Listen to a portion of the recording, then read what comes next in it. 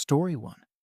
Am I wrong for going no contact with my estranged father after he tried to reconnect over my mother's death? I, Emily, 29, have been carrying around a lot of resentment toward my father. He left my life when I was 5, and for as long as I can remember, it was just me and my mom. She never talked much about him, but I knew he'd moved on, remarried, and basically wiped us from his life. He'd send a birthday card here and there, a generic holiday card now and then, but beyond that, he wasn't in the picture. My mom, on the other hand, was everything. She worked 2 jobs, put herself through hell to give me a good life, and never once acted like she regretted it. We didn't have much, but she made sure I never felt like I was missing out. Last year, my mom passed away from cancer. It was a quick, brutal illness that took her in a matter of months. I'm still trying to process that she's gone. She was my best friend, my support system, my family. Losing her felt like the ground had been ripped out from under me. It's been a struggle every day since, trying to make sense of a life without her in it. Out of nowhere, a few months after she passed, I get a letter from my dad. I didn't even know he had my address, so the whole thing felt strange from the beginning. The letter was short, just a page, but it was filled with all these things about how he was deeply sorry for my loss and how he wanted to reconnect now that we were all we had left. That line alone made me see red. Where was this concern when I was growing up? Where was he when my mom was struggling, taking on every role in my life? The last thing I wanted was his pity or some half-hearted attempt at a relationship, now that I was on my own. At first, I just ignored the letter. I shoved it in a drawer and tried to forget about it, figuring it was just a one-off thing. But then, about 2 weeks later, I got a phone call from an unknown number. It was him. Hearing his voice threw me off completely. I hadn't heard it since I was a kid. And suddenly here he was, saying he wanted to make things right. I didn't say much on that call.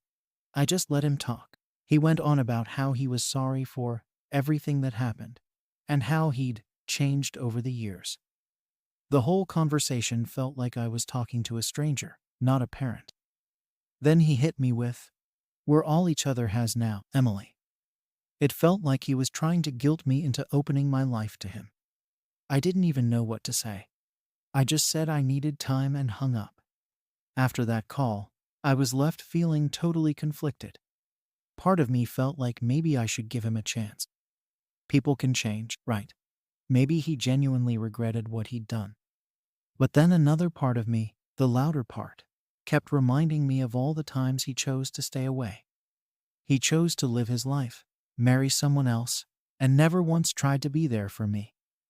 Meanwhile, my mom had to do it all alone, and she never once complained or told me to resent him. She was always kind, always supportive, and she didn't deserve to be treated as if she didn't matter. I started talking to some of my friends about it, trying to get some perspective. Some of them thought I should at least hear him out, that maybe this would be good for me in terms of finding closure and moving forward. They talked about forgiveness and how letting him in, even a little, could help me heal. But others were adamant that he didn't deserve another chance, that he'd made his bed years ago, and that I didn't owe him anything. The thing is, both sides made sense to me. I was torn between wanting to finally put everything behind me and not wanting to let someone back in who could hurt me again. One night, after another long conversation with a friend, I finally decided to respond to him. I called him back and agreed to meet up. I figured I could at least give him a chance to explain himself, maybe get some kind of clarity, even if we didn't walk away as family. It felt like something I needed to do, for my own sake. We planned to meet at a coffee shop near my place, and I showed up with no expectations, just wanting to see what he had to say. The meeting was strange. Sitting across from him, I could barely see any resemblance to the man I'd been imagining all these years. He looked older, worn out in a way, but there was something closed off about him, too. He started with small talk, asking about my life, my job, things he clearly knew nothing about. I didn't give him much. I just let him talk, waiting for him to get to the point. Eventually, he started to explain why he'd left, talking about how life got complicated and he made mistakes that he regretted. He didn't go into specifics, just kept it vague, as if that would be enough to make up for all the years he'd been gone. He mentioned that he had regrets, but it felt hollow, like he was saying it because he thought he was supposed to. At one point, he even tried to brush it all off, saying, "We all go through rough patches, Emily. Sometimes life just doesn't go the way we planned." It was like he was trying to minimize everything he'd done, and it made me angry. This wasn't just some rough patch. He'd abandoned me and left my mom to pick up the pieces, and now he was acting like it was just a minor inconvenience. I could feel my frustration building, but I kept it together and just listened, trying to see if he'd give me anything real to hold on to. By the end of the conversation, I felt even more confused than before. He'd come back into my life, but it didn't feel like he was truly owning up to what he'd done. It felt like he was trying to rewrite the past in a way that suited him, one that didn't involve him being the bad guy. I didn't know if I was supposed to forgive him or if I should just walk away and forget about all of this.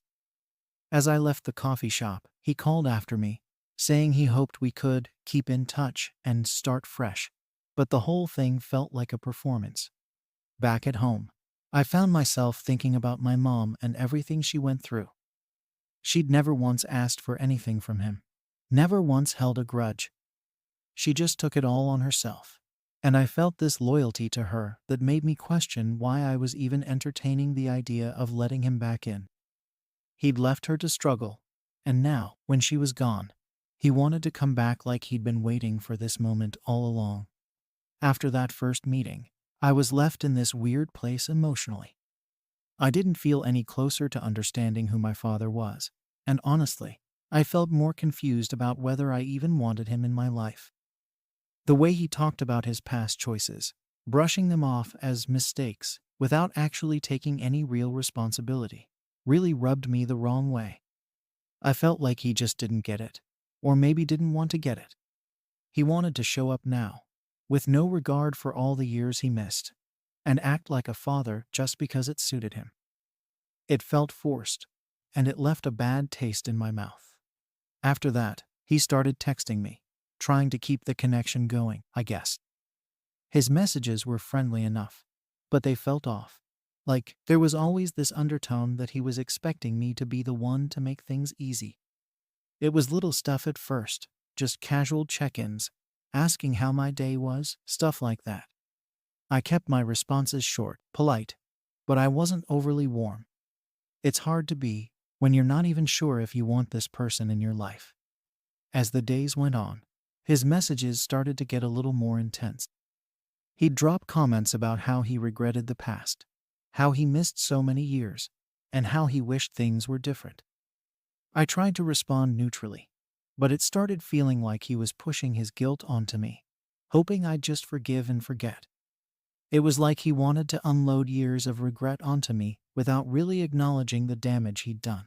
It was exhausting, honestly, feeling like I had to manage his emotions when I was still dealing with my own grief over losing my mom. Some of my friends were still telling me to give him a chance, saying maybe he was genuinely trying to change, and that he was putting in effort now, which was something. But then there were others who thought he was just reaching out because he was lonely and had no one else. They'd say things like, if he really cared, he would have reached out before now, not just when he's got no one else left. And I couldn't help but feel like they were right. If he wanted to reconnect for me, wouldn't he have done it when my mom was still here, instead of waiting until I was on my own? One night, he sent me a long message about how he'd spent the last few years thinking about me, how he wished he could go back and change things, and how he hoped I could see that he was a different person now. He talked about wanting to build a real relationship, to be there for me. He ended it by saying, I know it's too late to be your father, but maybe we could start as friends. It was a strange thing to read, because it almost sounded like he wanted forgiveness without actually putting in any work. Just because he felt guilty didn't mean I had to give him a clean slate. I tried to be honest with him, and told him that I needed some time, that I was still processing everything. Losing my mom was hard enough, and adding him back into my life wasn't something I could just do overnight. I explained that I needed space and that maybe, over time, we could work on things, but I wasn't ready yet. He seemed to take it well at first, said he understood, and that he'd give me as much time as I needed. But then, a few days later, he was back at it, messaging me constantly, sending me articles about healing family relationships, and asking if we could meet up again soon. At this point, I felt trapped. He wasn't respecting my boundaries, and it felt like he was trying to force this connection on me. It wasn't that I didn't want to forgive him, or that I was holding a grudge just for the sake of it. I genuinely needed time to figure out if I even wanted him in my life. But he couldn't seem to accept that, and his messages kept coming, each one filled with this unspoken pressure that I needed to let him back in. One of my close friends finally told me, "Emily, you don't owe him anything. He made his choice years ago, and it's okay if you're not ready, or if you never want to let him in." Hearing that was a relief. I realized I'd been feeling guilty, like I was supposed to give him a chance because he was trying, even though every attempt he made felt like it was more for his sake than mine. Still, I felt conflicted. My mom always believed in second chances. She raised me to forgive, to be kind, and I wondered if cutting him off would be disrespecting the values she taught me. But there was also a part of me that knew she would want me to protect myself, to make sure I was okay first. I kept going back and forth in my mind, trying to decide if I should let him keep trying, or if I should put a stop to it before I ended up hurt. Eventually, I agreed to meet him one more time, hoping that a face-to-face conversation would give me some clarity. We met at the same coffee shop, and as soon as I saw him, I felt this wave of anxiety. He seemed more eager, more desperate almost, and he went right into talking about how he'd been thinking about me every day, how much he wanted to be there for me now. I tried to explain my side, that I needed time, that I was still grieving, but he kept interrupting, insisting that he could help me through it, that he could be the support I needed. It felt like he was trying to fill a role that he'd given up on years ago, and it made me uncomfortable. When I told him I wasn't ready for that kind of relationship yet, he got frustrated. He started saying things like, "Why can't you just give me a chance?" And, "Haven't you held on to this resentment long enough?" It was almost like he was blaming me for not being able to move on as quickly as he wanted. He didn't seem to understand that this wasn't just about forgiving him, it was about protecting myself from getting hurt again. After that meeting, I felt even more conflicted. On one hand, I could see he was genuinely trying, but on the other, it felt like he was only seeing things from his perspective. He wasn't listening to what I needed. He just wanted me to fit into this idea of what he thought a father-daughter relationship should look like. It was frustrating and exhausting, and I started questioning whether this was worth it at all. Back at home, I thought about what my life had been like without him. For years, I'd built a life around the absence of a father, relying on my mom and myself to get through everything. Letting him in felt like it would shake up everything I'd worked so hard to create. It was like he wanted to rewrite our history without considering the impact it would have on me. After that second meeting, I tried to put some boundaries in place. I texted my dad, explaining again that I needed time and space to figure out what kind of relationship, if any, I wanted with him. I thought maybe this time he'd take it seriously and give me the space I needed to sort through my feelings. For a few days, he seemed to respect it, barely messaging, and when he did, it was just a simple check-in. I thought maybe he finally understood that he couldn't just push his way back into my life on his own terms. But soon enough, the texts started coming again, this time even more frequently than before. He began sending these long, guilt-heavy messages about how much he regretted his choices, how he knew he'd missed out on being a father to me, and how he hoped I could find it in my heart to let him in. Every message felt like a new layer of pressure, like he was trying to wear me down until I gave him the answer he wanted. He even started saying things like, This is my last chance to make things right. Which made me feel like I was somehow responsible for his happiness now, as if it was up to me to fix the past he created. It got to the point where I felt like I was suffocating. Every time I saw a message from him, I'd feel this tightness in my chest, this mix of guilt and frustration. I started dreading my phone, checking every notification with a knot in my stomach, wondering what he'd say next. I knew I needed to address it, but I also knew that whatever I said would probably lead to more of the same. He wasn't hearing me. He was only focused on what he wanted out of this, and that made me feel trapped. I finally sat down and wrote a longer message to him, trying to explain everything as clearly as I could. I told him that I needed him to respect my space, that his constant messaging was making me feel pressured and overwhelmed, and that if he couldn't back off, I'd have to rethink this whole process. I poured my heart out, hoping he'd understand that this wasn't easy for me either, that I was trying to find a way forward, but needed it to be on my terms, not his. For a while, he didn't respond, and I thought maybe he'd finally gotten it. But a few hours later, I got a reply, and it was clear he still didn't understand. He said he was sorry if he made me feel pressured, but he went right back to saying how much he needed this, how much he wanted to be a part of my life, and how he'd waited so long for this chance. It was like my feelings didn't matter in the slightest.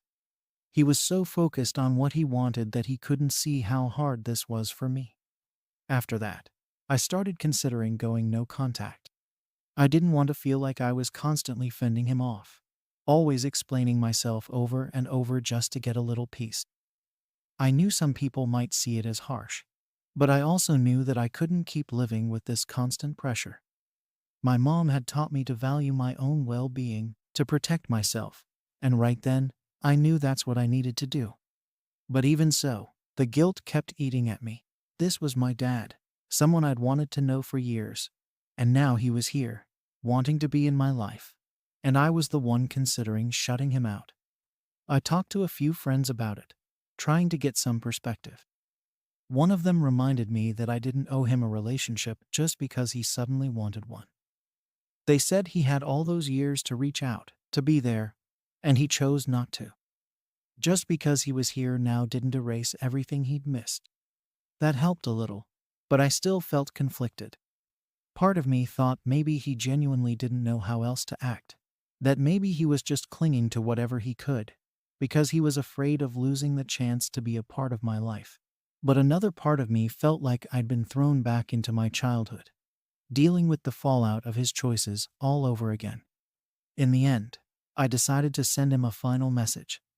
I explained that I needed to go no contact for a while, that this wasn't something I could rush, and that I needed time to process everything on my own.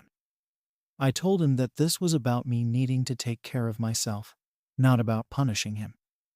I said I'd reach out if and when I was ready, but that I needed him to respect that. I figured this was as clear as I could possibly be. His response came quickly, and it was exactly what I'd feared. He accused me of being unforgiving, of holding on to the past, and of not giving him a fair chance. He said things like, "I'm trying to be here for you, and you're just pushing me away," and "Your mom would want us to work this out." That last line felt like a punch to the gut. It was the one thing I'd hoped he wouldn't say, because he knew how much my mom meant to me. Using her memory to try to guilt me felt like a low blow, and it left me feeling more confused than ever. Now, I don't know what to do. Part of me feels like I made the right choice, that setting these boundaries is the only way I can protect myself. But another part of me wonders if I'm just being stubborn, if I'm letting the pain of the past keep me from something that could be good for me. I don't know if going no contact is the right move, or if I'm just running from a situation that could eventually heal if I gave it more time. Am I wrong for considering going no contact with my father, even though he's trying to reconnect after all these years? Story 2. Am I the bad person for refusing to reconcile with my estranged mother after a family crisis?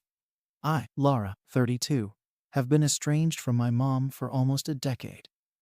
Growing up, I had a pretty complicated relationship with her. She was always focused on her own goals and ambitions. And my brother Sam, who's 29 now, and I ended up on the sidelines, trying to figure things out on our own. For years, it felt like nothing I did mattered to her, like I wasn't ever enough. She was a single mom, and maybe there was a lot on her plate, but she never gave us the time or support we needed. It's hard to explain, but it was like we were there to fulfill her idea of a family. And when we didn't, she'd find a way to blame us. There were plenty of small, painful moments that added up over the years. But what finally broke me was how she downplayed my own life choices, brushing them off as if they were distractions. I went into graphic design, a career I love, something that actually makes me feel fulfilled, but she just saw it as some hobby that would never go anywhere. She used to say things like, "When you're ready for something real, we can talk," as if my whole life was a rehearsal. By the time I hit my mid-20s, I knew I couldn't keep trying to win her approval. It felt impossible. So, for my own mental health, I decided to step back. I moved to the city, focused on my job, and built a life that actually made me feel secure. I haven't spoken to her in years. 2 days ago, out of nowhere, I got a call from Sam. Now, we're close, but we don't talk all the time, so I knew something had to be up. He sounded off right away, sort of hesitant but insistent. And then he drops it on me. Our mom is seriously ill. He didn't get into specifics at first, just that she's not doing well. According to him, she's been asking for me, saying she wants to make amends. She's in a hospital, apparently, and from what he's saying, it sounds like she's scared.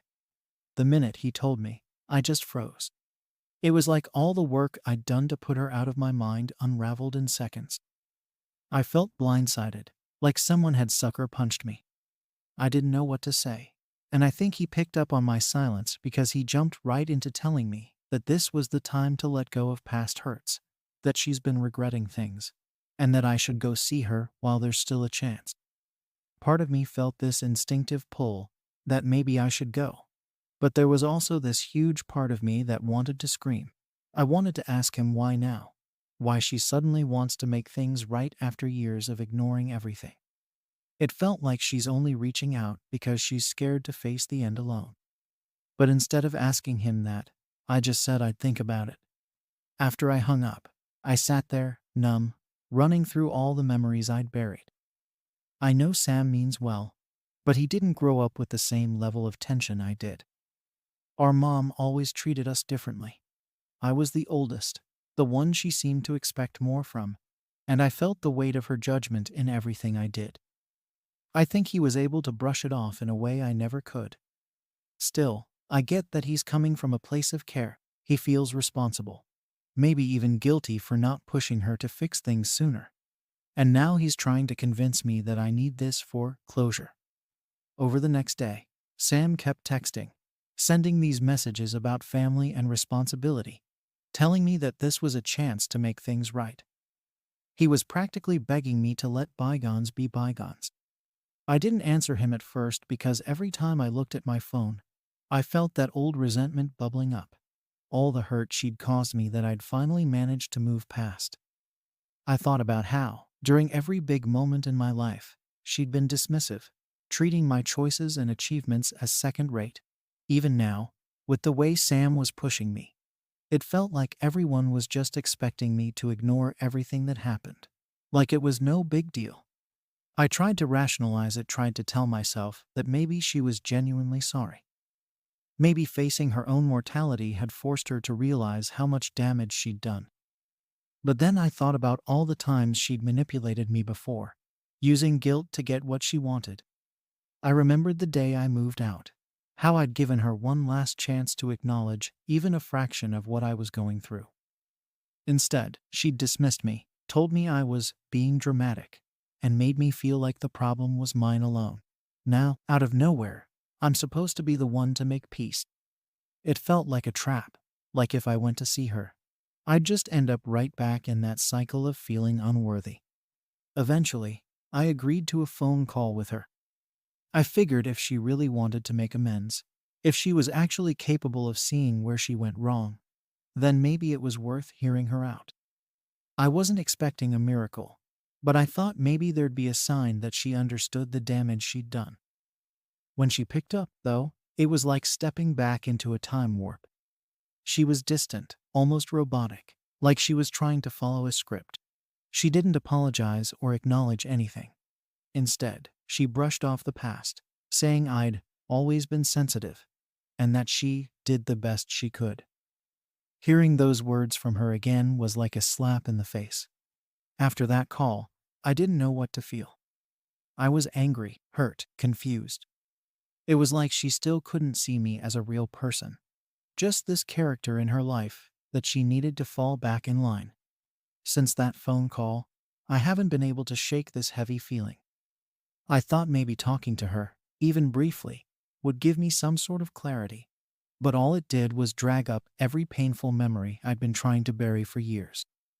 The way she brushed off everything I went through, like it was all in my head, brought back the exact feelings I'd worked so hard to leave behind. I'd convinced myself that if she was really reaching out after all this time, it had to mean something. But after that call, I realized that she hasn't changed at all. She's still the same person who refuses to take any responsibility. Sam, meanwhile, hasn't let up. He's still messaging me, almost daily now, with these long texts about how this is my chance to finally let go of all the resentment and pain. He keeps bringing up family, about how I shouldn't let petty grievances get in the way of a chance to reconcile. According to him, Mom's health is declining fast, and he's convinced that this could be the last opportunity we have to make things right. I know he's just trying to help, but it's like he doesn't understand what that phone call did to me. I tried explaining to him that I'm not sure I can just forgive everything, especially when she's still refusing to acknowledge her role in it. But Sam just keeps saying that I'll regret it if I don't try. It's like he doesn't realize that every message he sends is making things worse. I feel like I'm being pressured from every angle to do something that I know will only hurt me more. He even got our aunt involved, and she sent me this whole message about how family is all we have in the end, and how I'll feel better if I can forgive her. They're all making it sound like I'm some kind of monster for not rushing to her side. But none of them had to deal with the things I did. None of them understand the years of feeling like I was never good enough, like I was nothing more than a disappointment to her. At one point, I thought about blocking them all just to get some peace.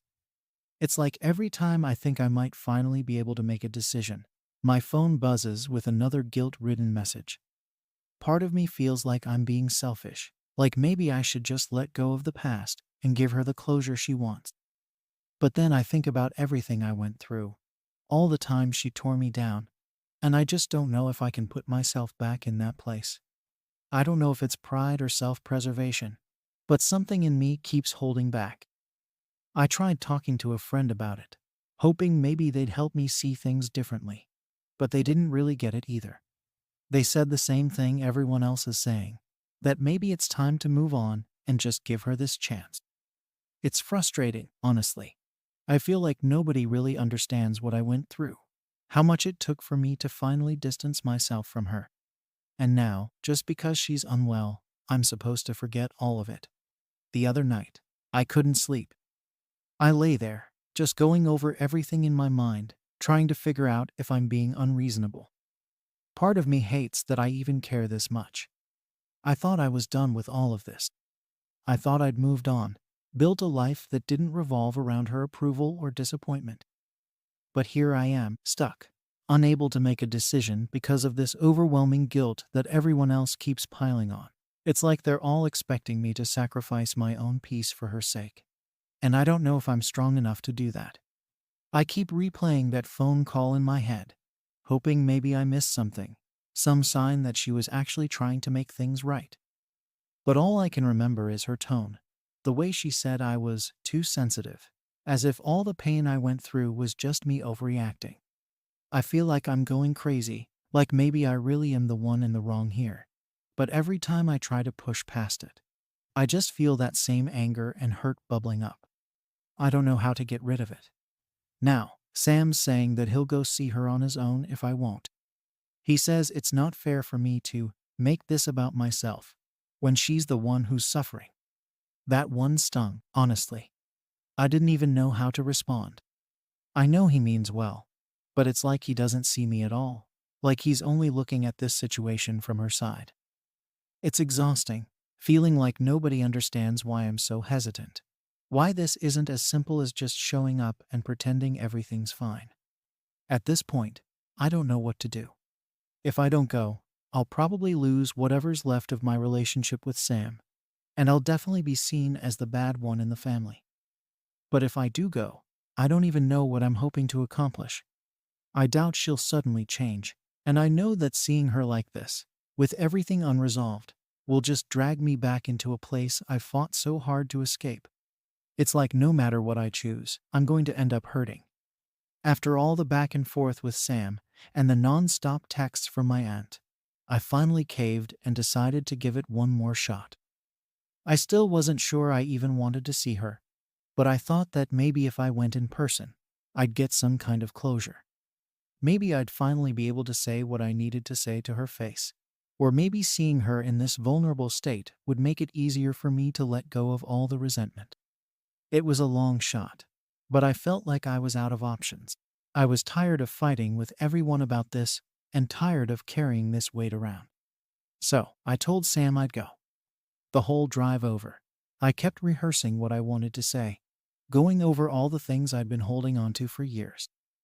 I kept thinking about all those moments when she dismissed my choices, made me feel small, and pretended that any pain I felt was just me being sensitive. I thought maybe, this time, she'd actually listen. I didn't want to expect too much, but part of me was holding on to this tiny hope that something would change, that maybe she'd finally understand how much she'd hurt me. When I got to the hospital, Sam was already there, waiting outside her room. He looked relieved to see me, but he didn't say much, just nodded and led me in. Seeing her lying in that hospital bed was surreal. She looked smaller somehow, weaker, and for a second, I almost forgot why I was angry. She didn't look like the mom who'd loomed over my life for so long. She just looked fragile. But that moment didn't last long. As soon as she saw me, her face lit up, and she started going on about how nice it was that I'd finally come to visit. There was this weird mix of relief and expectation in her voice, like she was already convinced we were just going to sweep everything under the rug. I didn't want to get into it right away, so I just sat down and tried to make small talk, asking her how she was feeling, if the doctors had said anything. She answered, but she kept steering the conversation back to me, asking about my life, my work, and telling me how proud she was.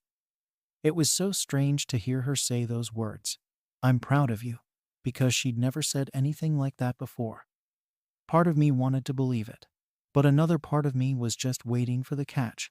And sure enough, after a while, she started in with the comments, saying things like, "If only you hadn't stayed away so long," and, "You know I always just wanted the best for you." That was it for me. I couldn't hold back anymore. I told her, as calmly as I could, that staying away was the only way I'd been able to feel sane, that every time I tried to get close to her, she made me feel like nothing I did was good enough. I told her how much it hurt every time she brushed off my choices, like my entire life was just some experiment she didn't believe in. I was shaking as I said it, and I could feel all the anger and pain I'd kept bottled up finally spilling out. She looked at me for a long time, just quiet, and for a second, I thought maybe I'd finally gotten through to her. But then she shook her head and said, "I never meant to hurt you. You just took everything the wrong way." Hearing that felt like a punch to the gut. Even now, after everything, she couldn't see it. She couldn't admit that any of it was real, that maybe I had a reason to feel the way I did. She kept going, saying things about how sensitive I was, how I should try to let go of the past, and how time heals all wounds. I don't even know if she realized how dismissive she sounded. But to me, it felt like she was erasing everything I'd just said, like she was putting it back on me to forgive her without her taking any real responsibility. I couldn't do it. I couldn't sit there and pretend that was enough, that her saying she never meant to hurt me was somehow supposed to erase years of pain. So I got up and told her I needed to go. She looked confused, almost hurt, but I couldn't bring myself to explain it all over again. Sam tried to stop me as I was leaving, saying that I was being too harsh, that I needed to give her a chance to make things right. But I didn't see the point. I told him that if she really wanted to make things right, she would have listened. She would have actually tried to understand. But she didn't. She just kept making excuses. Now I'm back home, and I feel more conflicted than ever. Part of me feels like I made the right choice, like I finally stood up for myself and refused to let her gaslight me into forgiving her without any real apology. But another part of me is racked with guilt. Sam keeps saying I should have stayed, that I should have given her more time, that she's sick and probably doesn't have much longer.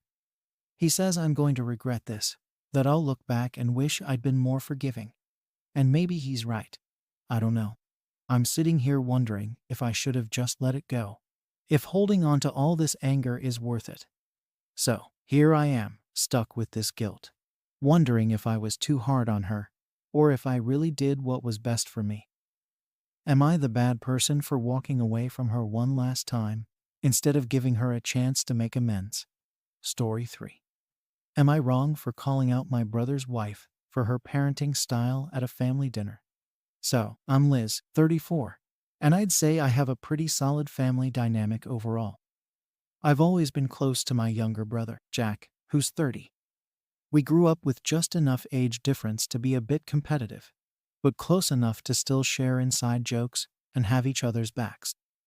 We've always stayed connected through everything.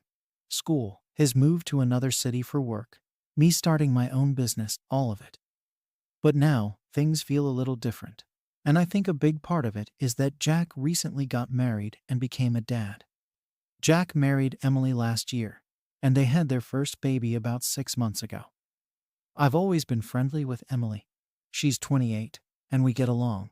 But it's not like we're best friends or anything. She's a bit more reserved, quieter than me, and I get it, that's her personality, and it works for her. I've never felt any huge tension between us, but lately, I've sensed a bit of distance. Maybe it's because they're new parents, and they're figuring things out. But it's like Jack and Emily have built this bubble around them that no one else can penetrate. Last week, my parents invited everyone over for a family dinner. It was supposed to be a relaxed night for us all to catch up, especially since Jack and Emily haven't really been coming around as much since the baby was born. My parents were thrilled to see them, and, of course, the baby. Honestly, I was looking forward to it too. It felt like this would be a chance to reconnect. Maybe get to spend some real time with my new niece. I mean, it's been 6 months, and I barely know this kid. My other siblings and I were hoping this dinner would be a way to bring everyone back into the fold. When they arrived, it was clear that Emily was on edge. She came in carrying the baby, looking around like she was on high alert. Jack was carrying bags and looked like he was trying to follow whatever plan they'd agreed on. I figured they were just a little frazzled from the drive or something. But once we all sat down to dinner, I realized this was more than just first-time parent nerves. Emily kept the baby practically glued to her the whole night. Anytime the baby made even the slightest noise, she would immediately get up and take her into another room to settle her down. The baby wasn't even crying most of the time, she'd just make a little sound, and off they'd go. Emily would be gone for 10, sometimes 15 minutes at a time, then come back out looking tense and like she was bracing herself for whatever was coming next. Jack was completely focused on her, watching to see if she needed anything, like he was on call to handle whatever might pop up. It was like they were living in their own world, even though we were all right there with them. As the night went on, it started to feel a bit uncomfortable. I kept trying to connect with Jack, to catch up on how things have been for him. But he was so wrapped up in making sure Emily was okay and the baby was settled. Every time I'd start talking to him, he'd get distracted by something Emily or the baby was doing, and he'd just drift off mid-conversation. It was frustrating. I get it, being a new dad is a huge deal, but it felt like the rest of us didn't even exist in their world anymore. At one point, Emily started talking about their parenting approach. She was explaining how they've set up a strict schedule for everything: feeding times, nap times, even specific quiet hours. She was going on about how important it was to keep things consistent, how this schedule is the only thing that keeps the baby calm and happy. She talked about how they've agreed to stick to this routine, no matter what, because that's what they believe is best for the baby. I was listening, but I couldn't help but feel a bit shut out. It was like they were building this fortress of rules around their little family, and the rest of us were just out in the cold. My other siblings and I exchanged a few looks across the table. I could tell they were feeling the same way I was, like we were being kept at arm's length from our own family. Here we were, all gathered together, but it felt like there was this invisible wall between us and them. I was starting to get frustrated, and I think that's when I decided to say something. I thought maybe if I brought it up in a gentle way, they'd see that we're not trying to disrupt their lives, we just want to be a part of it. So, I spoke up. I told Emily that I totally understood the importance of routines and structure, but maybe relaxing things just a little might make family gatherings easier and more enjoyable for everyone. I said that we all wanted to get to know the baby, and that it would be great if we didn't feel like we had to walk on eggshells to make that happen. I wasn't trying to criticize her, just offering a different perspective, hoping it would open up some dialogue. The second I finished talking, I knew it hadn't landed well. Emily went quiet, and I could feel the tension rise. It was like I'd hit a nerve I didn't even know was there. Jack immediately jumped in, telling me that I didn't understand what it was like to be a parent. He was calm, but there was this edge to his voice that I hadn't heard before. He said they'd put a lot of thought into how they were raising their daughter, and that they needed everyone to respect their choices, even if it seemed strict. The rest of the family went silent. I felt like all eyes were on me, and I started second-guessing myself. I felt the weight of everyone's stares on me as soon as Jack finished speaking. It was that kind of silence where you know people are uncomfortable, but no one wants to say anything to make it worse. I could tell I'd stepped on a landmine without meaning to, and I suddenly felt like I was completely out of place in this family gathering that was supposed to be about reconnecting. Emily just sat there, tight-lipped and looking away, clearly upset. Jack was tense, obviously trying to keep things calm, but barely managing. My parents looked a bit caught in the middle, glancing from me to them, probably unsure of how to react. My other siblings just kept their heads down, maybe afraid to get involved. I could feel this whole dinner slipping into awkwardness, and it was like a fog had fallen over the night. We were all still sitting together, but it didn't feel like we were together anymore. I kept thinking, did I really say something so terrible? All I'd meant was that maybe they could be a bit more flexible, especially when we're all together as a family.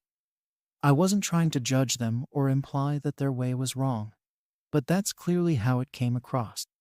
And Jack's reaction telling me I didn't know what it was like to be a parent cut deeper than I expected. I mean, he's not wrong. I don't have kids, so maybe I don't get it. But it felt like he was shutting down anything I had to say just because I haven't had that experience myself. I spent the rest of the dinner keeping my mouth shut, which isn't exactly easy for me. I kept picking at my food, glancing up every now and then to see if anyone was going to say anything else about it. But no one did. We all just tried to pretend things were normal, but the whole vibe was off. Emily was quiet, looking down or at the baby, who'd eventually fallen asleep. Jack kept his focus on her, almost like he was protecting her from the rest of us. When it was finally time for them to leave, I could feel this huge sense of relief in the room. Everyone said their goodbyes, but it was more formal, more distant than usual. I hugged Jack, but it felt stiff. Emily gave a quick wave, barely making eye contact. As they walked out, I felt this pit in my stomach, like maybe I'd done some real damage without even meaning to. I knew I'd have to talk to Jack again at some point to try and make things right, but I didn't know how to approach it. I couldn't shake the feeling that I was suddenly on the outside of my own family. Over the next few days, I kept going back and forth in my mind. wondering if I'd been out of line or if I was just being misunderstood. I wanted to call Jack right away, but I hesitated. I didn't want to make things worse, especially if Emily was still upset. But after a week with no word from him, I decided I couldn't let this hang over us any longer. I didn't want this tension to become some permanent thing that changes our relationship. So I texted him, asking if he'd be willing to meet up for coffee, just us two. It took him a few hours to respond, but he eventually agreed. When we met up, things felt strained. Jack seemed tense, not angry, but like he was holding back. I told him right away that I was sorry if what I'd said came across as judgmental. I explained that I wasn't trying to criticize him or Emily, just that I'd felt a little shut out and thought maybe there was a way for us all to connect better. He nodded, but he didn't say much. I kept talking, trying to find the right words to make him see where I was coming from. But the whole time he just sat there, arms crossed, looking at me with this expression I couldn't quite read. Finally, he sighed and said, "Liz, it's not about you wanting to be involved. It's just, things are different now. We have to put the baby first. And that means we can't just do things the way we used to. It's not personal." I nodded, trying to understand, but I still felt like there was something missing. I told him I respected that they had their own ways of doing things, and I just didn't want to feel like we were becoming strangers.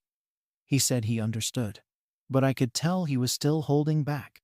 It was like there was this wall up, and no matter what I said, I couldn't get past it. By the end of the conversation, we'd smoothed things over enough to call it a resolution, but it didn't feel resolved to me.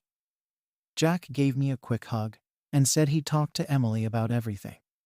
I walked away feeling like I'd only managed to scratch the surface of whatever tension was really going on. It felt like we were still worlds apart, and I wasn't sure if this was just a phase or if things were really changing for good. A few days went by, and I still hadn't heard anything from Emily. I tried not to read too much into it, thinking maybe she just needed more time. But then I found out from my parents that Jack and Emily had skipped out on another family gathering without even saying anything. My mom was worried, saying she didn't know if they were upset or if it was just too hard for them to manage the baby with our family gatherings. But she hinted that maybe I'd had something to do with their absence, which made me feel even worse. I started feeling like maybe I'd pushed too hard. Maybe I should have just kept my opinions to myself that night at dinner. After hearing from my mom that Jack and Emily skipped out on another family gathering, I started to feel a real sense of dread settling in. The idea that they might be avoiding family events because of me weighed on me in a way I couldn't shake. My mom didn't say it directly, but I could tell she was concerned that the dinner incident had left some kind of lingering impact. And honestly, I was starting to feel that too. I kept replaying that dinner in my head, wondering if maybe I should have just let things go, or if I could have said things differently. I even started questioning if I'd just overstepped completely. Every time I'd try to convince myself that my comments were harmless, that I was just trying to help, I'd remember how Emily looked at me after I spoke up. That quiet, tense reaction, like I just trampled over some invisible line I hadn't known was there. I didn't mean to make anyone feel judged, but maybe that's exactly what I did. A few more days went by, and I still hadn't heard anything from Jack or Emily. No texts, no calls, nothing. The silence was getting to me, and it was almost impossible to focus on anything else. I started wondering if this was just a temporary rift, or if I'd done something to permanently damage my relationship with my own brother. I tried to tell myself that maybe they were just busy, caught up in the demands of parenting, but it was hard to fully believe that when I knew there was unresolved tension between us. Finally, I decided I couldn't just sit around wondering. I texted Jack, asking if he and Emily would be open to talking things over. I kept it short and as open as possible, trying not to sound pushy. It took him almost a full day to respond, and when he finally did, his message was polite but distant. He said they needed a bit more space, that they were still adjusting to the demands of parenting, and wanted to focus on settling into their routine. I wanted to respect that, but I couldn't help but feel like there was more he wasn't saying. In the weeks that followed, I tried to step back and give them the space they'd asked for. I didn't want to risk pushing them further away by reaching out too much. But with each family event they missed, it became harder to ignore the feeling that they were avoiding more than just me, that they were pulling away from the entire family. It wasn't just me who noticed either. My parents and other siblings were starting to express their own concerns, wondering if something had changed permanently between us all. One evening, my mom called me up, clearly upset. She said she felt like Jack and Emily were shutting everyone out, and she didn't understand why.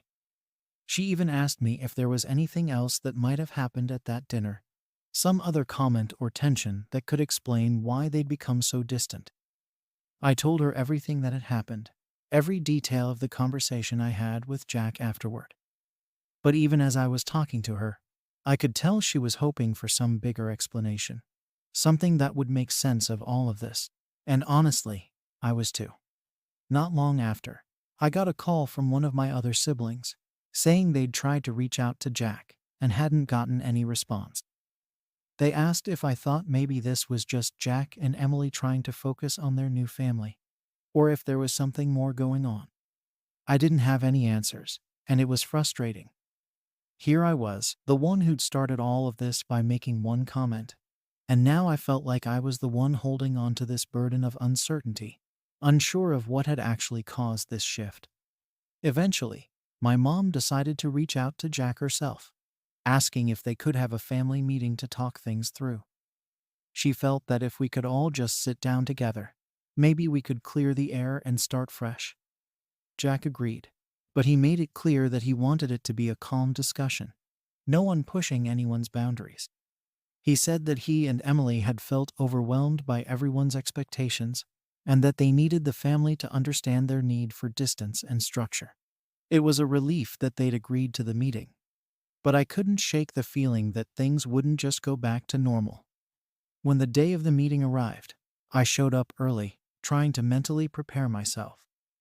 I wanted to go in with an open mind, to listen, and not let my own feelings get in the way. Jack and Emily came in a bit late, and I could immediately see that Emily was still tense, keeping close to Jack, barely making eye contact with anyone. Jack seemed a little more relaxed, but he still had that guarded look in his eyes, like he was bracing himself for something. We all sat down, and my mom started by saying how much the family missed having them around, and that we all just wanted to make sure they felt supported. She was careful with her words, trying to keep things light and reassuring. Jack nodded along, saying that they appreciated everyone's concern, but that being new parents had been harder than they'd anticipated, and they needed time to figure things out without feeling pressured by others' expectations. Then he turned to me, saying he understood that I hadn't meant to upset anyone, but that Emily had felt judged and uncomfortable ever since that dinner. He said that as parents, they'd made certain choices that worked for them, and they needed the family to respect those choices, even if they seemed strict. I told him I understood and apologized again if I'd crossed a line, but I couldn't help but feel like there was still this invisible barrier between us. Emily spoke up then, quietly saying that she felt judged every time they came around, like the family was questioning their parenting choices instead of supporting them. She said it wasn't just that one comment, but a buildup of little things that made her feel like she didn't belong. Hearing her say that was hard because I hadn't realized how deeply my words and maybe the family's reactions had impacted her. I apologized, trying to make it clear that my intention was never to make her feel unwelcome or judged. By the end of the meeting, things were better, but there was still a sense of unresolved tension. We all promised to be more understanding and give them the space they needed. Jack and Emily said they'd try to come around more often, but they needed us to respect their boundaries and not push them to engage in ways they weren't comfortable with. It was a relief to have everything out in the open, but I still couldn't shake the feeling that things wouldn't ever go back to the way they were. Now, I can't help but wonder if I'd been too quick to share my opinions. if I'd overstepped by trying to get them to relax and connect more. I wanted to bring us closer, but it feels like I might have only pushed them further away. So, am I wrong for thinking that my comment caused a permanent rift? Or am I just overthinking everything? Story 4. Am I wrong for refusing to let my brother live with me after he got evicted? I'm Sarah, 32, and I live alone in a one-bedroom apartment I absolutely adore. I work in tech, which gives me enough financial stability to afford this place without anyone else's help. Honestly, after years of living with roommates, boyfriends, and family, I finally have a spot that's all mine, and I've put time, money, and effort into making it feel like a true sanctuary. I love the quiet, the organization, and just knowing that every inch of the place reflects what I want, without anyone else's input or mess. But lately, my younger brother Jake, 27, has been pressing me to stay with me after getting kicked out of his friend's apartment. And just so you know, Jake's always been a bit of a wanderer. Ever since he was a teenager, he's been the type to jump from one thing to the next. At first, it was little stuff like changing hobbies every other month. But as he got older, it turned into changing jobs, friend groups, and even places to live, all within short periods. Stability has never been his thing. And while he has this laid-back, charming personality that makes people want to help him, it's left him with very few roots. Growing up, Jake was always the baby of the family, even though there's only 5 years between us. Our parents doted on him. He got away with a lot, and they'd step in to fix his messes because he'd somehow convinced them he'd just been misunderstood or was going through a phase. When he was in college, he switched majors 3 times, finally landing on something that seemed easy rather than something that would lead to a stable career. By the time he graduated, our parents were exhausted. They'd already put a ton of money into his education, and he was still treating life like it was one big adventure with no real consequences. For a while, I tried to be the supportive big sister. When Jake needed help with rent during his first job, I pitched in. I thought it would be a one-time thing, that he just needed a little nudge to get started, and that he'd find his way. But it became a pattern. He'd lose a job, or he'd decide he didn't like it, and he'd move on to the next one without thinking twice. I would get calls every few months about how he was struggling with bills or needed a loan just this once. He'd swear he'd pay me back, and each time, I wanted to believe he meant it. But honestly, he rarely did. Either he'd forget, or he'd say he couldn't afford it, and I'd end up eating the cost. Our parents are kind of on the same page as me now. They've been burned by him too many times. There were a few big moments like the time they co-signed an apartment lease for him, and he bailed halfway through the year, leaving them on the hook for rent. Or the time they gave him a loan to start some freelance business, which he abandoned after a couple of months. Now they're over it. They told him they'd helped as much as they could, and that he needed to figure things out on his own. I think they're just worn out from the endless cycle of him making promises and then coming up short, and I don't blame them for it. A part of me feels for Jake, because he can be really charismatic and optimistic, and he's always got big plans. But the follow-through just isn't there, and it's like he doesn't realize how much his choices affect everyone around him. He jumps into things without thinking about the long term, and then when it inevitably falls apart, he acts surprised and expects a bailout. I used to get really mad about it, but now I just feel tired. So, last week, Jake calls me. I wasn't expecting it, because we hadn't talked in a little while, and he usually only reaches out when he needs something. Sure enough, he tells me that his roommate kicked him out because he couldn't pay his share of the rent. Apparently, he'd been living with this friend for a few months, and things had been fine. But he lost his job 2 weeks ago and didn't have enough savings to cover his bills. Now he's saying he has nowhere else to go and is asking if he can stay with me just for a couple of months while he looks for a job and saves up to get back on his feet. I didn't answer him right away. The thought of letting Jake move in makes my stomach drop. I've worked so hard to build this life, this peace. And as much as he says it would just be temporary, I know Jake. I know what a couple of months turns into. I'd be dealing with his mess, his job search, his endless string of almosts and maybes. But I didn't want to say no outright, because I know he's in a tough spot, and a part of me does feel like I should help. He kept pushing, though. He kept reminding me that we're family, that I'm his sister, and that it's my responsibility to be there for him when he's down. And then he dropped the line that really threw me. He said that Mom and Dad agree. It's my turn to help him out, that they've done their part, and now it's on me to pick up where they left off. That one hit me hard. It made me feel like I was being handed some kind of family duty, something I didn't ask for or want, but somehow I'm expected to take on because he's my brother. It's like our parents are washing their hands of him, passing the responsibility to me without a second thought. But I've spent so much time and energy establishing my independence, working for everything I have, and creating this space for myself. Bringing Jake into it feels like it would undo all of that. I'm scared it would end up being more than I can handle, that he'd make a mess of my life, the same way he's made a mess of his own. But at the same time, I can't shake the guilt. He's my brother, and I know he's struggling. I thought about it for a while before I called Jake back. My first instinct was to say no, but there was that nagging feeling of guilt that I couldn't shake. He's my brother, and part of me felt like I should help him if he truly has nowhere else to go. But I also knew what would happen if I let him move in. It wouldn't just be a temporary arrangement. It never is with him. He'd stay until I got fed up, and then he'd make me the bad guy for kicking him out. That's just how things go with Jake. So, I decided to offer him a compromise. I told him I'd give him some money for a couple of nights at a budget motel, just to get him out of his immediate jam, and I'd help him look for jobs, maybe even help him prepare for interviews or review his resume. But he'd have to find somewhere else to stay in the meantime. I figured this was fair. It was me helping him, just not in the way he wanted.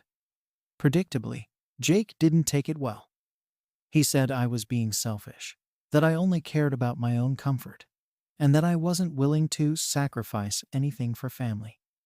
He went on and on about how he's been struggling, that he's hit rock bottom, and that he just needs a little support to get back on his feet.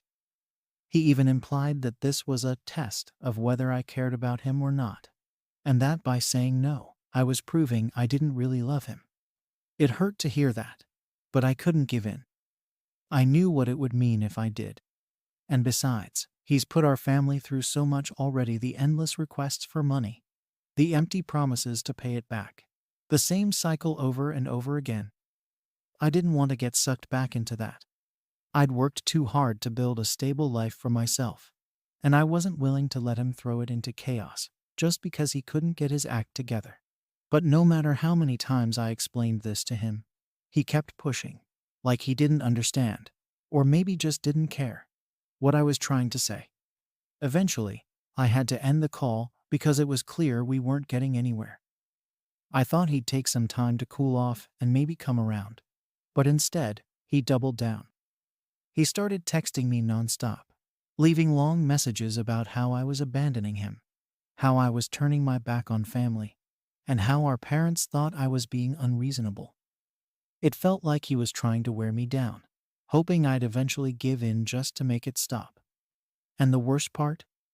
I started getting calls from our parents. They've always been good at staying out of our business, but this time, they were fully on Jake's side. They told me they didn't have the space or resources to help him anymore, that they'd done their part, and now it was time for me to step up. They said I was being too harsh, that Jake was really struggling, and that he just needed a little bit of kindness to get through this rough patch. Hearing that from them stung, especially because I know they've been through the ringer with Jake. They've been just as worn down by his endless requests as I have, maybe even more so. But now, instead of holding him accountable, they were making me the bad guy for not doing my part as his sister. It was like they'd washed their hands of him and handed the responsibility over to me, and I couldn't help but feel resentful about that. I tried explaining my side to them. I told them about the money I'd already lent him, about the times he'd promised to pay me back and didn't, about how every time he says it's just temporary, it never is. I reminded them of all the times he'd let us down, all the times he'd taken advantage of our help without ever following through on his promises. But they weren't interested in hearing it. They just kept saying that he's family, that he needs help, and that it's my job as his sister to give him a place to stay. The pressure from them was getting to me, and I started to wonder if maybe I was being too harsh. I've always prided myself on being independent, on not letting other people's problems drag me down. But maybe that was selfish of me. Maybe I should have been more willing to sacrifice my own comfort to help him, even if it meant putting up with his chaos for a few months. I couldn't shake the guilt, even though I knew deep down that letting him move in would only lead to more problems. After a few days of this back and forth with my parents and Jake, I decided to reach out to a few friends to get their perspective. I figured maybe they'd have a clearer view of the situation since they weren't as emotionally involved. Some of them agreed with me, saying that it was smart to set boundaries and protect my own space, especially given Jake's track record. They pointed out that he's an adult and should be able to figure things out on his own without relying on family to bail him out every time he messes up. They reminded me that I'd already done more than enough for him over the years, and that it was okay to say no. But others took Jake's side, saying that family is family, and sometimes you have to make sacrifices to help the people you love. They told me that he's obviously in a rough place, and that maybe a stable environment like mine would help him get back on track. They said I should give him the benefit of the doubt, that maybe this time would be different, and that he'd appreciate the help enough to make some real changes in his life. Hearing those arguments made me second-guess myself even more. What if they were right? What if Jake really would get his act together if he had a stable place to stay for a while? What if he just needed a little bit of support to finally turn things around? But then I'd think about all the times he'd made promises and broken them, and all the times I'd gone out of my way to help him only to end up disappointed. I knew that letting him stay with me would be a huge risk, and I wasn't sure I was willing to take it. But the guilt was eating away at me, and I was starting to feel like no matter what I decided, someone was going to end up hurt. If I said no, Jake would hate me, and my parents would be disappointed. But if I said yes, I'd be opening myself up to a whole world of stress and uncertainty, and I wasn't sure I was ready for that. At the same time, I couldn't ignore the fact that Jake was really struggling. He sounded desperate when he called, and as much as I tried to tell myself that he'd brought this on himself, a part of me couldn't help but feel sorry for him. He's my brother, and despite all the trouble he's caused, I still care about him. I still want him to be okay, even if he makes it nearly impossible to help him without getting hurt in the process. After another long conversation with my parents, I decided to reach out to Jake one more time. I wanted to see if there was any way we could come to a compromise, maybe set some clear boundaries to make sure this wouldn't turn into a permanent arrangement. I figured if he could agree to a timeline and maybe pitch in for rent or groceries, I'd consider letting him stay for a short period. But deep down, I wasn't sure if he'd go for it.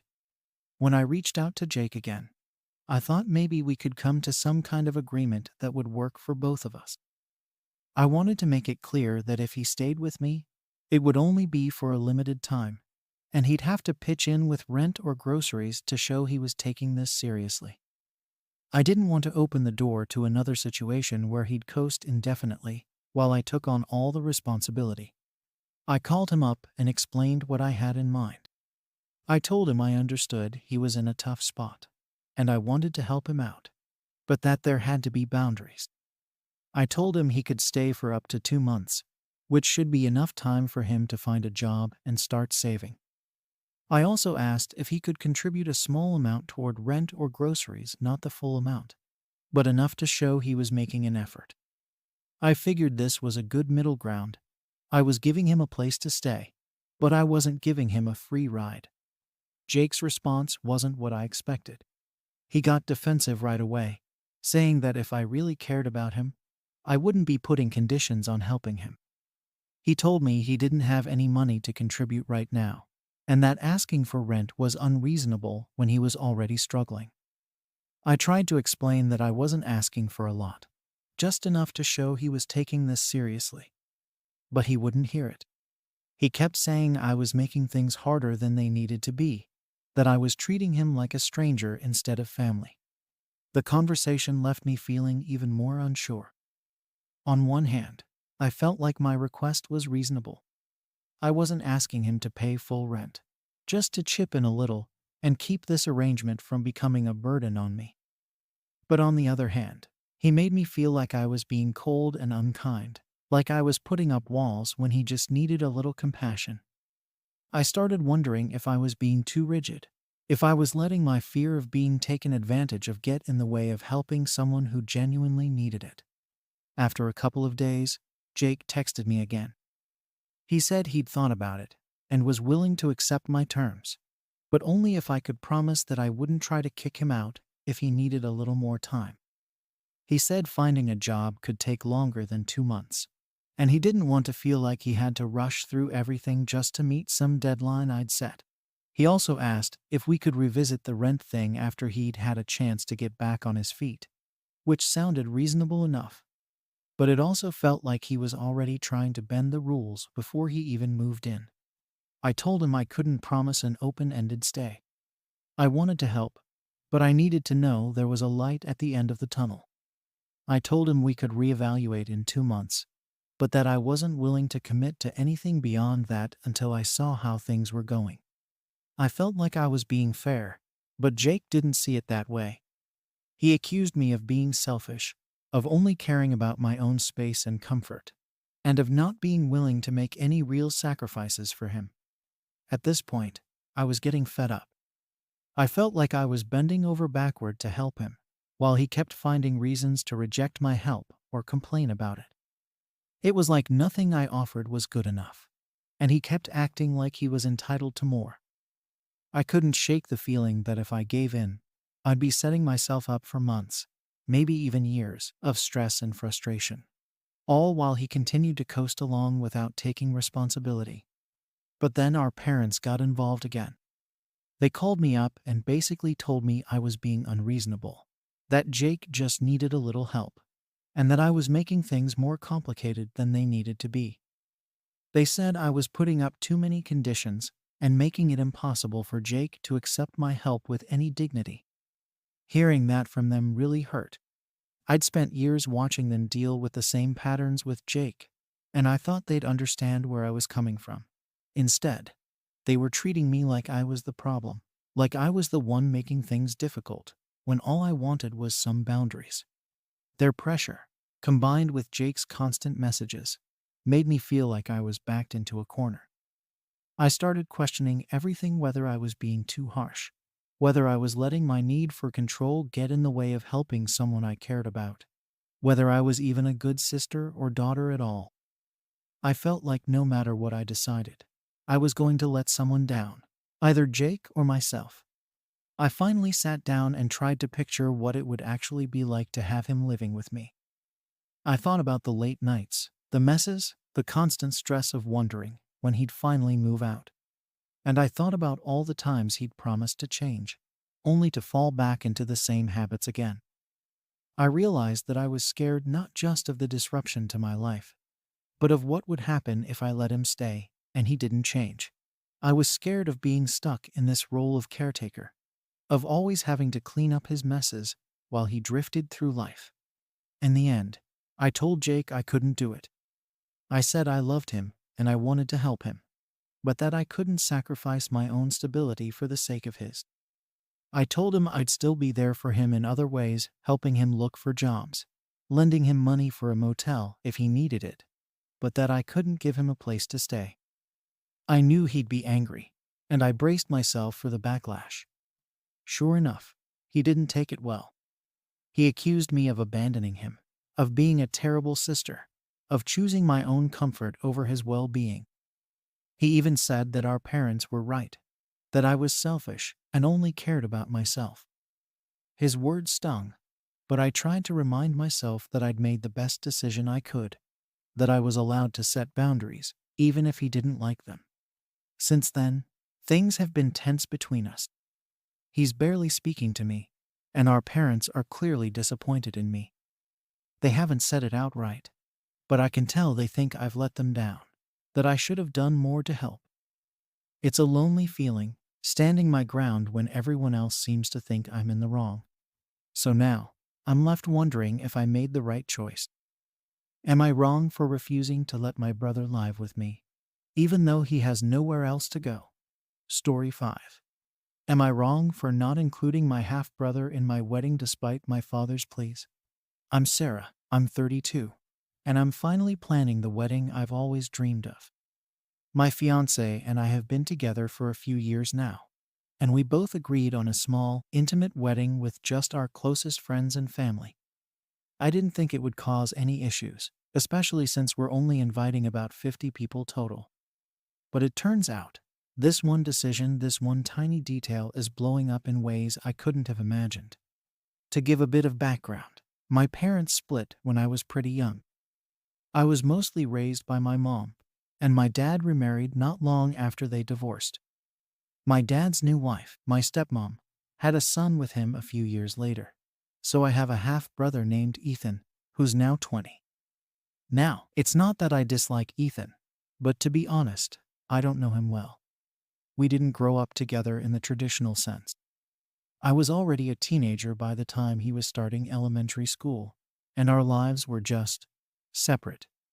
Growing up, I lived with my mom full-time and only saw my dad on weekends or holidays.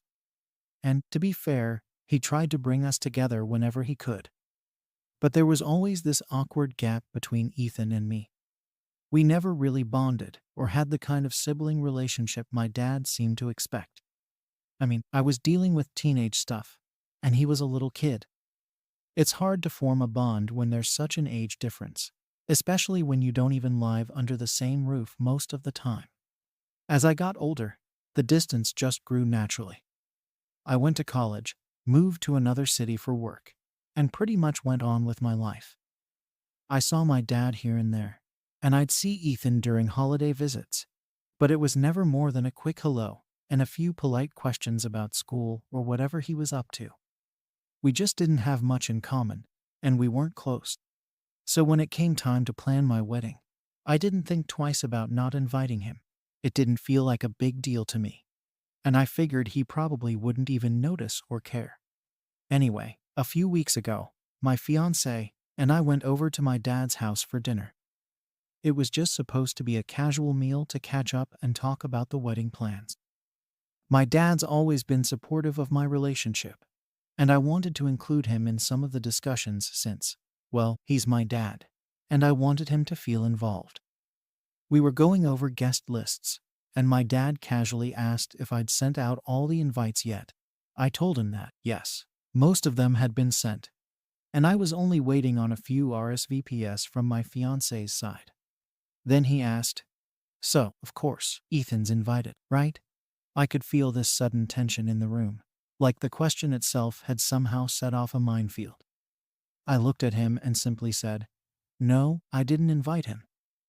I thought that would be the end of it, but the room went quiet, and I could see my dad's face shift from surprise to confusion, and then to what looked like disappointment. My stepmom, who had been listening quietly up until this point, suddenly looked at me with this expression that just screamed judgment. I don't think I'd ever seen her look at me like that before. She kind of half smiled, half frowned, and then asked, "Why would you exclude him, Sarah? He's your brother." In that moment, I felt this wave of frustration. I wanted to explain myself, but at the same time, I didn't want to get into a huge argument over something that felt so personal. I tried to keep my tone calm and just said, "We aren't that close. This wedding is supposed to be small, and I only wanted to invite people I feel close to." But I could tell from their expressions that this answer wasn't going to cut it for either of them. My dad seemed almost taken aback, like he couldn't understand how I wouldn't consider Ethan a part of my core family. He started saying how it wasn't just a wedding, it was a family gathering, and that it was important to include everyone who's part of our family. He said, "This is about more than just who you feel close to. Sarah, Ethan looks up to you." At this point, I was starting to get a bit defensive.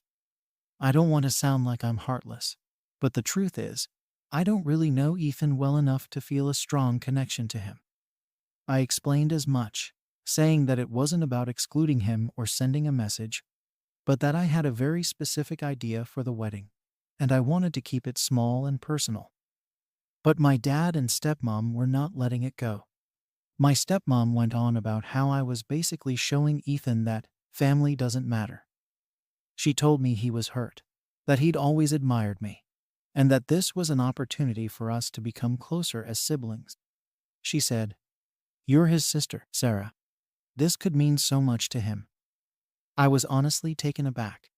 I had no idea Ethan even cared, let alone that he'd feel hurt over not being invited. But my dad wasn't letting it drop. He brought up how I'd always kept my distance from Ethan, and that, as his older sister, I had a responsibility to show him what family means.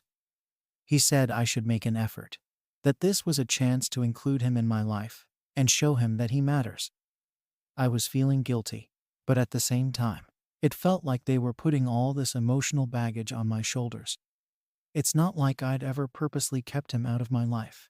It just happened naturally because of how our lives unfolded. By now, I was starting to feel cornered, and I could feel myself getting defensive. I reminded them that Ethan is an adult now, and if he wants to get to know me better, I'd be open to that. But including him in my wedding, just because they felt it would make a statement, didn't sit right with me. I wanted to keep this day about the people I feel closest to, the people who have been there for me through thick and thin. Still, they wouldn't let it drop. My dad went on about how excluding Ethan would look bad to the rest of the family, how it would make it seem like I don't care about him or see him as part of my life.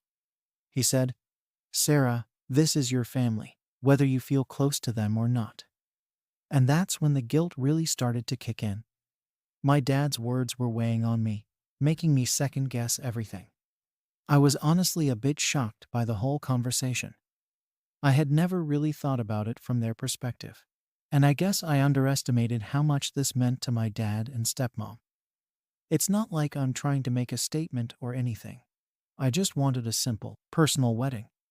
But after hearing them go on and on about family, and how Ethan supposedly looks up to me, I couldn't help but start to wonder if maybe I was being selfish. It's not like I don't care about family, I do. But I've always believed that family isn't just about blood. It's about the connections we actually share. And the truth is, Ethan and I don't share that connection. At least not in the way my dad seems to think we do. I don't even know him that well, and I don't think he knows me either. It feels like they're pushing this idea of family on me without really considering what it actually means for me. After that dinner, I went home feeling completely drained. My dad's words kept replaying in my mind, and I could feel the guilt creeping in, making me question if maybe I was being unreasonable. But at the same time, I felt frustrated that they didn't seem to understand where I was coming from. They kept bringing it back to how Ethan would feel and how it would look to the family. But what about how I feel?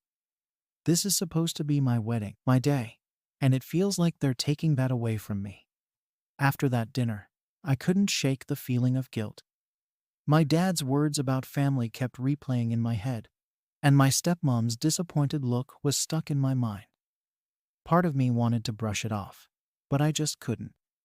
Every time I thought I was done thinking about it, something would remind me. A text from my dad here, a picture of me with my fiancée there, and suddenly I'd feel like I was being selfish for wanting my wedding to be exactly as I'd planned it. It didn't help that my dad started sending me messages right after that dinner. At first, it was subtle things, like him mentioning how much Ethan was looking forward to the wedding, as if that had been decided already. Then he got more direct, saying things like, "I hope you reconsider including him," and "Ethan really sees you as a big sister." The guilt trip was real. I felt like he was laying it on thick, but at the same time, I couldn't shake the idea that maybe I was being unfair. The real kicker came when my stepmom sent me a long text explaining how hurt Ethan was, going on about how he had looked up to me all these years, and how this wedding was an opportunity to bridge the gap between us. She basically painted me as the bad guy, the one pushing him away and treating him like an outsider. It wasn't exactly what I wanted to hear, but I guess she thought it would make me change my mind. I don't think they understand how out of touch that perspective feels for me. I've never seen Ethan as a close sibling, and I don't think he sees me that way either, at least not on a personal level. We've never talked about anything beyond small talk, and I doubt he even knows basic things about my life or personality. The idea that he'd be hurt over not being invited felt strange, almost like it was more about my dad and stepmom's expectations than anything Ethan himself had actually said. But with all the pressure, I started wondering if I was missing something. A few days later, my dad invited me over again, and I already knew what was coming. I could just feel it in the way he asked. It wasn't a "let's hang out" kind of invite. It was a "we need to talk" kind of invite. When I got there, he didn't waste any time. He went straight into it, saying he felt like I was disrespecting the family by not including Ethan, and that this wasn't just about the wedding anymore, it was about how I see family in general. According to him, my choice was sending a message, whether I meant to or not. My dad has always been a traditional guy. Family means everything to him, and I get that. But to me, family isn't just about blood, it's about the people who are there for you and who you have real connections with. I tried to explain this to him, but he wasn't having it. He kept bringing up how Ethan would feel, how he would remember this moment as a defining part of our relationship. He even said that years from now, I'd regret not including him, that I'd look back and realize I'd missed an opportunity to build a bridge. At this point, I was exhausted from defending myself. Every argument I made seemed to fall flat with him. He just kept circling back to the same points, like he was determined to make me feel like the worst person alive if I didn't give in. I felt cornered and overwhelmed, and to be honest, it was getting harder to stand my ground. The more he talked, the more I started to wonder if I was being stubborn, if maybe I was just too focused on what I wanted, and not enough on what this might mean for everyone else. But then I'd catch myself and remember why I'd made this decision in the first place. This was supposed to be my wedding, a day to celebrate with the people closest to me. Inviting Ethan felt forced, like I was doing it just to make my dad happy, and not because I genuinely wanted him there. I didn't want to start my marriage on that kind of note, where I'm bending my own boundaries just to avoid a fight. At some point, my dad must have realized I wasn't going to budge, because he switched tactics. He went from pushing to guilt-tripping, bringing up how he'd always tried to be there for me, even after the divorce, how he'd made an effort to keep me involved in his new family, even though I didn't always reciprocate. It felt like he was calling me out for not being the good daughter he expected. He mentioned all the times he'd tried to set up family outings, only for me to skip or leave early. To him, this wedding was a culmination of that pattern, a final rejection of the family he tried so hard to build. Hearing him talk like that, I could feel the sting of it. I know he's right to an extent. I didn't always embrace his new family the way he probably wanted me to. I know I've kept my distance, but that was never out of spite. It just happened naturally. I had my life, my own priorities, and Ethan and I never clicked as siblings. It's not like I've been holding a grudge all these years. But the way my dad was framing it, he made it sound like I'd been intentionally rejecting them this whole time. I left that day feeling emotionally drained. It was hard enough to hold my ground during that conversation, and now I was left with all these mixed emotions. My dad's words had gotten under my skin, and I couldn't shake the feeling that maybe I was being unfair. Part of me wanted to just give in and invite Ethan, if only to get some peace and to stop feeling like the villain in my own story. But another part of me felt resentful, like I was being forced into something that didn't feel right. My fiancé could tell I was upset, and he tried to reassure me, saying this was our day and that we should have the people we genuinely wanted there. He reminded me that family doesn't mean sacrificing what's meaningful to us just to avoid conflict. It helped to hear him say that, but I was still conflicted. I didn't want to be selfish, but I also didn't want to compromise on something that mattered so much to me. I went a few days without responding to my dad's messages. I needed space to think without the constant pressure. But then, out of nowhere, I got another text from my stepmom. She told me that Ethan had found out he wasn't invited and was devastated. Apparently, he'd been talking about the wedding with friends and was excited to go, only to find out through my dad that he wasn't on the guest list. She said he felt embarrassed, like he wasn't really part of the family, and that he'd taken it as a personal rejection. I didn't know how to respond to that. The idea of Ethan feeling rejected was something I hadn't considered fully, and it hit me harder than I expected. I'd been so focused on my own feelings about the wedding that I hadn't really thought about what it would feel like for him to be excluded. It wasn't intentional, but hearing it laid out like that, I could see why he'd feel hurt. But then again, I couldn't help feeling that this was being blown out of proportion. I didn't invite Ethan because we aren't close, plain and simple. It wasn't meant to be a statement about his worth or his place in the family. To me, it was just a practical decision based on our relationship or lack thereof. I wanted to keep the guest list to people I felt genuinely connected to, not people I barely know just because they happen to be related by blood. Yet, the more I thought about it, the more complicated it felt. I was starting to feel trapped between my own sense of what felt right and the overwhelming pressure from my dad and stepmom to do what they thought was right. Part of me was angry that they were putting me in this position, that they were making my wedding about their expectations instead of respecting my choices. But another part of me felt guilty, like maybe I was being too rigid, too focused on myself. I kept going back and forth, wondering if it was worth the drama, if inviting Ethan was really such a big deal. My dad's words about family and regret kept echoing in my head, and I started to feel like I was standing on shaky ground. Every time I tried to make a decision, I'd end up second-guessing myself, wondering if I was making a huge mistake that I'd regret later. As the days went on, the guilt didn't fade. It just sat there, gnawing at me, making it hard to enjoy the wedding planning. Every time I thought I'd made up my mind, something would pull me back into doubt. It felt like there was no right answer, and I was stuck in this endless loop of trying to please everyone and feeling like I was failing at it.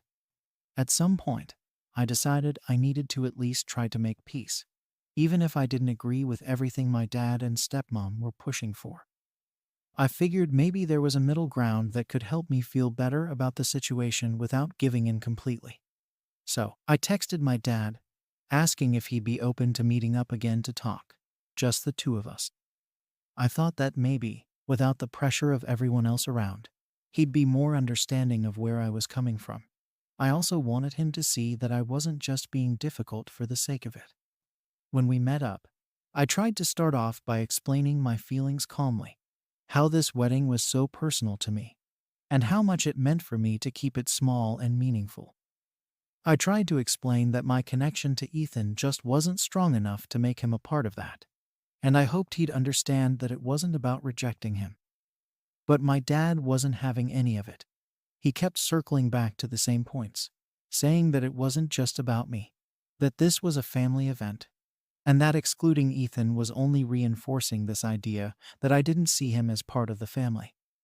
It was frustrating because it felt like he was just determined to see this situation in black and white. Then he hit me with something I wasn't expecting. He said, "Sarah, if you don't invite Ethan, I'm not sure I can support this wedding."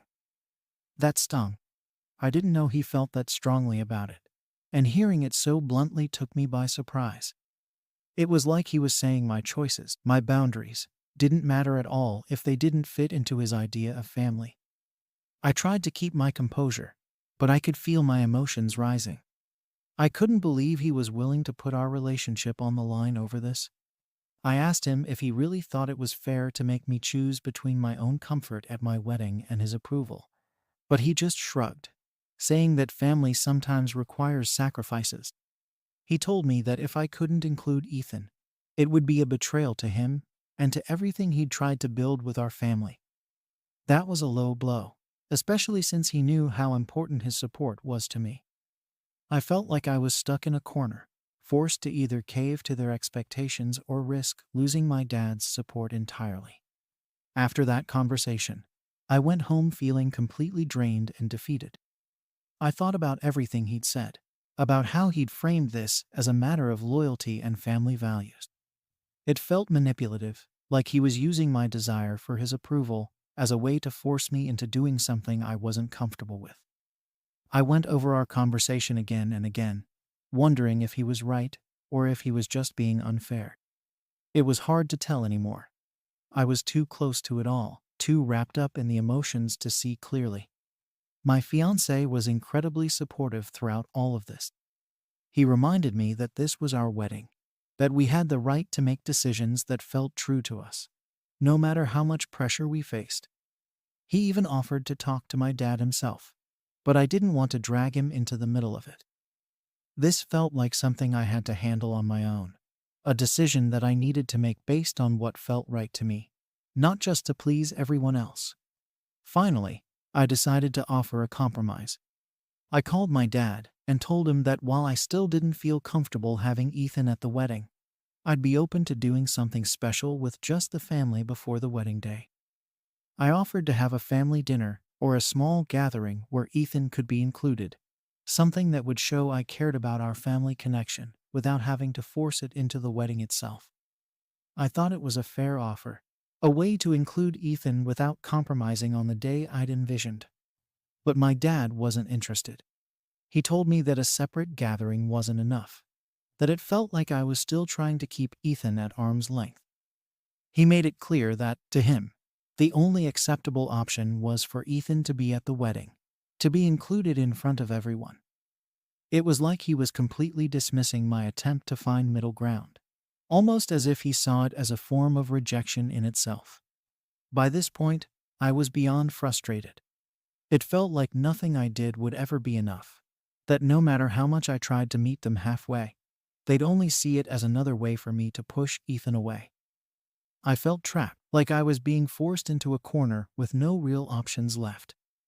My dad's words about family and loyalty kept playing in my head, but they didn't feel comforting. They felt like a weight I couldn't shake, a responsibility I hadn't asked for.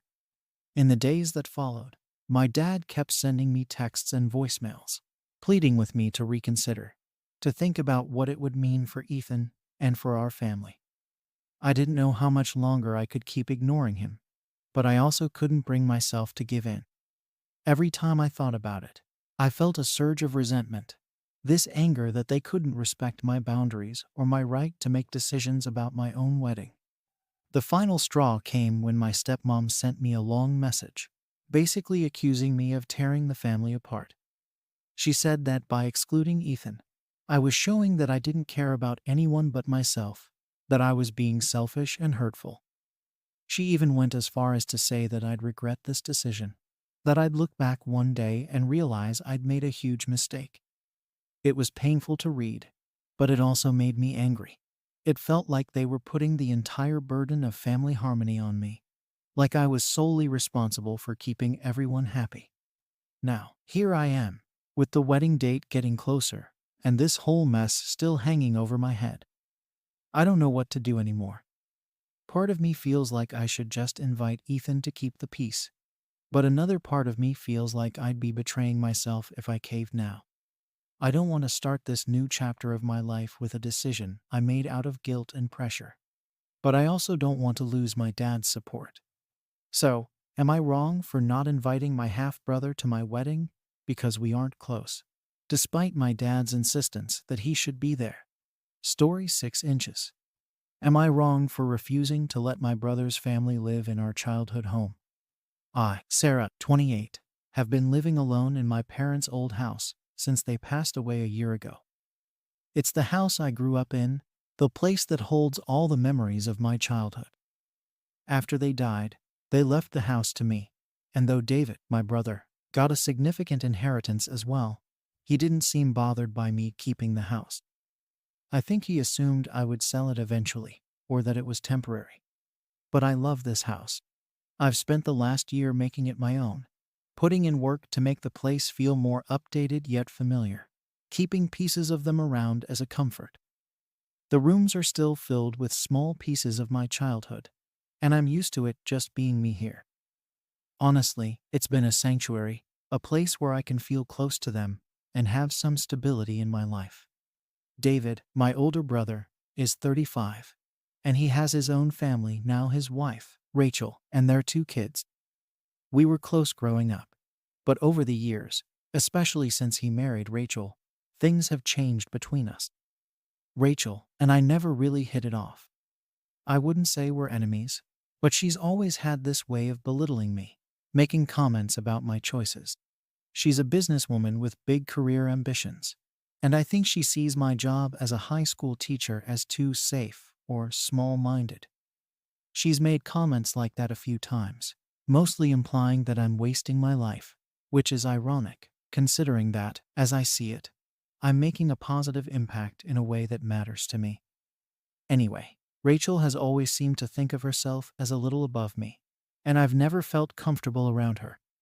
It's not an intense hatred or anything, it's just that I feel judged whenever she's around, and I think she'd rather not interact with me much either. Now, with David losing his job recently, things have taken a turn. He's always been hardworking and provided well for his family. But this layoff came out of nowhere. They've been struggling to get by, and I think David is feeling the pressure of keeping things stable for his kids. I get it, and I want to be supportive, but I never thought that would mean giving up my home. Last week, David and Rachel came over for dinner with the kids. I could tell something was up because Rachel was a bit quiet, and David looked stressed. It wasn't long into the evening before David brought up the idea of them moving in temporarily until they could get back on their feet. It caught me completely off guard. I didn't know what to say at first, and the silence dragged on longer than I wanted it to. I guess they took my hesitation the wrong way, or maybe the way they expected, and things escalated fast. David told me he thought this was a reasonable solution and implied that I didn't have any real need to live in such a large place alone. I was stunned because, yes, it's a 3-bedroom house, but it's not like I'm hoarding a mansion or anything.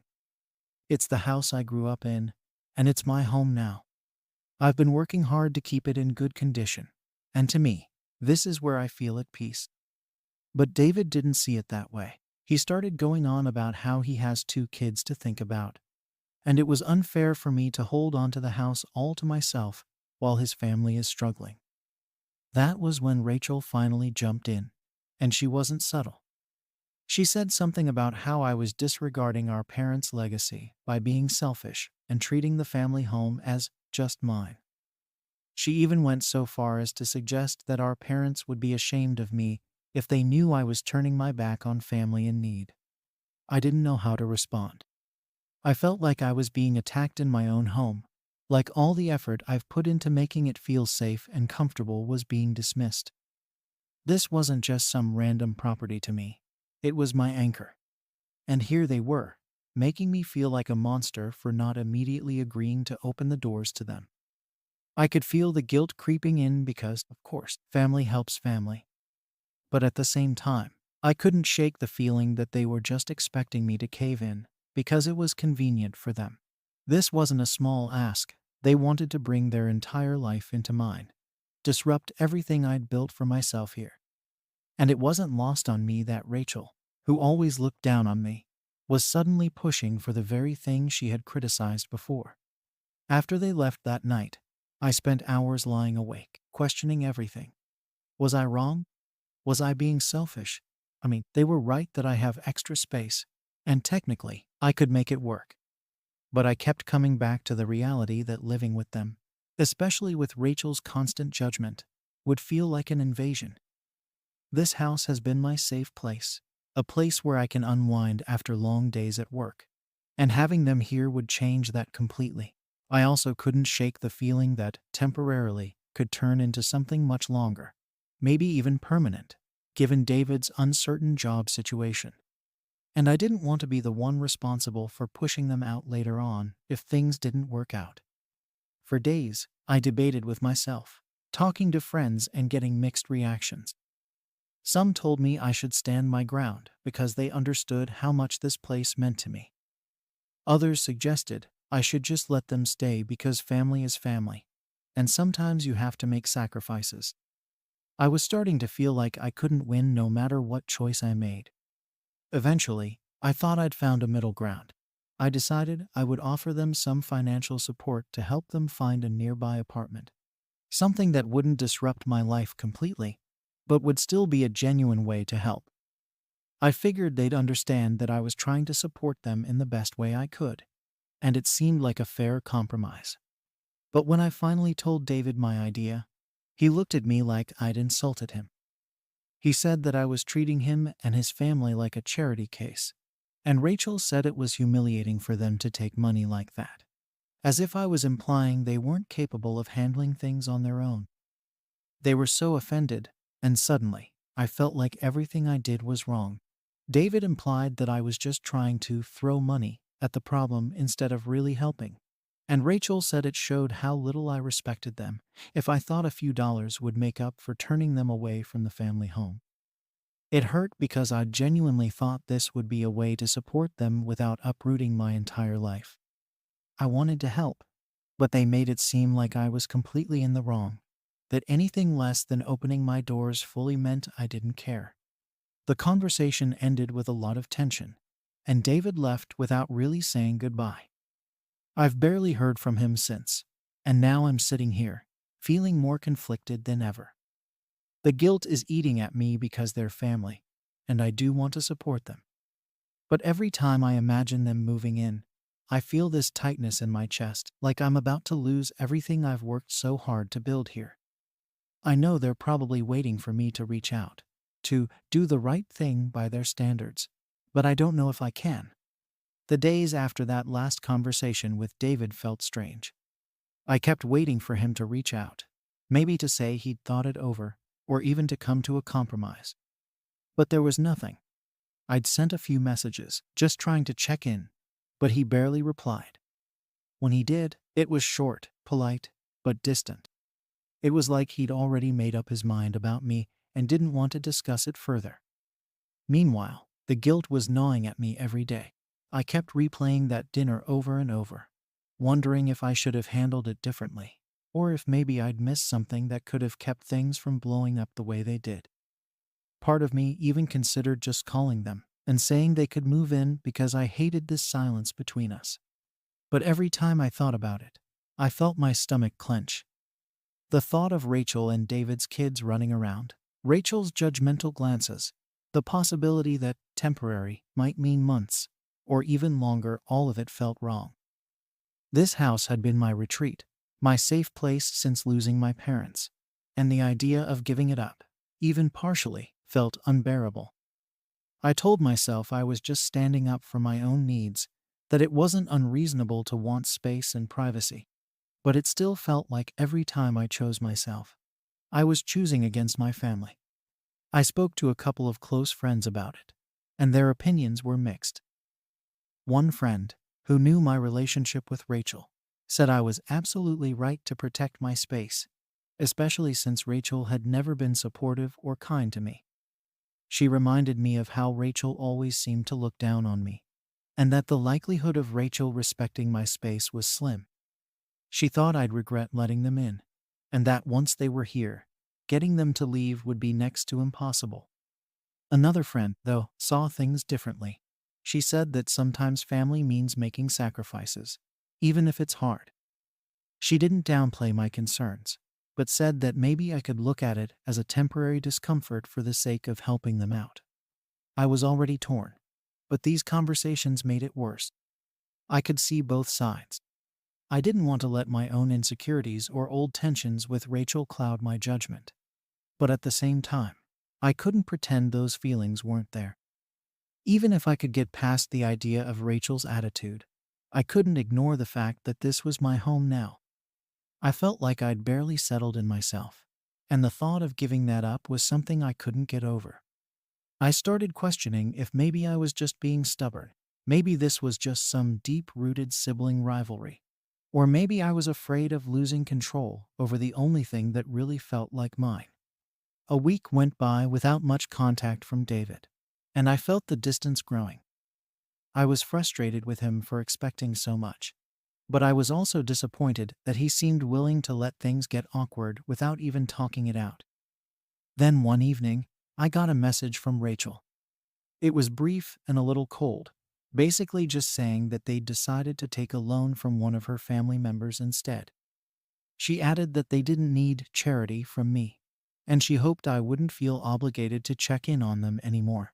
I sat there, staring at my phone, feeling a mixture of relief and anger. I was relieved that the pressure was off, that they wouldn't be moving in and disrupting my space. But the way she worded it felt like a slap in the face, like I was some outsider who tried to push herself into their business.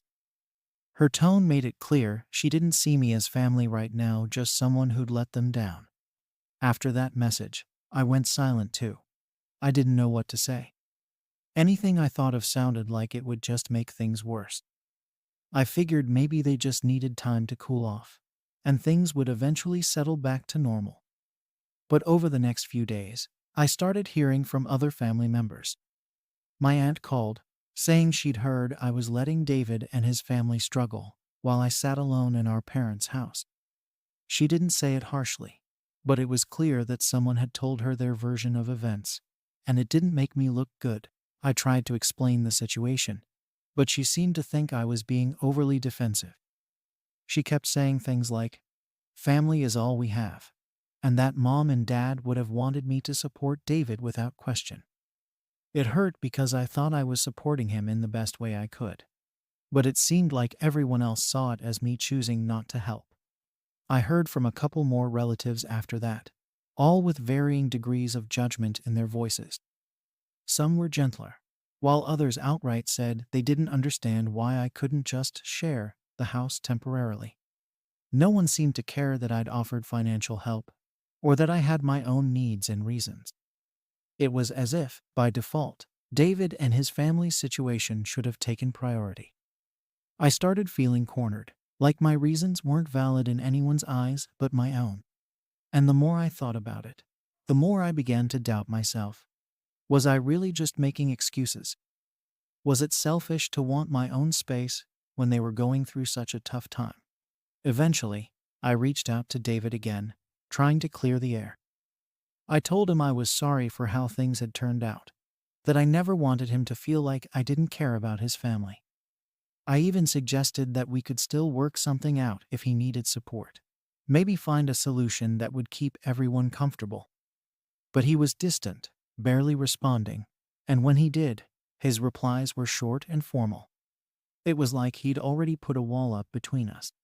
I didn't push it because, honestly, I didn't know what else to say without sounding like I was justifying myself all over again. With Rachel, I didn't even try. I knew she'd made up her mind about me and probably wouldn't want to hear anything I had to say. But it hurt that things had escalated to this point, that a situation I'd tried to handle with care had turned into this big family drama. I didn't expect to lose so much just because I wanted to keep my home to myself. I kept thinking about my parents, wondering if they'd be disappointed in me, or if they'd understand why I felt like I couldn't give this place up, even temporarily. Every memory I had of them was tied to this house, and the idea of filling it with tension and conflict felt wrong. But none of that seemed to matter to anyone else. All they saw was me refusing to open the doors. I spent the next few days alone, not really sure where things stood. I kept myself busy, tried to focus on work, but the silence from David weighed on me. I'd lost not just him, but a sense of family, of connection. I knew things might never go back to how they were, and maybe that was my fault. Or maybe I just made a decision that was right for me, even if it was hard for others to understand. A couple of weeks passed after that last attempt at reaching out, and the distance between David and me only grew. I tried to focus on my own life, telling myself I'd done what I could to offer support, and that, at this point, it was up to him to meet me halfway. but it wasn't easy. Every time I saw a family picture on my phone or passed a spot in the house where we'd spent time as kids, it hit me all over again. I felt like I was grieving, not just for our parents, but for the relationship I had with David. It was hard to accept that things were this strained, all because of a decision I'd made to keep my own life in order. Then, out of nowhere, Rachel started posting vague updates on social media, hinting about how some people show their true colors in hard times. I don't usually pay much attention to what she posts, but it was impossible not to notice these little digs. Friends and family who followed her started messaging me, asking if I was okay or if something had happened between us. I felt embarrassed, like my private life was suddenly open to scrutiny by people who didn't know the whole story. And Rachel knew exactly what she was doing. She didn't name me directly, but it was obvious to anyone close to us who she was talking about. I felt like I was backed into a corner, with Rachel controlling the narrative and me left to either defend myself or stay quiet. Part of me wanted to respond, to put my side of the story out there, but I also knew that would only make things messier. It seemed like no matter what I did, I'd end up looking bad. So I chose silence, hoping that by not engaging, things would eventually calm down. But if anything, the silence made it worse. Rachel's posts kept coming, and it was like she was trying to rile people up against me.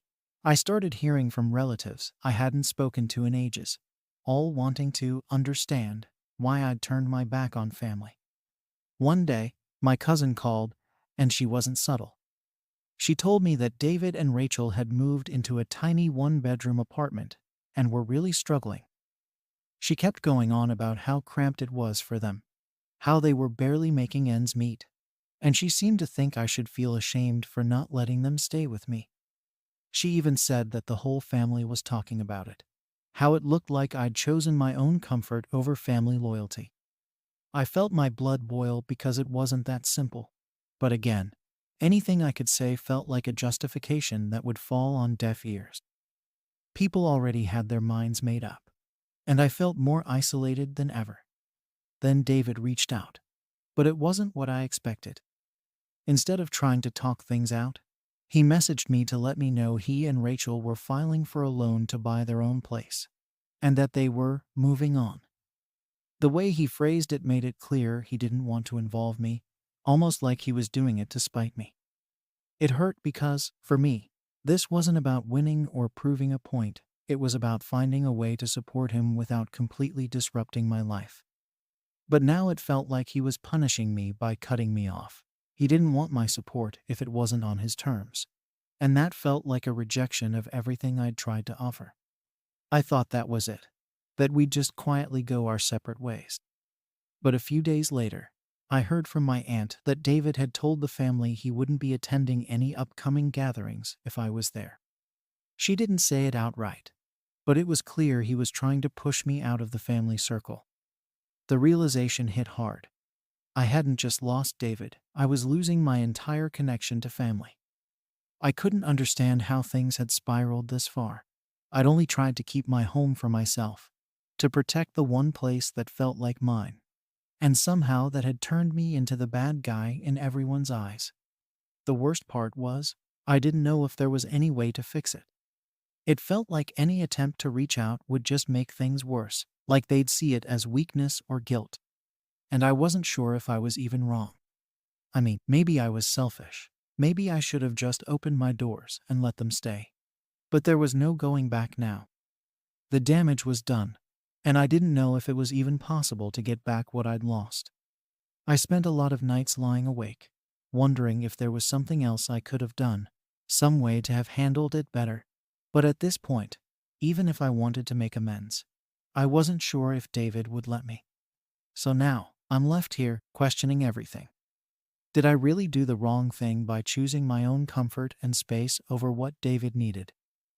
Or was I just trying to protect the one piece of my life that feels stable? Story 7 inches. Am I in the wrong for not inviting my sister to my daughter's wedding? I'm Sarah, 50, a single mom, and my daughter Emma, 25, is getting married soon. For some background, I've had a rocky relationship with my sister, Laura, 48, for most of my life. We've never been close in the way people imagine sisters should be. Laura has always been the one who needs attention, the kind of person who somehow makes every situation about herself, even at family events that aren't hers to begin with. Over the years, I've learned to tolerate her behavior for the sake of keeping the peace, especially around other family members. But honestly, it's become exhausting, and now I'm left questioning if I've reached my breaking point with her. It wasn't always this bad, but things between us really started to deteriorate after I divorced my ex-husband years ago. I'd been with him for a long time, and when things fell apart, I leaned on my family for support. Laura, instead of being there for me, took the opportunity to throw out snide comments and judgment about my choices. She never said it outright, but she always implied that I'd failed somehow, that I wasn't good enough because I couldn't make it work with him. I brushed it off because I was dealing with so much at the time, but her attitude has stuck with me. Since then, Laura has continued to show up to family events with her own agenda.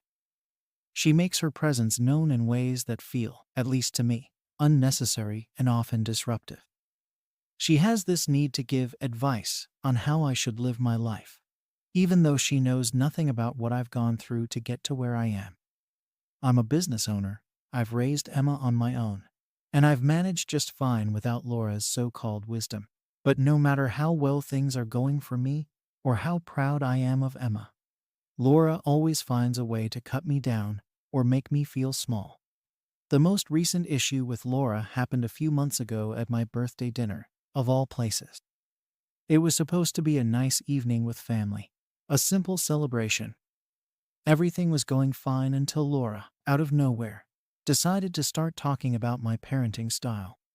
She went on about how strict I'd been with Emma, hinting that maybe I should have let her make more of her own choices. She said it in that passive-aggressive way she has, implying that I've somehow stifled my daughter. Her words caught me off guard, and I was honestly stunned. Here I was, celebrating my birthday, and she was tearing into me about how I'd raised my daughter. It's not like I don't give Emma freedom. I've always wanted her to be independent and make her own choices, especially after everything we went through with her father. But Laura doesn't know the first thing about our life, or about what it's like to raise a child on your own. For her to come out and criticize me in front of everyone felt like a slap in the face. I could see that Emma was uncomfortable too, and that made me feel even worse. I bit my tongue because I didn't want to ruin the evening, but it was clear to everyone that Laura had crossed a line. That dinner really set the stage for where we are now. Emma's wedding is supposed to be a peaceful, beautiful day, something we've both looked forward to. We're planning to keep it small, with only close family and a few friends. It's important to Emma and me that the day feels intimate and special. So, as we started putting together the guest list, we both knew that inviting Laura would be a risk. We knew she'd make it about herself in some way, that she'd find a way to turn the focus from Emma to her own issues. And frankly, we didn't want to deal with that on such an important day. But before I could bring it up with Laura directly, word about the wedding size must have gotten back to her through another family member. I got a message from her, and the way she worded it made my stomach turn. "You're not planning to leave me out, are you?" It was a loaded question, and I knew she was fishing for a reason to start drama. I held off on replying because I knew this was going to be a bigger issue than it should have been. Emma and I had already discussed it, and we'd made the decision together. But now that Laura was directly confronting me, I was dreading what would come next. Eventually, I knew I had to respond, so I sent a simple message back saying, "Emma and I talked, and we're keeping the wedding very small. I hope you understand." I thought I was being as polite as possible, considering the circumstances. But as soon as I sent that message, my phone started ringing. It was Laura, of course, and she was furious. She accused me of trying to erase her from the family, and went on about how I was somehow manipulating Emma to exclude her. She threw out all these accusations, talking about how family is supposed to come first. and how I was being selfish and controlling. In that moment, I couldn't believe what I was hearing. Here I was, trying to do what was best for Emma on her wedding day, and Laura was twisting it into some sort of attack against her.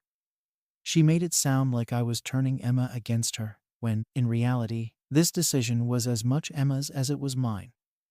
I tried to explain that it wasn't about her, that we were keeping the guest list small because that's what Emma wanted. But Laura wasn't listening. She was too wrapped up in her own perspective to hear anything I was saying. After that call, things only got worse. Laura took to social media, posting a vague but obviously directed rant about being shut out by those who are supposed to love you. She didn't name me directly, but everyone in the family knew exactly who she was talking about. She made herself out to be the victim, and I started getting messages from relatives asking why I was excluding her. Some of them suggested I should just invite her to keep the peace, while others told me they understood but felt it was a bit harsh. I felt like I was being put in an impossible position, and Emma was caught in the middle of it all. Emma even got a few calls from her cousins, asking why Laura wasn't invited. It made her upset, and I hated that this was happening. The last thing I wanted was for Emma to feel pressured on her wedding day. This was supposed to be about her and her fiancé, not about Laura's endless need for attention. I tried to explain to everyone who asked that this wasn't a decision we'd made lightly, that it was about giving Emma a peaceful day without unnecessary stress. But it felt like no one was listening, and I was stuck defending a choice that, to me, should have been obvious. As things escalated, I found myself doubting my own decision. Part of me wondered if it really was worth it to go through all this, if maybe I should just give in and let Laura come to avoid any more drama. But then I'd think about the birthday dinner, and all the other times Laura had made things harder than they needed to be. This wasn't just about one event. It was a pattern, a history of her behavior that I'd tolerated for far too long.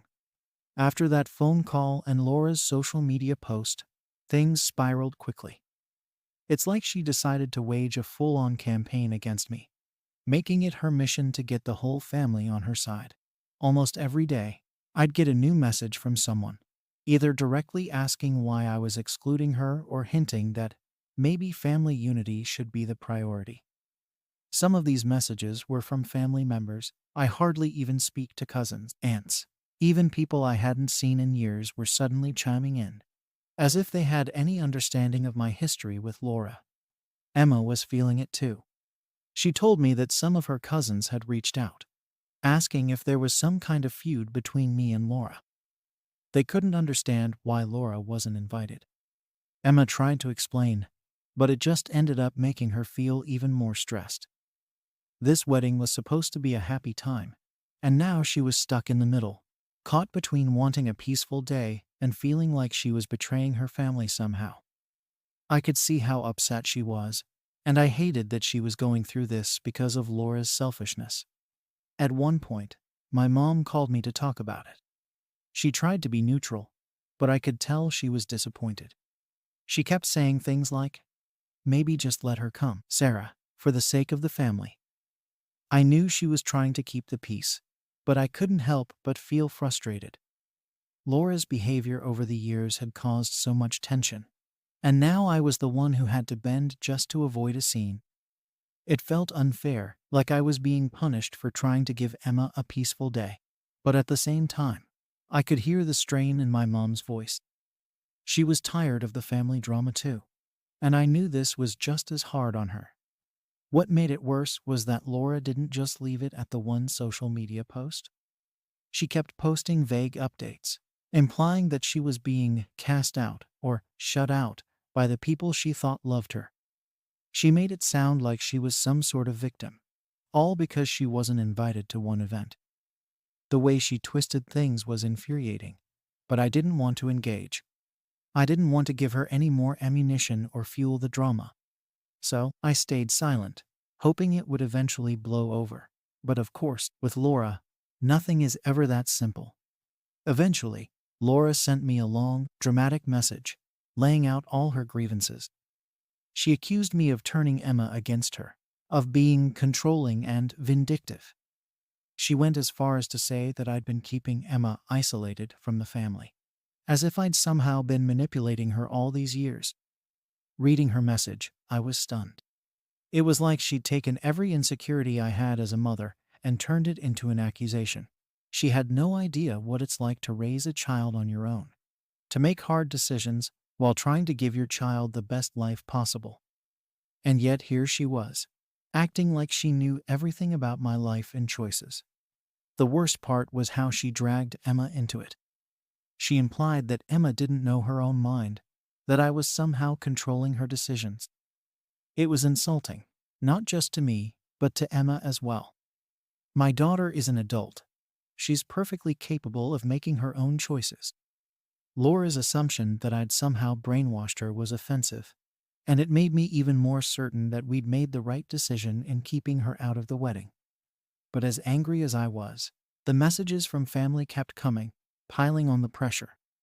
It felt like everyone had an opinion on what I should do, and none of them seemed to care about Emma's feelings or the impact this was having on her. They just wanted me to keep the peace, no matter the cost. And I started to doubt myself. Maybe they were right. Maybe I should just invite Laura and deal with whatever drama she caused on the day of the wedding. It wouldn't be fair to Emma, but at least it might stop the flood of messages and the guilt trips from family members. In a moment of frustration, I talked to Emma about it.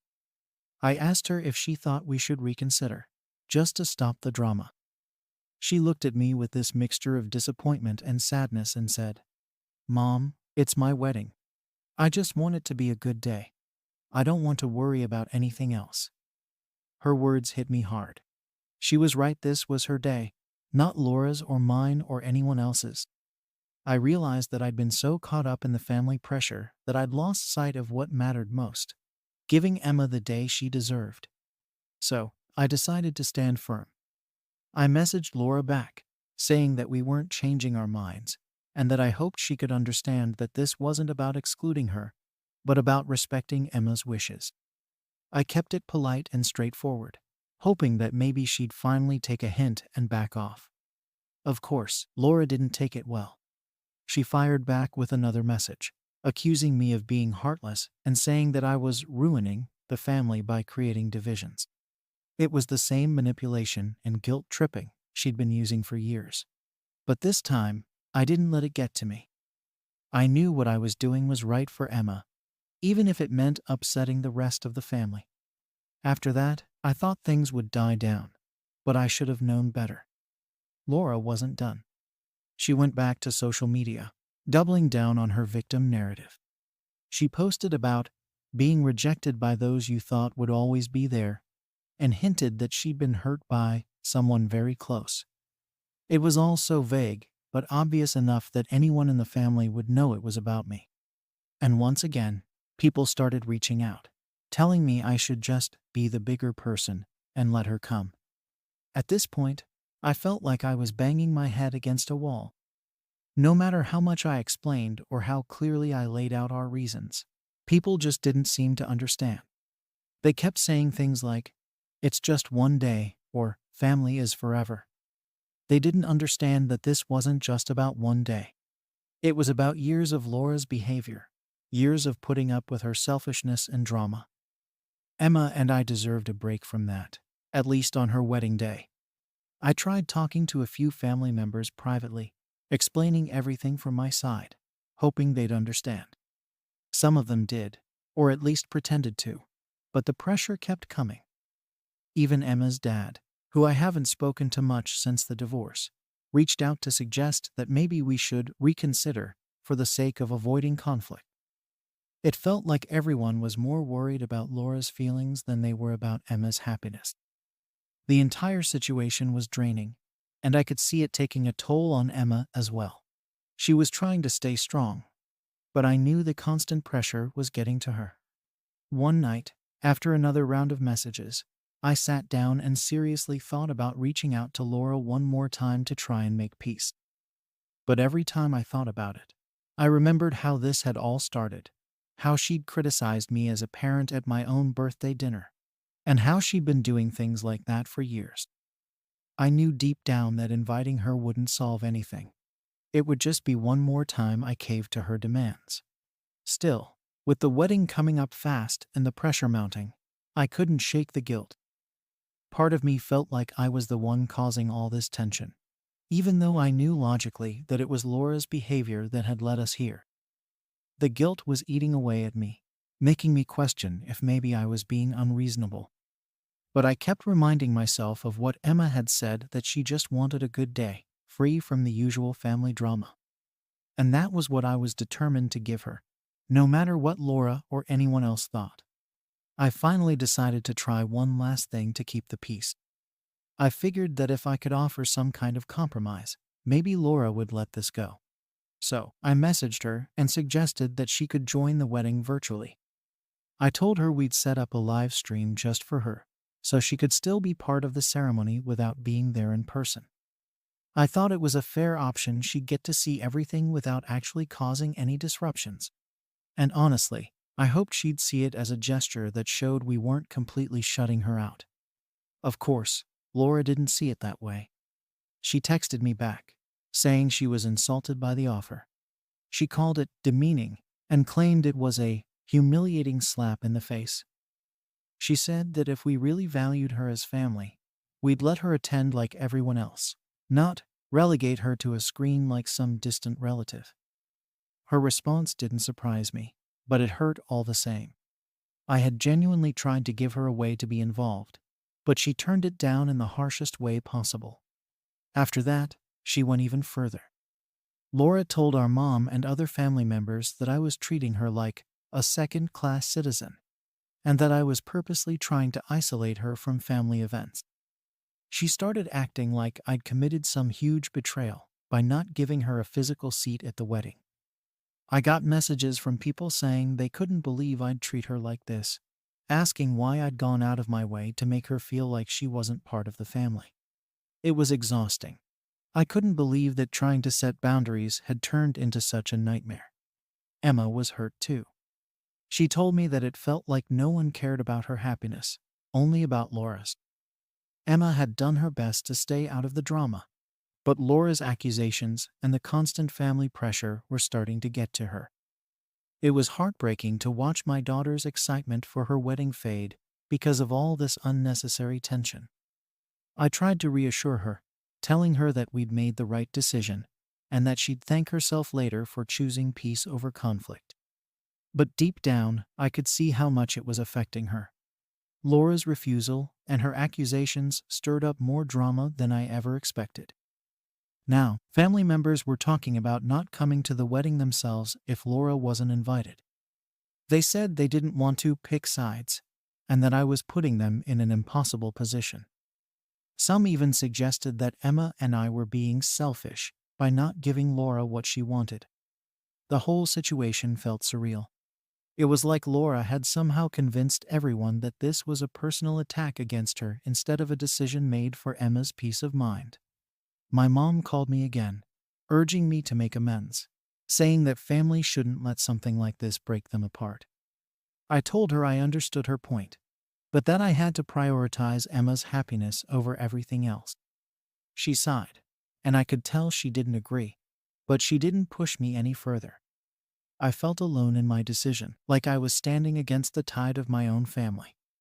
No one seemed to see that this was about protecting my daughter's day, not about some petty feud.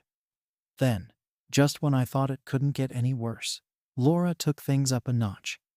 She started calling family members directly, crying and telling them that I was ruining the family and keeping her from celebrating with everyone. She told people that she didn't know how she could ever forgive me for this, and hinted that this might be the last straw in our relationship. The way she twisted things was incredible. I was hearing back from relatives who suddenly had completely skewed versions of the story. It was like Laura was rewriting history to make herself look like the victim of some cruel plot. As the wedding date drew closer, I started to feel the weight of all the pressure. It was one thing for Laura to be upset, but now I was facing the possibility that other family members might actually not show up. Emma was trying to keep her spirits up, but I could tell she was nervous about how the day would turn out. It was supposed to be a day of celebration, but now it felt like we were bracing ourselves for potential backlash. The thought of empty seats in the venue because people sided with Laura made me sick. The worst part of it all was that Laura wouldn't let me just ignore her antics. She sent me one final message, saying that she'd never forget this betrayal, and that I was choosing to divide the family over something so small. She made it clear that she saw this as a personal attack, and she wanted me to know that there would be consequences for my decision. She hinted that she'd make sure people knew how she was wronged, and that I'd regret the choice I was making. As the wedding day got closer, I had to keep telling myself that this was about Emma's happiness and nothing else. But in those quiet moments, I couldn't help but wonder if I'd gone too far. Maybe inviting Laura would have been the lesser evil compared to the chaos she was causing. Maybe I should have just let her come and dealt with whatever drama she brought on the day. I hated that I was second-guessing myself, that I was letting Laura's manipulation get to me after everything she'd done. So now, here I am, a few days before the wedding, feeling stuck between doing what's right for Emma and dealing with the fallout of not including Laura. Part of me is certain that I did the right thing, that I prioritized Emma's peace over family drama. But another part of me wonders if I've created a bigger issue than I could handle. Laura's reaction has shaken me, and I'm genuinely worried about what might happen after the wedding. Am I in the wrong for standing my ground, even if it means tearing the family apart? Story 8 inches. Am I wrong for not letting my brother's fiancée move in while I'm dealing with my own crisis? I'm Rachel, 34, and right now, I'm living in my mom's house alone. She passed away a few months ago, and since then, everything has just felt frozen, like the whole world stopped in place. I inherited the responsibility of taking care of her estate, sorting through her things, handling paperwork, and keeping up the house. This was where she spent her last years, where we'd had family gatherings, holiday dinners, birthdays. It's the last piece of her I feel like I have left, and honestly, I haven't even touched half of her things. The idea of packing up her life feels impossible. My brother, Alex, who's 30, recently got engaged to his girlfriend, Lisa. They've been together for a couple of years now, and while I don't have anything against her personally, we aren't exactly close. She's the kind of person who's friendly, but always has some passive comment that makes me feel like she's judging every move I make. She's never been shy about her opinions, especially when it comes to family values and closeness. I guess that's why this whole situation has blown up into what it is now. See, Alex and Lisa are trying to save money to buy a house eventually. But right now they're in a tiny apartment they're sick of. It's cramped, and they've been looking for a way to move out without draining their savings. And with me in Mom's house alone, I guess it seemed like a convenient solution to them. Alex started by hinting that maybe they could stay at the house for a while to help me out, just until they get on their feet. He'd say things like, "You shouldn't be in that big house alone," and "Mom wouldn't want you isolated." I brushed it off at first, figuring he'd get the point, but it didn't stop. He kept pushing, dropping comments about how it would be good to have family around, and how we could all get through this together. But he doesn't understand what it's like to be the one dealing with the estate, the bills, and the memories. I feel like I'm barely holding it together, and I need this space, this quiet, to even try to process everything. The pressure really kicked in last week during a family dinner. It started off normal enough, just some small talk about work and life updates. But I could feel Alex winding up. Out of nowhere, he just asked, "So, Rachel, when are you going to let us move in?" He laughed, but there was an edge to it, and I knew he wasn't joking. I was caught off guard and tried to brush it off with a laugh, saying something about how I wasn't sure that would work. But he didn't let it go. He started talking about how it made so much sense for them to live there, how they could bring life back into the house, keep me company, help with the bills, and how I was hoarding the place. I didn't even know what to say. I just sat there, listening as he went on, saying things about how our mother would want the house full of family, not empty and sad. He made me sound like I was this selfish person, holding on to the house just to wallow in my own sadness. It hurt, honestly. Then Lisa chimed in, talking about how she agreed that the house should feel alive, and how they could keep me from feeling lonely. The whole thing felt like an ambush, and I could feel all eyes on me as they both laid it on thick. The worst part was that some family members started nodding along. They looked at me like I was the one being unreasonable, and I started questioning myself right there at the table. Was I being selfish?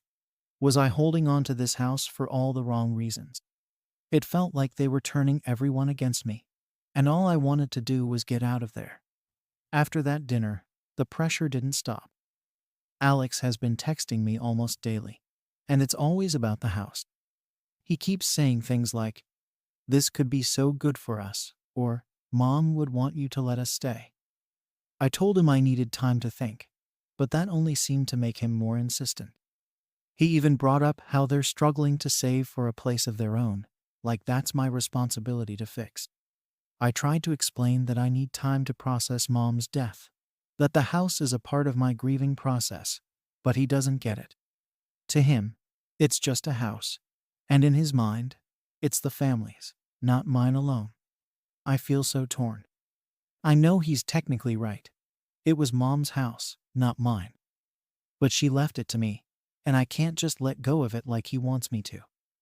I need this space, this quiet, to work through everything. Every time he brings it up, though, he makes me feel like I'm doing something wrong, like I'm shutting him and Lisa out of the family. It's become this constant source of tension, and now it feels like every time we talk, it's just about the house and how I'm keeping it, selfishly. Last week, things hit a breaking point. I figured maybe I could offer them some help without letting them move in. So I offered to give them some money each month to help cover their rent until they could save enough for their own place. I thought this was a fair compromise, something to show that I care and want to help without sacrificing my own peace. But Alex took it as an insult. He actually got mad, accusing me of throwing money at them instead of letting them in. He made it sound like I was some rich miser just sitting on our family's house and refusing to share. Now, he's barely speaking to me, and when he does, it's with this bitter tone that makes me feel even worse. He's made it clear that he thinks I'm prioritizing my need for solitude over the family, and he's managed to get some of our relatives on his side. I've even had a couple of family members reach out to ask if I'm okay, but it's clear they're only asking because they've heard Alex's side of things. I feel like I'm the one in the wrong, like I'm being selfish and unreasonable. But at the same time, I know I need this space to grieve. I'm just not sure anymore if that's even something I have a right to. Lisa hasn't been helping either. She started making subtle comments on social media, little digs about people who think they're entitled to things they didn't earn. I know it's directed at me, and honestly, it just makes me feel worse. I feel like every decision I make is just pushing my family further away, but I also feel like I have nothing left to give. Since that dinner, things between me and Alex have only gotten worse. He's turned this whole situation into a family drama, and now I'm the one feeling like I've done something wrong. It's like everyone's taking sides, but the problem is that I'm on my own side. While he's managed to rally support from some of our relatives, I don't even know what he's been telling them. But I get these random calls and messages from family members now, and it's always the same. They understand I'm going through a tough time, but they don't see why I'm so unwilling to let Alex and Lisa stay with me for a while. The thing is, I don't want to have to explain my grief to everyone. It's personal, and it's complicated, and I don't think I owe anyone a detailed explanation for why I'm not ready to open up the house to 2 extra people right now. But every time I talk to Alex, it's like he doesn't even hear me.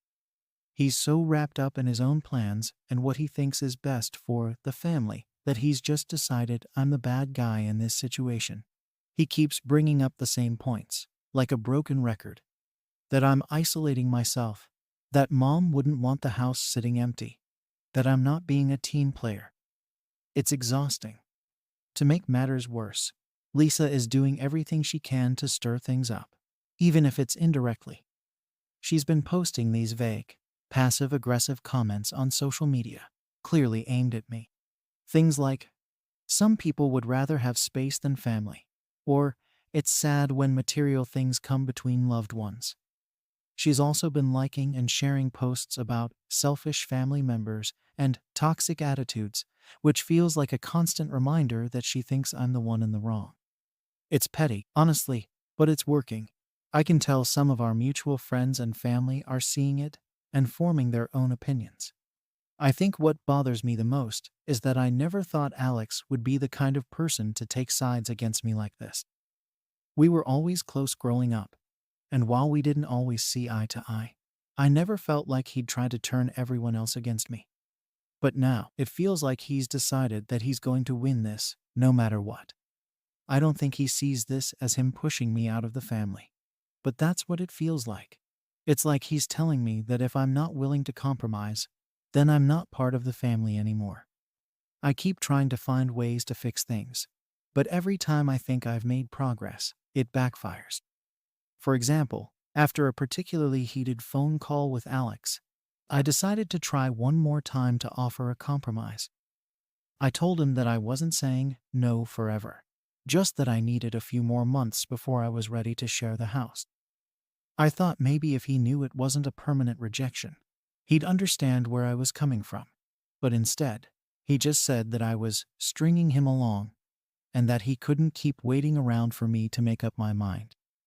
He accused me of being manipulative, of holding the house over his head just to feel like I had power over him. It was like no matter what I said, he found a way to twist it into something negative.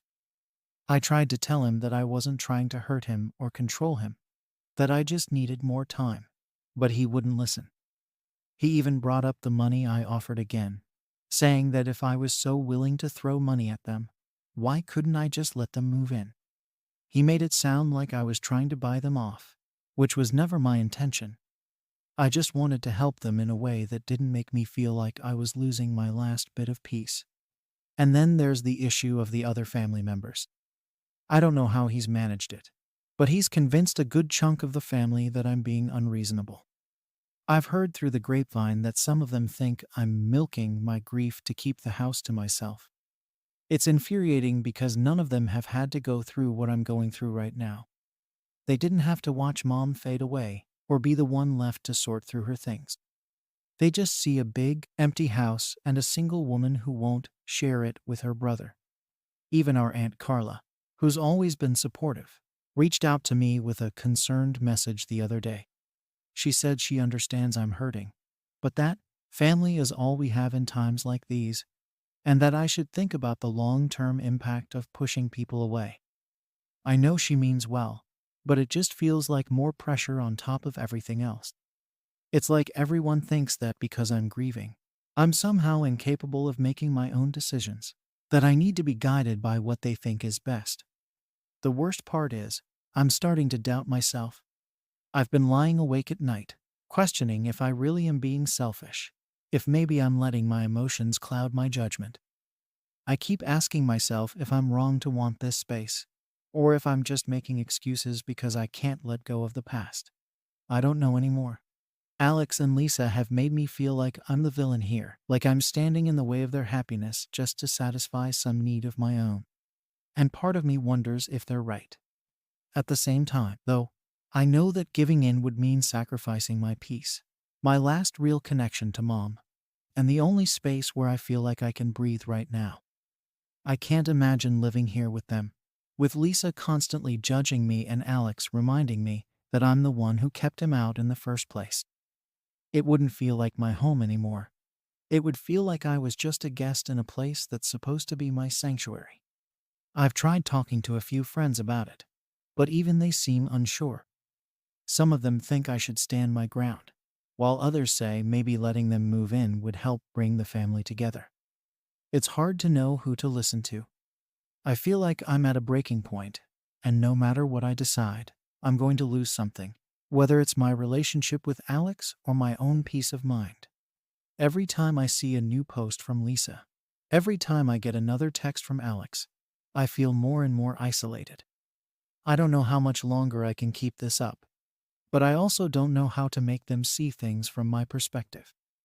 It feels like no matter what I say, they're not willing to meet me halfway. I finally decided that I needed to sit down with Alex, just him and me, and really lay everything out. I thought maybe if he heard me without Lisa or anyone else in the background, he might actually understand where I was coming from. So I invited him over to the house one afternoon, hoping that seeing the place, being in Mom's space, would make him realize that it's more than just a house to me. When he arrived, I could tell he was on the defensive right away. He barely looked around, didn't even seem to notice all the boxes and paperwork I'd been drowning in for months. I tried to start by explaining how hard it's been, how every room here holds memories that I'm still struggling to handle. I told him that I'm not against the idea of him and Lisa moving in forever, just that right now, I need this time alone to sort through everything, both physically and emotionally. But he didn't seem to care. He cut me off almost immediately, saying that I was just making excuses and dragging this out for no reason. He said I was being melodramatic, that I was wallowing instead of moving forward, and that maybe if I had someone around, it would actually help me. It hurt, honestly, to hear him say that, like my grief was just some inconvenience to him, something that I should be able to put aside to make his life easier. I told him again that I wasn't trying to keep him out, that I just needed more time. But he started talking over me, saying things like, "You think you're the only one who lost Mom. And this isn't all about you, Rachel." He accused me of being selfish and acting like I was the only one who mattered in the family. It felt like he wasn't even hearing what I was saying. He'd already made up his mind that I was the bad guy in this situation, and nothing I said was going to change that. Eventually, I just told him I couldn't do it. I couldn't let them move in right now, not when I was barely keeping it together myself. I said he'd have to figure something else out, that I'd help him financially if he needed, but that I needed this space, at least for the time being. He looked at me like I'd just slapped him, and then he said, "Fine, I see how it is." And he left. Since that conversation, things have been even worse. He's barely spoken to me, and Lisa has ramped up her social media posts, making it clear to anyone who'll listen that I'm being cold-hearted and entitled. It's like every other day there's a new post from her about selfish family members, or people who take advantage of their position. I know it's directed at me, and it's obvious that other family members are seeing it too, because I've started getting messages from a few of them. They're all concerned, but it's the same kind of concern I've been hearing all along: thinly veiled criticism about how I'm handling things. Our Aunt Carla even called me the other day, saying she heard from Alex that I'm refusing to share the family home, and that she's worried about the strain this is putting on our relationship. She said she knows I'm hurting, but that maybe letting Alex and Lisa in could help me feel less alone. It was all said in this kind, gentle tone, but the message was clear. She thinks I'm in the wrong, that I'm the one causing the family to fracture. I tried explaining my side to her, telling her that I just need a little more time, but she brushed it off, saying that grief can't be an excuse to shut everyone out. She said she understands loss, but that I need to move forward and not let this house turn into a monument to sadness. It's like no one gets that I'm not trying to turn this place into some shrine or keep everyone out forever. I just need time to breathe, to figure out what comes next without feeling like I'm under constant pressure to make decisions I'm not ready for. Now, every time I talk to anyone in the family, it feels like they're all waiting for me to come around and agree to let Alex and Lisa move in. They don't say it outright, but it's there, lingering in every conversation. This unspoken expectation that eventually I'll give in. I feel like I'm the only one in the family who sees this place as more than just a roof over our heads. To everyone else, it's just a convenient solution to a problem, a free space where Alex and Lisa can save money and build their life. But to me, it's the last piece of Mom that I have left, and I'm not ready to let that go. I've been thinking a lot about what to do next. Part of me wonders if I should just give in. Let them move in so that the family will stop looking at me like I'm the villain in all this. Maybe it would be easier. Maybe it would even help, like they keep saying. But another part of me feels like if I let them in now, I'll lose my last bit of peace. I'll lose the only space where I feel like I can truly grieve without judgment, without pressure to move on before I'm ready. So now I'm at a crossroads, and I don't know what to do. I feel like no matter what decision I make, I'm going to end up losing something, whether it's my relationship with Alex or my own sense of stability. I don't know if I'm wrong for standing my ground, or if I'm just hurting myself by holding on to this house so tightly. But I also don't know if giving in is the right choice either. Am I wrong for keeping the family home to myself and not allowing my brother and his fiancée to move in, even though it feels like my only safe space right now? Story 9 inches. Am I wrong for wanting my son to cut ties with his estranged father? I'm Sarah, 45, a single mom to my 16-year-old son, Max. Since Max was 5, I've been raising him on my own. His father, Jason, walked out years ago without much warning or even a reason. One day he was there, the next he was gone, and it was like he'd vanished. There were no calls, no messages, not even an apology for disappearing from our lives. In the beginning, I tried to make sense of it, convincing myself there must be something redeemable in him. Maybe a reason I couldn't see. But as time passed, and Max grew up without a father, I let go of the idea that Jason would ever be a part of our lives again. It became our reality, just the two of us, making it work day by day. Max learned not to ask about him, and I learned to avoid thinking about Jason altogether. I'd almost forgotten about Jason, honestly. Life with Max was good. He's a great kid, smart, funny, and kind-hearted. I can't say it was easy, being both mom and dad to him, but we made it work. I had to work 2 jobs to keep us going, but Max understood. He never complained, just got used to our little routines, to the quiet evenings when I'd finally get home from work, and he'd tell me about his day. We were close, closer than I'd ever imagined we could be, and I felt like maybe that was enough. Max didn't seem to need anyone else in his life, and I didn't either. I didn't talk about Jason, and Max didn't bring him up, and I figured that was just fine. Then, out of the blue, Jason decided to reappear. He didn't come to me. No, he messaged Max directly on social media, and that's how I found out about it, through Max. When he showed me the message, I felt a wave of anger and shock wash over me. Here he was, this man who hadn't cared enough to stick around, suddenly reaching out to Max like he'd just gone out for milk, and was now back, ready to pick up where he left off. Jason had never been there for Max's birthdays, his school events, or even his basic milestones, and now he thought he could just pop back in and be dad again. It felt wrong, like he was intruding on the life we'd worked so hard to build without him. But Max was curious. I could see it in his face. He wanted to know this man who was his father, who he'd only heard about in bits and pieces over the years. He was thrilled, honestly, and as much as it hurt, I couldn't blame him. He deserved to know Jason if that's what he wanted, even if I didn't trust Jason's intentions. I tried to be supportive, even though it went against every instinct I had. I knew Max wanted this, so I told him it was okay to talk to Jason, to try to get to know him, but I was cautious. I warned him not to get his hopes up, that Jason hadn't exactly been reliable in the past. Max shrugged it off, saying that people could change, and that maybe Jason just needed time to come around. Things escalated faster than I'd expected.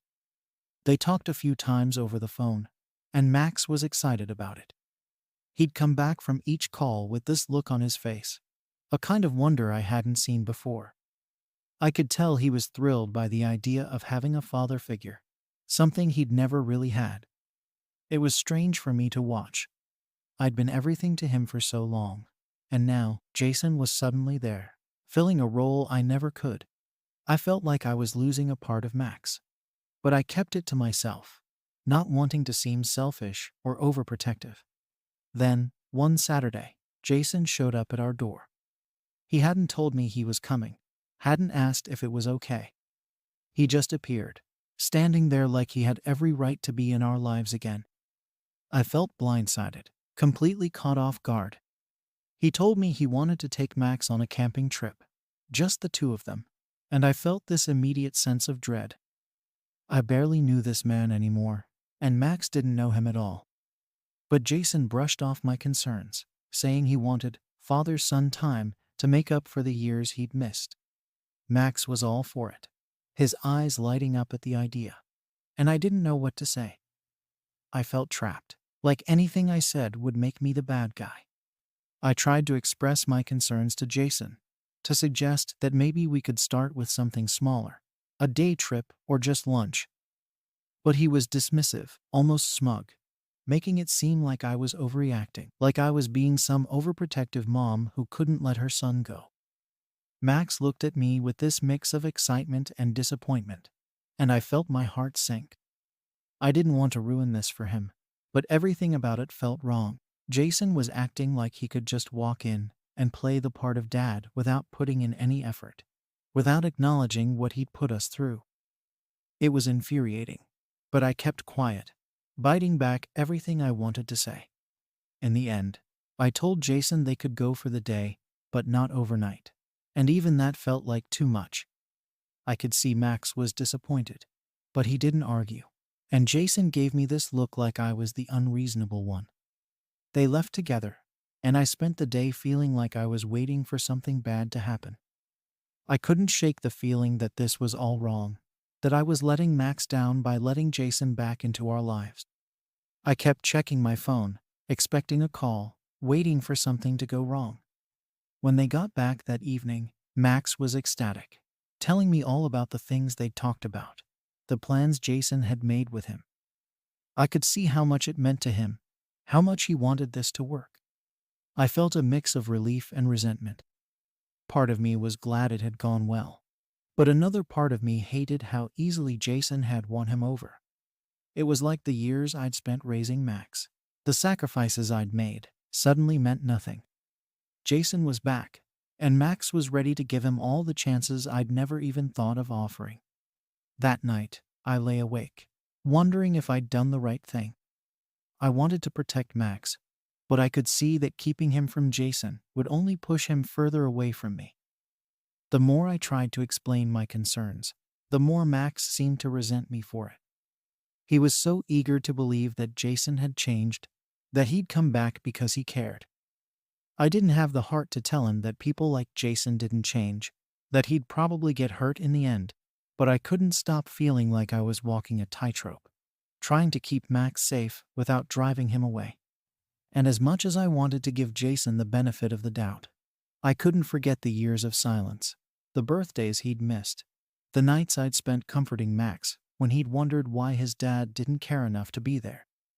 It felt like I was betraying everything I'd done to keep Max safe, letting him get close to someone who'd already hurt us once. After that first outing with Jason, things started to change between Max and me. He came home from that camping trip more excited and more eager to see his dad again. He started talking about him constantly, bringing up all the things Jason had said and all the plans they'd made. I could see how much this meant to him, and I wanted to be supportive, but I couldn't help feeling wary. Jason had abandoned us before, and I didn't trust him not to do it again. I knew Max was seeing this whole thing through rose-colored glasses, and I just had this gut feeling that he was setting himself up for disappointment. Still, I tried to keep my concerns to myself. The last thing I wanted was for Max to think I was jealous, or that I was trying to keep him away from his father. But it was hard. Jason was coming around more often, texting Max regularly, and dropping by unannounced. Each time he showed up, he'd act like he was just another part of our lives, like those years of absence didn't matter. It felt like he was trying to make up for everything all at once, but I couldn't shake the feeling that something was off. He was too eager, too determined, and it made me uncomfortable. Max didn't see it, though. To him, this was finally his chance to have a dad, and he was holding on to it with everything he had. Then Jason started making these big promises. He told Max they'd go on trips together, that he'd come to all his games and school events, that he'd be there for everything from now on. Max was thrilled, but I felt like I was watching a car crash in slow motion. I knew Jason well enough to know he couldn't keep these promises. He'd always been unreliable, and I couldn't see how he'd suddenly changed.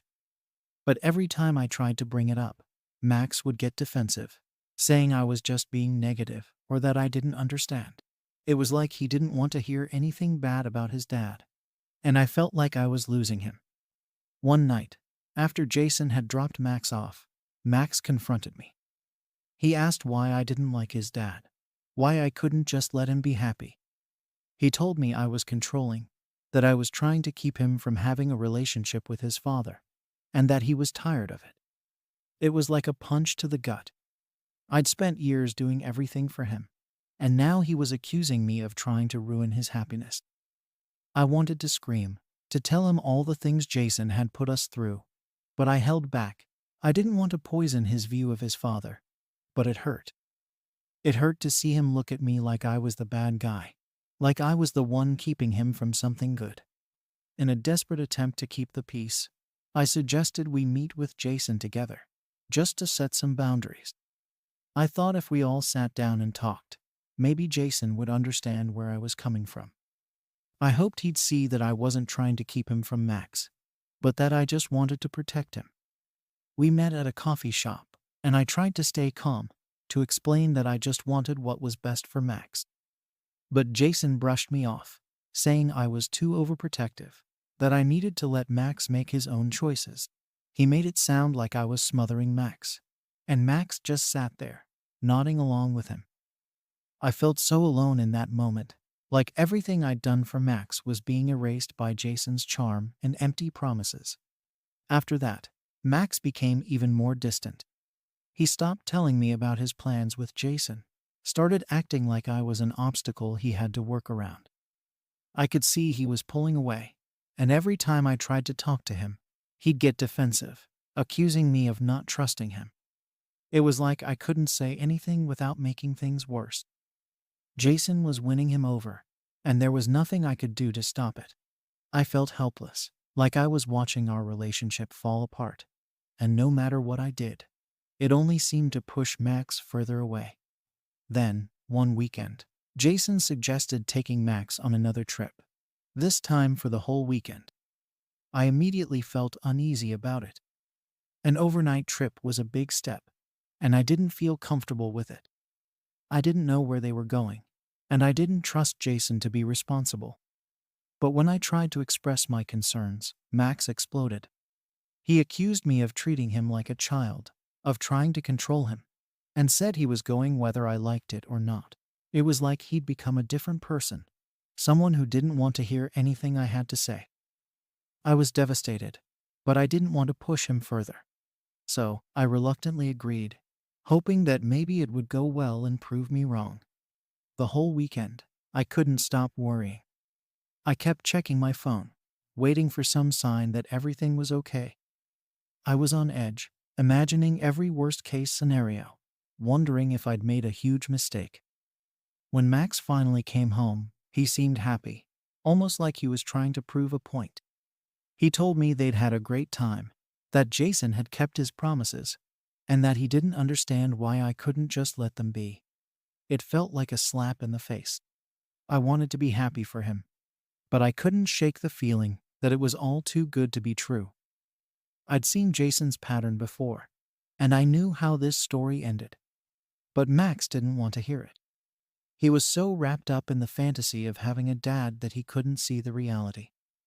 Every time I tried to talk to him, he'd shut me down, accusing me of trying to ruin things. It was like he'd built this wall between us, and no matter how hard I tried, I couldn't get through. I felt like I was losing him, piece by piece, and I didn't know what to do. At that point, I decided to take a step back.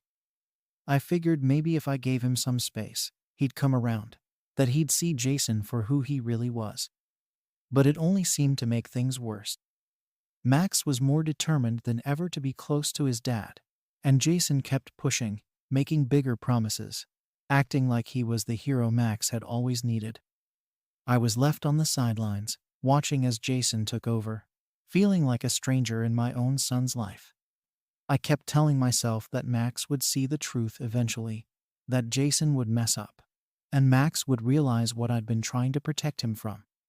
But it didn't happen. Instead, Max started pulling away even more, spending less time at home, barely talking to me. I felt like I was losing him, like everything I'd worked so hard to build was slipping through my fingers. And Jason was just standing there, acting like he was saving the day, while I was the villain who couldn't let go. Now I'm at a point where I don't know what to do. I feel like I'm losing Max, and every attempt I make to reach out to him only seems to push him further away. I don't trust Jason, but I can't stop Max from seeing him. It feels like I'm trapped, stuck between protecting my son and letting him make his own mistakes. I'm terrified he's going to get hurt, but I don't know how to stop it. I'm just sitting here, waiting for the other shoe to drop, hoping that maybe, somehow, Max will realize the truth before it's too late. I tried to stay hopeful that things would eventually go back to normal, that Max would come around and see that I was only looking out for him. But every time I tried to reach out, he'd shut me down or brush me off. It was like he was building a wall between us, and I couldn't break through no matter what I did. Jason had managed to work his way back into Max's life, and now he was everywhere texting, calling, making plans. I felt completely shut out, like I didn't know my own son anymore. Then, one evening, Max came home and dropped a bombshell on me. Jason had offered to let him move in with him part-time. He said it so casually, like it was just an obvious next step in their relationship, and I felt my stomach drop. I'd never expected this. The idea of Max leaving, even for just a few days a week, made me feel like everything I'd worked so hard for was falling apart. I tried to stay calm and ask him why he wanted to do this, but he just shrugged, saying he wanted to get to know his dad better. He made it sound like I was the one keeping them from bonding, like I was in the way. I felt a wave of anger and fear all at once. Here was Jason, back for only a few months, already planting the idea of moving in with him. I didn't know how to handle it, but I knew I couldn't force Max to stay if he wanted to go. So I told him I needed time to think about it, hoping he'd see reason. But instead, he accused me of being controlling again, saying I'd never be okay with him having a relationship with his dad. It hurt, but I kept quiet, not wanting to make things worse. I knew if I pushed too hard, he'd just pull away even more. In the days that followed, Max became more distant, barely speaking to me. I felt like I was losing him little by little. Jason continued showing up, acting like he had every right to be there, talking to Max about all the fun things they'd do together once he moved in. I could see the excitement in Max's eyes, and it terrified me. I knew Jason was unreliable, that he'd let Max down eventually, but there was nothing I could do to stop it. It felt like my hands were tied, and I was just waiting for everything to fall apart. Finally, I decided to reach out to Jason myself. I thought if I could talk to him one-on-one, maybe he'd see where I was coming from. Maybe he'd understand that I just wanted to protect Max. I called him, asked him to meet me alone, and he agreed, though he sounded irritated. When we met, I tried to stay calm, to explain that Max was still just a kid, and that this sudden push to move in together was too much too soon.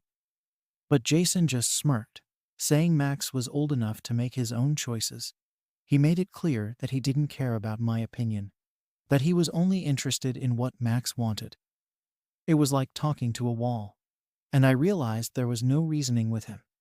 After that meeting, I felt defeated. I could see how things were going to play out, and there was nothing I could do to stop it. Jason was determined to drive a wedge between Max and me, and Max was too blinded by the idea of having a dad to see what was happening. I felt like I was watching my worst fears come true, powerless to do anything about it. Max kept pushing for more time with Jason, and eventually I gave in, hoping that maybe if I gave him some space, he'd come back to me. But it only made things worse. The more time he spent with Jason, the more he pulled away from me. Then came the final straw. One night, Max came home late, looking upset. He barely spoke to me, just went straight to his room, and I knew something had happened. I knocked on his door, asked him what was wrong, but he just told me to leave him alone. I felt so helpless, standing outside his door, not knowing how to reach him. The next morning, he was gone before I even woke up, off to spend the day with Jason, and I couldn't shake the feeling that something was really wrong. Later that day, I got a call from one of Max's friend's parents, saying they'd seen him looking upset the night before, sitting alone at a park near Jason's place. Apparently, Jason had bailed on him again, leaving him waiting for hours with no explanation. I felt a surge of anger and sadness all at once. This was exactly what I'd been afraid of, and now Max was paying the price. I wanted to confront Jason, to demand he explain himself, but I knew it wouldn't make a difference. I'd seen this pattern before, and I knew it would only keep happening. When Max finally came home that evening, he looked worn out, like he'd aged overnight. I wanted to ask him what had happened, but I could see he didn't want to talk about it. I felt torn between giving him space and trying to comfort him, but I didn't want to push him further away. It was like he was slipping through my fingers, and I didn't know how to bring him back. Now, I'm left wondering if I did the right thing by letting Jason back into his life.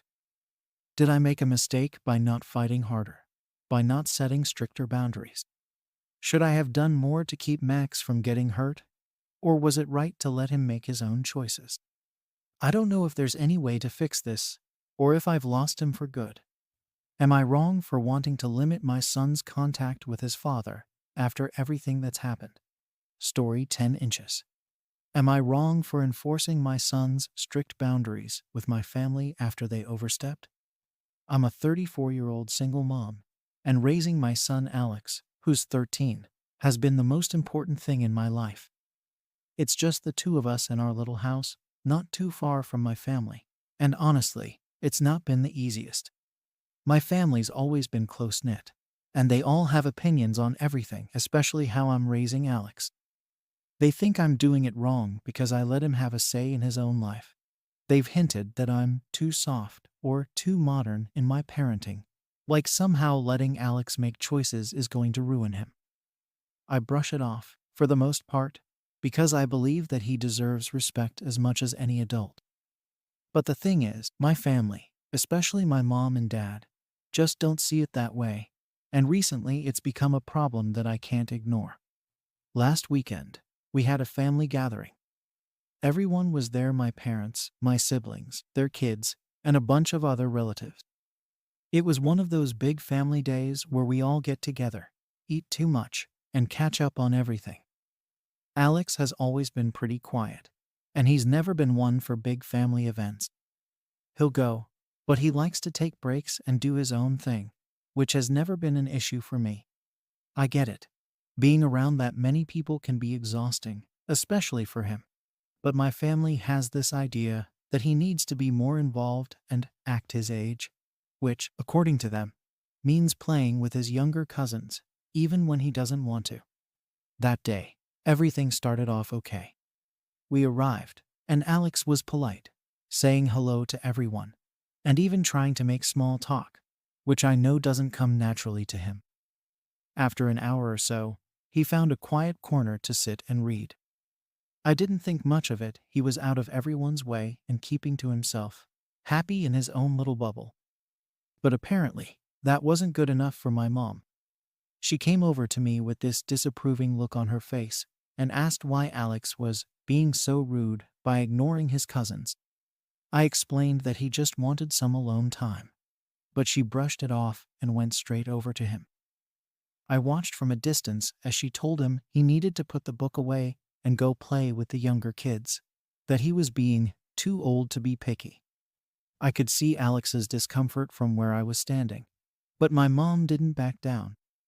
She took his phone, saying he wouldn't be hiding in a corner with it. I felt a wave of frustration. I wanted to step in right then, but I was trying to avoid a scene.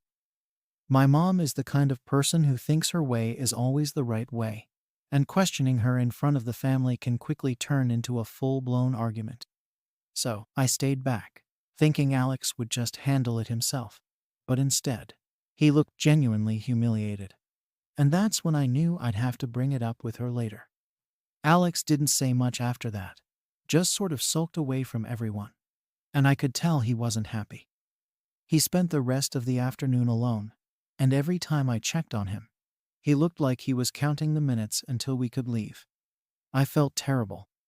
I knew this was supposed to be a family day, but now it felt like he was being punished for just wanting some time to himself. My mom, on the other hand, seemed completely oblivious. She was mingling with everyone else, acting like nothing had happened, while Alex was clearly uncomfortable and ready to go home. After a few hours, I decided it was time to leave. I thanked everyone, made a quick exit, and we headed home. Alex was quiet the entire car ride, and I didn't push him to talk about it. I knew he'd bring it up if he wanted to, and sure enough, once we got home, he opened up a bit. He told me he felt embarrassed and trapped, like he couldn't say no or have a moment to himself without being judged. He asked me why his boundaries weren't respected, and honestly, I didn't have a good answer. It was clear that this wasn't just a one-time thing. My family's need to control the situation was starting to seriously impact him. I could see he was hurt, and that hit me hard.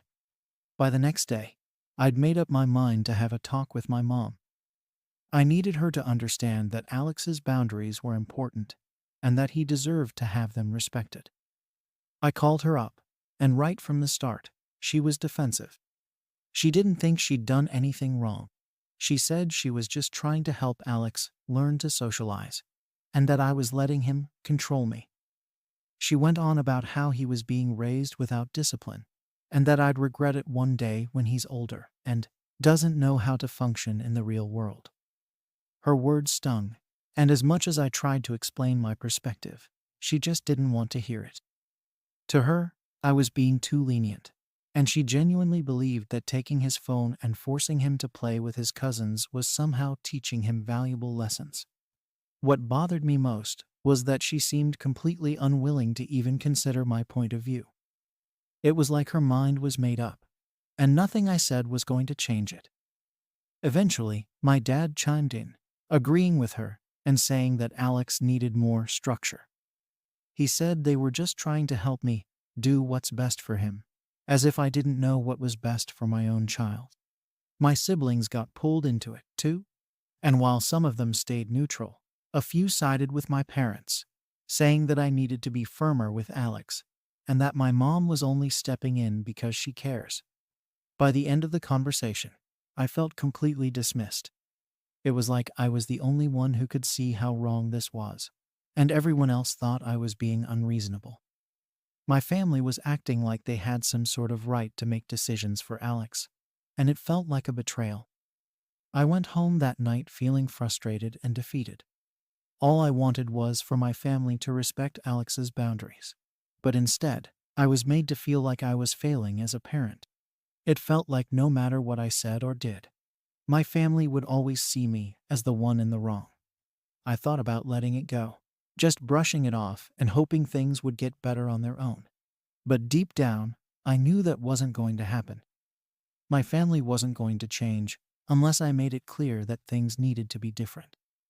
I knew that I'd have to set boundaries, not just for Alex, but for myself too. It was a tough decision because I knew it would probably cause tension, but I couldn't keep letting my family undermine the way I was raising my son. I couldn't keep putting Alex in situations where he felt disrespected and uncomfortable. As I lay awake that night, I knew that the next step would be setting clear rules with my family about how they interacted with Alex. It wouldn't be easy, and I didn't expect them to take it well, but I was ready to do whatever it took to protect him from feeling like this again. The next time I saw my mom was a couple of days after our phone conversation, and I was still frustrated by how she'd dismissed everything I said. She acted like nothing had happened, almost cheerful, and started talking about the upcoming family get-together like our argument never happened. I took a deep breath, trying to stay calm, and told her I needed to talk. I wanted to make things clear about Alex's boundaries and how I expected them to be respected, especially around family gatherings. The moment I brought it up, I could see her expression shift. She sighed, obviously annoyed, and told me I was making a big deal out of nothing. I explained that Alex deserves to have his own space and be able to say no when he's uncomfortable. I told her that the way she took his phone and scolded him in front of everyone was disrespectful, and it made him feel humiliated. My mom just shook her head, saying I was babying him and that if I kept letting him run the show, he'd never learn how to handle real life. It was like talking to a wall. She couldn't see that what she did was wrong and kept doubling down, claiming she knew better because she's raised kids before. It didn't take long before my dad got pulled into it, too. He came in, probably sensing the tension, and started backing her up immediately. He said they were just trying to teach Alex some values, and that I needed to stop being so sensitive. Hearing this from both of them just made me angrier. I was asking for something simple for them to respect my son's comfort and boundaries, but they were acting like I was the unreasonable one. They insisted that Alex needed structure, and that, as his mother, I should know better than to let him do what he wants all the time. To them, respecting his boundaries was the same as spoiling him, and they couldn't wrap their heads around why I was so firm about this. My mom started bringing up all these other times she thought I'd been too lenient, listing out moments from the past when Alex had chosen to skip certain activities or voiced his discomfort with certain family traditions. She twisted each situation to make it seem like I was encouraging Alex to be selfish or isolated, completely ignoring the fact that he's just a kid with his own personality. I felt backed into a corner, like I was being attacked from all sides. No matter what I said, they wouldn't listen. My dad even went as far as to say that I was being disrespectful by questioning their authority and their right to help me raise Alex. After what felt like hours of going back and forth, I couldn't take it anymore. I told them that if they couldn't respect Alex's choices, we would have to start limiting our visits. My mom looked at me like I'd slapped her. She said I was being dramatic, and that family was more important than a teenager's mood swings. She made it clear that she thought I was overreacting, but I stuck to my decision. I told them that this wasn't about being dramatic. It was about my son's well-being. If they couldn't respect that, then we'd have to make some changes. When I left, I felt drained. I knew that conversation wasn't going to go over well with the rest of the family, and I was right. Word got around quickly. A couple of my siblings called me later, saying they'd heard from my mom and dad and were worried I was tearing the family apart over a minor issue. Some of them tried to stay neutral, but a few sided with my parents, saying they didn't understand why I was so fixated on boundaries and why I couldn't just let things be. I realized then that this wasn't just a problem with my parents. The whole family was viewing this as a personal attack on our closeness. Like by enforcing Alex's boundaries, I was somehow rejecting them. One of my sisters even came by the house to talk to me in person. She sat me down and tried to explain that our family's always been close and that we look out for each other. She said that our parents just wanted what's best for Alex, and that by setting these boundaries, I was putting distance between us all. I tried to tell her that I wasn't trying to push anyone away. I just wanted Alex to feel comfortable and respected. But she didn't seem to get it. She kept saying that family comes first, and that Alex would understand someday why the family does things the way they do. This whole situation was making me feel like I was going crazy. I was beginning to wonder if I was being too harsh, or if maybe I was the one who was missing something. My family had a way of making me question my decisions, especially when they all seemed to agree. It felt like I was being pulled in two directions, one part of me wanting to protect Alex's boundaries, and the other feeling guilty for causing a rift in the family. I didn't know how to make them see that respecting Alex's comfort wasn't about rejecting them. It was about making sure he felt safe and valued. Days went by, and I noticed that Alex seemed happier, knowing I'd stood up for him. He thanked me, saying he felt like he could actually breathe without worrying about what everyone else thought. That moment reassured me that I was doing the right thing, but I knew that this issue with my family wasn't going to go away. The next family event was coming up soon, and I could already sense the tension building. The next family event arrived faster than I expected, and I could feel the tension before we even got there. It was a birthday celebration for one of my nephews, so pretty much everyone was going to be there. Alex was hesitant about going, which I completely understood. He knew the situation with my family had only gotten worse since the last gathering, and he didn't want to be put in a position where he had to defend himself or feel pressured. I assured him that he wouldn't have to deal with any of that, and that I'd step in if anyone tried to push him. I knew he was still skeptical, but he agreed to come along, mostly because he didn't want to make things harder for me. When we arrived, the atmosphere was pretty much what I expected: polite smiles that felt forced, side glances, and a general sense of unease. My mom was doing her best to keep things light, but I could tell she was still annoyed with me. I stayed close to Alex, keeping an eye on how he was feeling. At first, things were relatively calm. He spent time with a few of the younger cousins, doing his own thing without anyone bothering him, and I thought maybe this would be the one time we could get through a family gathering without an issue. But, of course, that didn't last.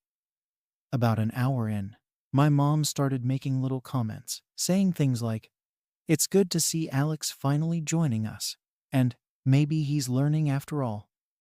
She kept trying to get him to participate in more activities, and when he politely declined, I could see her patience wearing thin. She looked at me, as if expecting me to step in and make him comply, but I just shrugged. I wasn't going to force him to do anything he didn't want to do, and I wasn't about to play along with her idea of what was right. Eventually, my dad joined in, trying to coax Alex into playing a game with the younger kids. When Alex declined again, my dad gave me this look that said everything he wasn't saying out loud. He clearly thought I was letting Alex be disrespectful, and he probably expected me to fix the situation. I could feel my frustration building, but I held back, not wanting to make a scene in front of everyone. I tried to remind myself that I was doing this for Alex, to protect his boundaries, even if it meant clashing with my parents. Things escalated when my mom decided to make an example out of Alex. She called everyone over, saying they were going to take a family photo, and she insisted that Alex had to be in it. He looked at me, clearly uncomfortable, but before I could say anything, my mom was already pulling him into the group. I could see how tense he was, and I felt this surge of anger rise up. My mom was crossing a line again, forcing him into something he clearly didn't want to do, just to make a point. I knew I had to step in, even if it meant causing a scene. I walked over and calmly told my mom that Alex didn't have to be in the photo if he didn't want to. She looked at me like I was crazy, saying it was just a photo, and that he needed to learn how to be part of the family. I explained that he was part of the family, and that forcing him to do things against his will wasn't going to change that. She didn't take it well. She started going off about how I was ruining family traditions, and how I was turning Alex into an outsider. She made it seem like I was tearing the family apart just because I was respecting his wishes. By this point, everyone was watching, and I could see some of my siblings looking uncomfortable. My dad tried to intervene, saying that we should just go along with it to keep the peace, but I wasn't about to back down. I told them that Alex had the right to say no, and that if they couldn't respect that, we'd be leaving. My mom didn't take me seriously at first, probably thinking I'd back down like I usually did. But when I started to walk away with Alex, she finally realized I wasn't bluffing. As we headed for the door, I could hear my mom calling after us, saying that I was destroying the family, and that I'd regret this someday. Part of me wanted to turn around and try to smooth things over, but I knew that if I did, it would just be giving in again. I had to stand firm for Alex's sake, even if it meant facing my family's disapproval. Alex was quiet on the ride home, but he thanked me once we got there. He said he finally felt like someone was listening to him, and I knew I'd made the right choice, even if it was a tough one. The fallout from that day was intense. My mom sent me a long message later that night, basically accusing me of turning my back on the family and acting like I was too good for them. She said I was raising Alex to be selfish, and that he'd never learn how to fit in if I kept coddling him like this. Some of my siblings reached out, too, expressing concern and saying they didn't understand why I was making things so difficult. It was clear that, in their eyes, I was the one causing all the problems, not them. Now, I'm left wondering if I really did the right thing. I've always believed in letting Alex have his own voice and respecting his boundaries. But seeing how it's affected my relationship with my family has made me question everything. I don't want to alienate them, but I also don't want to compromise my values or put Alex in situations where he feels uncomfortable. I'm torn between maintaining peace with my family and standing by my beliefs as a parent. So, am I wrong for choosing my son's comfort over family harmony by enforcing his boundaries, even if it risks family relationships? Story 11. Am I wrong for refusing to fund my sister's wedding after she revealed a shocking secret? I'm 35, and my younger sister Emily, who's 28, has always been a huge part of my life. Growing up, I was the responsible one while Emily was more carefree. She was the one who'd skip out on chores, be late to family events, and make big, dreamy plans without ever thinking about how to get there. But I always looked out for her, maybe a little more than I should have. Our parents doted on her, probably because she's the youngest, and they were always quick to excuse her behavior. Over the years, I've stepped in to help her more times than I can count. When she had trouble in college, I helped cover her tuition. When she needed a place to crash after a bad breakup, my door was open. And now, with her wedding on the horizon, I'm supposed to be helping her make her dream wedding come true. Or at least, that's what I thought I was doing. Emily got engaged last year, and she was over the moon. I was happy for her, truly. She'd had a rough time with relationships, so it was nice to see her finally settle down with someone she seemed to care about. Her fiancé seemed decent enough, a stable guy with a steady job, and he seemed to genuinely love her. Our parents were thrilled too, already planning the wedding as if it were some grand family event. Emily, of course, had her sights set on something big and beautiful, which was a little ambitious given her financial situation, but I promised her I'd help out. I'd been saving up for the wedding, setting aside a chunk of money each month so that when the time came, I could support her the way she'd always dreamed. To be honest, I felt good about it, like this was one more way I could help her move forward in life, finally give her something stable and real to hold on to. But as we got closer to the big day, something started to feel off. I couldn't quite put my finger on it at first, but it was like Emily wasn't as enthusiastic as she'd been before. She'd be vague about her plans, dodge my calls, or give short answers whenever I asked about the wedding. At first, I brushed it off, thinking maybe she was just overwhelmed. Planning a wedding is stressful, after all. But then, during one of our family dinners, she made a few comments that left me with a strange feeling. She'd joke about just getting it over with, or mention that it was too late to turn back now. It didn't sound like someone who was excited about marrying the love of her life. But every time I brought it up, she'd wave me off, saying she was just stressed out. As the weeks ticked by, I kept pushing my doubts to the back of my mind, telling myself that I was probably just overthinking it. I didn't want to be the one casting a shadow on her wedding day. Besides, our parents were all in, and they were absolutely convinced this was Emily's fairy tale ending. I figured if I just showed up with the money and the support, she'd feel more confident, and things would turn out fine. I convinced myself that, once everything was paid for and finalized, her nerves would settle down, and she'd go back to being the excited bride we'd all expect her to be. Then came the week before the final payment was due. I'd set up a lunch date with Emily to go over the last-minute details and just spend some time together. I figured it would be a nice, low-key way to make sure everything was still on track and see if I could help her with any last-minute jitters. We met at a small cafe, and she seemed tense, but I chalked it up to the usual pre-wedding stress. We ordered our food, and I started asking her about the final details. That's when she hit me with it, completely out of the blue. She looked at me and, almost offhandedly, told me that she wasn't even sure she wanted to get married. Just like that, she said it as if it were no big deal.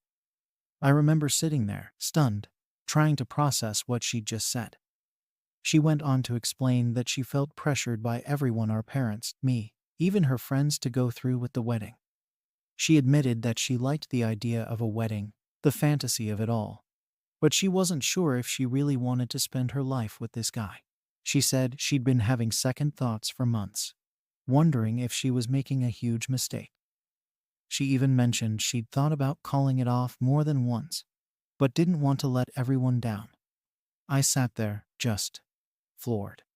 I'd saved up so much money, put aside so much time and energy, all because I believed she was genuinely happy and ready to commit to this. And now she was telling me she was on the fence about the whole thing. It felt like a slap in the face. I tried to keep my cool and asked her why she hadn't told me sooner. She just shrugged and said she thought she'd figure it out by now. Figure it out? A wedding isn't something you just figure out. Either you want to marry someone or you don't. At that moment, I didn't know what to feel. Anger, frustration, disappointment, it was all a blur. I asked her if she loved him, if she really saw herself spending her life with him, and she couldn't even give me a straight answer. She kept saying she didn't want to disappoint everyone, that she was afraid of the backlash from calling off the wedding. She even hinted that part of her was going through with it, just because she didn't want to give up the perfect wedding she'd been dreaming of since she was a kid. I felt like I was talking to a stranger, not my sister. Leaving that lunch, I felt a heavy pit in my stomach. I didn't know what to do. On one hand, I wanted to support her, to help her get through whatever she was dealing with. But on the other hand, I didn't want to be part of some expensive performance, a show for our family and friends when she wasn't even sure about the guy she was marrying. I went home and spent hours just pacing around, wondering if I should tell our parents, if I should try to talk sense into her, or if I should just let her figure it out on her own. But none of it felt right, no matter how I looked at it. I couldn't shake the feeling that this was a disaster waiting to happen, and I was about to throw my hard-earned money at it. That night, I barely slept. I kept replaying our conversation over and over, wondering if there was something I could have done differently, something I could say that would make her see how serious this was. But every time I thought about confronting her again, I imagined her reaction, how she'd probably brush me off, or worse, accuse me of not being supportive. And I knew if I brought it up with our parents, they'd just side with her, telling me I was overreacting and needed to trust her judgment. The whole situation left me feeling stuck. I wanted to be there for my sister, but I also didn't want to enable her to make a huge mistake. After that lunch, I couldn't get Emily's confession out of my head. I felt like I was the only one seeing how serious this situation was, while everyone else was either blissfully unaware or just didn't care. It was weighing on me, and every time I tried to approach Emily about it, she shut me down. It was like she wanted to pretend she hadn't said anything at all, as if saying she didn't want to marry her fiancé was just some throwaway comment. But I couldn't just ignore it. I'd promised to help her with the wedding, financially and otherwise, and now I was being asked to back a decision that felt wrong on so many levels. I decided to test the waters a bit with our parents. I didn't outright tell them what Emily had said, but I hinted that maybe she was feeling overwhelmed, that she might have some doubts. I thought they'd at least consider it, take a step back and maybe talk to her. But no, they brushed me off immediately. Mom went on about how all brides feel nervous before their wedding and how I shouldn't worry so much. She said Emily would be fine, that once the day arrived, she'd be thrilled, and everything would fall into place. Dad, of course, just echoed whatever Mom said.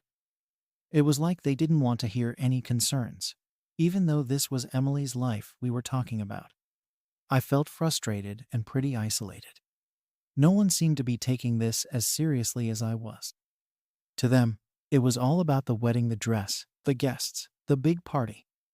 But I kept thinking about what came after, the life Emily would be living once all the excitement and celebration were over. If she was already feeling unsure now, what would happen when the reality of marriage hit? I felt like I was watching a train heading for a wreck, and I was the only one who cared enough to try and stop it. Emily and I didn't speak much over the next few days. Whenever I called or texted, she either didn't answer or kept her responses short. I knew she was avoiding me, probably because she didn't want to deal with my concerns. But I also knew I couldn't just pretend everything was fine. I had a lot on the line here, not just financially but emotionally too. I'd invested so much into helping her, only to find out she might be using all of this as a way to live out some fantasy. I felt torn between wanting to protect her and not wanting to be part of something that felt like a lie. Finally, I decided to sit her down and have a real conversation, just the two of us. I told her I needed some clarity about what she truly wanted, that I was here to support her, but only if she was sure this was what she wanted. She got defensive right away, acting like I was the one causing the problem by bringing it up. She said I was making her feel pressured and judged, and that it was her life, her choice. I told her I agreed it was her life, and that's exactly why I needed to know she was all in. But she didn't want to hear it. She kept saying I was ruining her excitement, that I didn't trust her judgment. I felt like I was hitting a brick wall. As the wedding day got closer, the tension between us only grew. Every time we spoke, it was like walking on eggshells. I felt like I couldn't say anything without her snapping back at me, and I could tell she was starting to resent me. Our parents weren't helping either. They were fully on her side, treating me like the villain for daring to question her choices. They kept insisting that I should just trust her and be happy for her, that she'd come around, and that all brides go through this kind of stress. But this didn't feel like typical stress to me. It felt like she was having second thoughts for a reason. And everyone was too wrapped up in the idea of the wedding to pay attention. I felt torn. Part of me wanted to just let it go, hand over the money, and be done with it. Maybe my parents were right. Maybe I was overreacting. But another part of me couldn't ignore the red flags. I'd seen too many relationships fall apart because people ignored their gut feelings. I didn't want that for Emily. I didn't want her to look back and regret her choice, especially when she'd have to deal with the fallout alone after the honeymoon phase was over. I knew I couldn't keep quiet, even if it meant she'd be angry at me. As the final payment deadline approached, I sat down with Emily one more time. I told her I needed an honest answer. Was she sure about this marriage? Did she truly want to spend her life with this man? I said that if she wasn't completely certain, I couldn't in good conscience support it. I'd be there for her no matter what, but I couldn't fund a wedding that felt like a show rather than a commitment. She looked at me like I'd betrayed her. She accused me of trying to sabotage her happiness, said I was controlling and selfish. She even implied that I was holding the money over her head to manipulate her. Hearing that from her stung more than I thought it would. I'd never thought of myself as controlling, and all I'd ever tried to do was help her. But in that moment, I realized she truly didn't see it that way.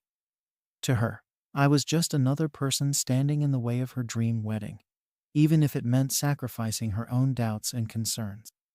I tried to explain my side, to make her understand that I was only worried about her future, but she wasn't having it. She'd made up her mind, and she didn't care what I thought. I left that conversation feeling defeated. No matter what I said, she was determined to go through with this, and my parents were only encouraging her. They told me to stop meddling, that I should just let her live her life and enjoy her wedding. But I couldn't shake the feeling that something was deeply wrong here. I didn't know what to do anymore. All I knew was that I felt trapped between supporting her and standing by what I felt was right. After that last conversation with Emily, I really didn't know what to do. It felt like I'd reached a dead end. No matter how I tried to reason with her, she just didn't want to hear it. To her, I was the one ruining everything, casting doubt on what should have been the happiest time in her life. My parents were no help either. They were completely on her side, convinced that I was overstepping and making a big deal out of nothing. They kept saying that I should just trust her, that she knew what she was doing. But I couldn't shake the feeling that she was rushing into something that didn't feel right. I was stuck. With the deadline for the final payment looming, I started to question if I should even go through with my offer to help fund the wedding. Every time I thought about writing that check, a part of me hesitated. I didn't want to be the one enabling her to make a mistake she might regret. And honestly, I didn't want to throw my hard-earned money into something that felt so shaky. But then, I'd think about the fallout if I backed out now. Emily would be furious, our parents would probably never forgive me, and I'd be painted as the bad guy. I knew that if I pulled my support, it would probably ruin my relationship with Emily and possibly tear the family apart. That thought weighed on me. In the end, I decided I had to give her one last chance to come clean. I sat her down and told her, as calmly as I could, that I needed to know she was really ready for this. I explained that if she was genuinely in love and committed, I'd be there for her, no questions asked. But if she was going through with it just to please everyone else, then maybe we should take a step back. She didn't take it well. She told me I was being controlling, that I was trying to make her feel insecure about her choices. She said I didn't trust her to make her own decisions, and that if I really cared, I'd support her no matter what.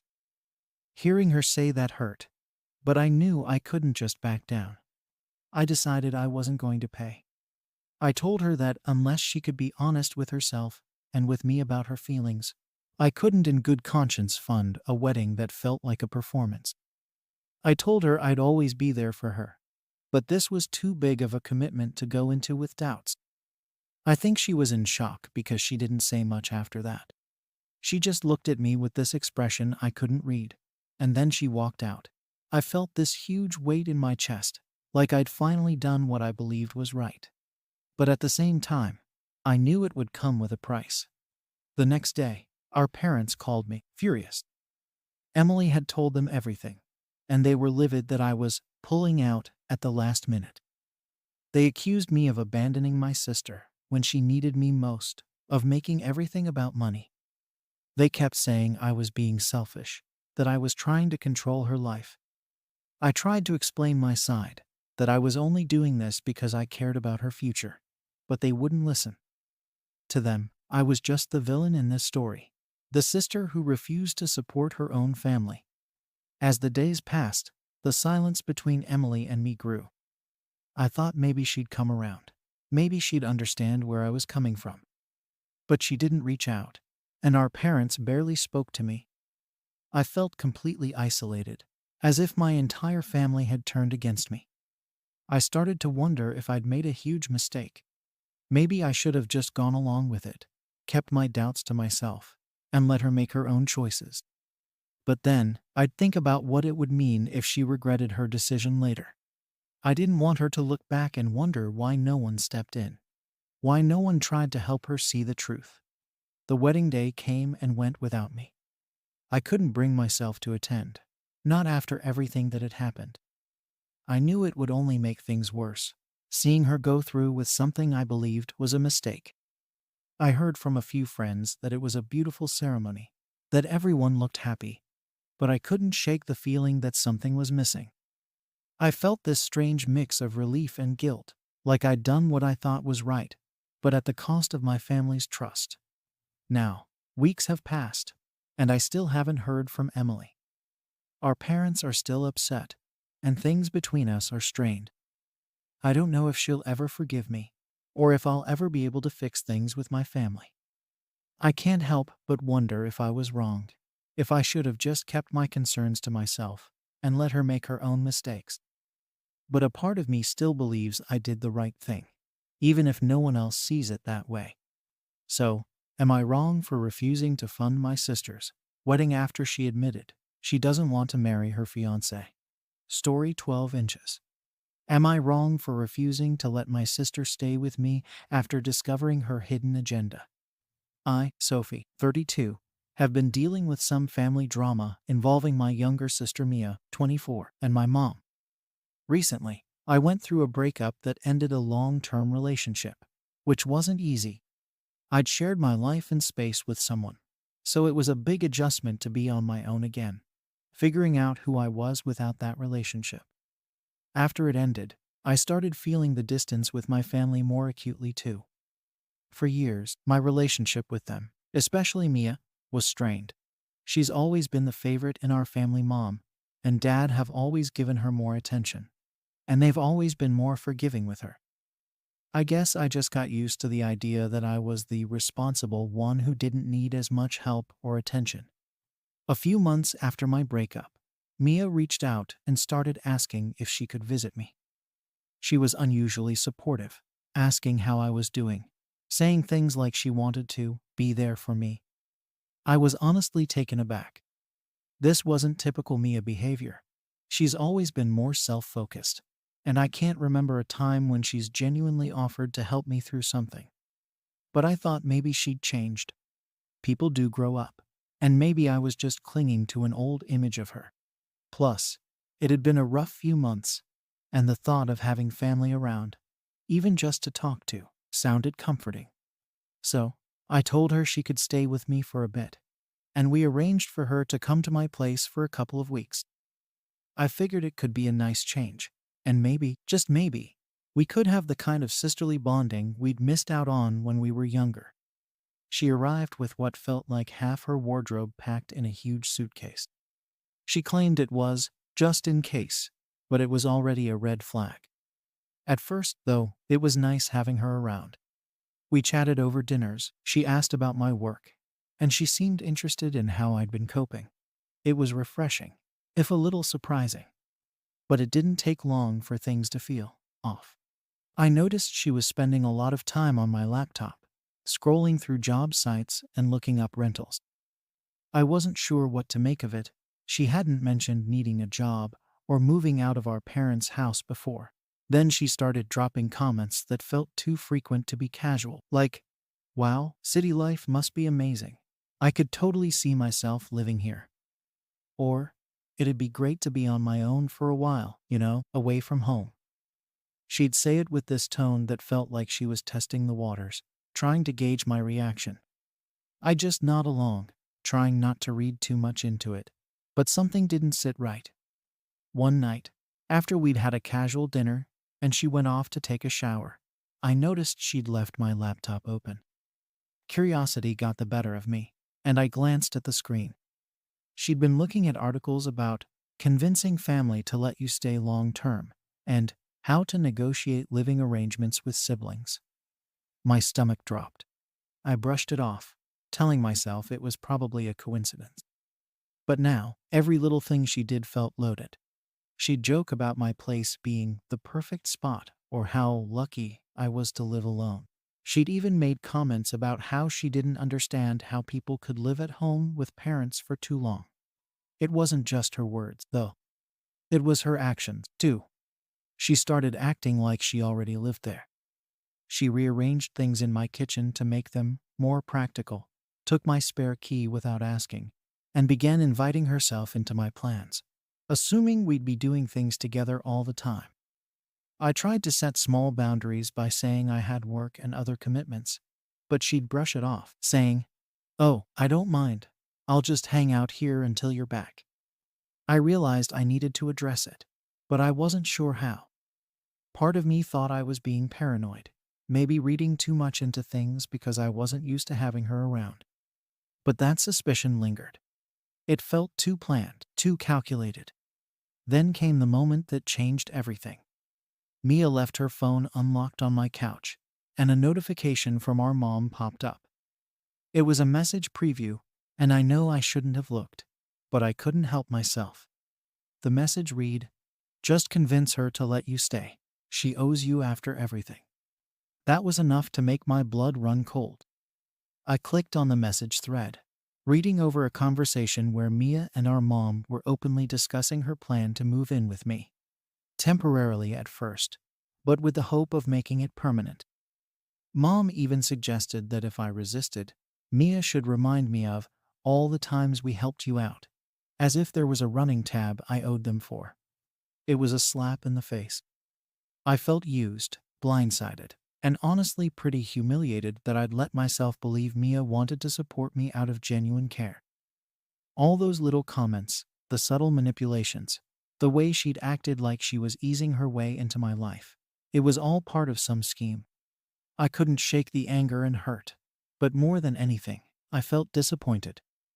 Here I was, thinking she'd changed, that she actually cared, and all she saw was an opportunity to move out and avoid paying rent. I didn't confront her right away. I needed time to process everything, to wrap my head around the fact that my own family was conspiring to take advantage of me. I went to bed that night, turning it over and over in my mind, trying to figure out how I'd let things get to this point. Was I too naive? Did I give too much? But part of me felt stubborn. Why should I be forced into a situation where my own sister is trying to guilt-trip me into taking care of her? The next morning, I knew I couldn't keep quiet anymore. I sat her down and told her we needed to talk. I didn't want to jump into accusations, so I started by asking her what her real plans were. I told her I'd noticed she'd been dropping hints about moving in and wanted to know if that was her actual intention. She tried to dodge the question at first, saying she was just thinking out loud and hadn't made any real decisions.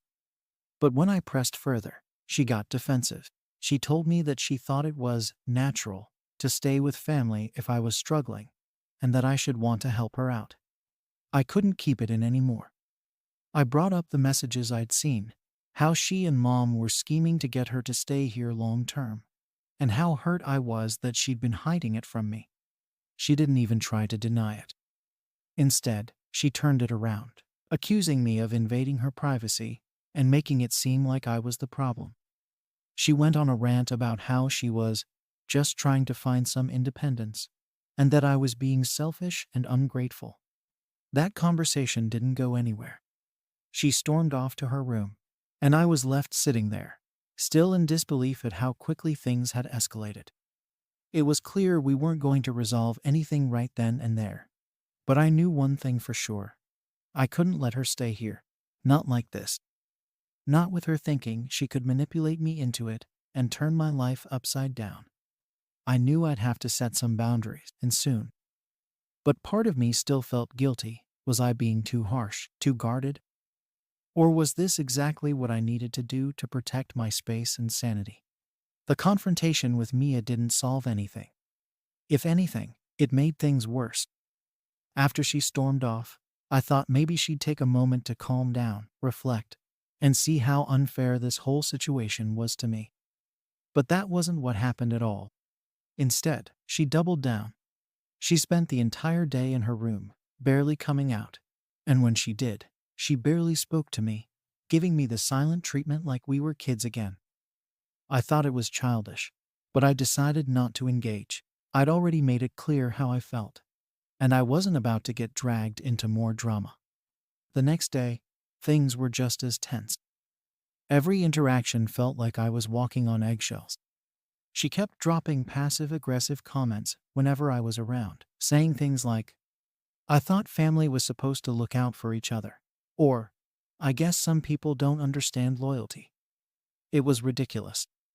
Here she was, trying to guilt-trip me into letting her stay when she'd been the one scheming behind my back. But I knew if I said anything, it would just turn into another argument. So I let her have her jabs, hoping she'd get tired of it and realize it wasn't going to work. I thought that would be the end of it. I figured she'd either pack her things and leave or at least back off. But, of course, it wasn't that simple. A few days later, I got a call from our mom. I should have known she'd get involved. Mia must have gone running to her the moment I didn't give in to her plan, and now Mom was calling to give me a piece of her mind. She launched into this whole lecture about family obligations and how I should be grateful that Mia wanted to spend time with me at all, given how isolated I'd become after my breakup. That one stung. I'd been doing my best to put my life back together. And here was my own mother, making it sound like I was some charity case, like I should be grateful for any scraps of attention they gave me. I tried to explain to her that Mia had been planning this move all along, that she wasn't here to support me, but just to get a free ride out of our parents' house. But Mom wasn't having it. She said I was overreacting and misunderstanding Mia's intentions. She kept insisting that Mia just wanted a fresh start and that I should be more understanding of her need for independence. I almost laughed. Independence? How was moving into my apartment and expecting me to cover her expenses supposed to make her independent? But Mom couldn't or wouldn't see it that way. She kept saying that I needed to be the bigger person and help my sister out, like it was some obligation I couldn't get out of. By the time I got off the phone, I was more frustrated than ever. It felt like no one in my family was willing to see things from my perspective. To them, I was just being difficult, selfish, maybe even cold-hearted. But from where I was standing, all I wanted was a little respect and honesty. I didn't think it was too much to ask for, especially from my own sister. But with everyone in my family siding with her, I started questioning myself. Was I the problem here?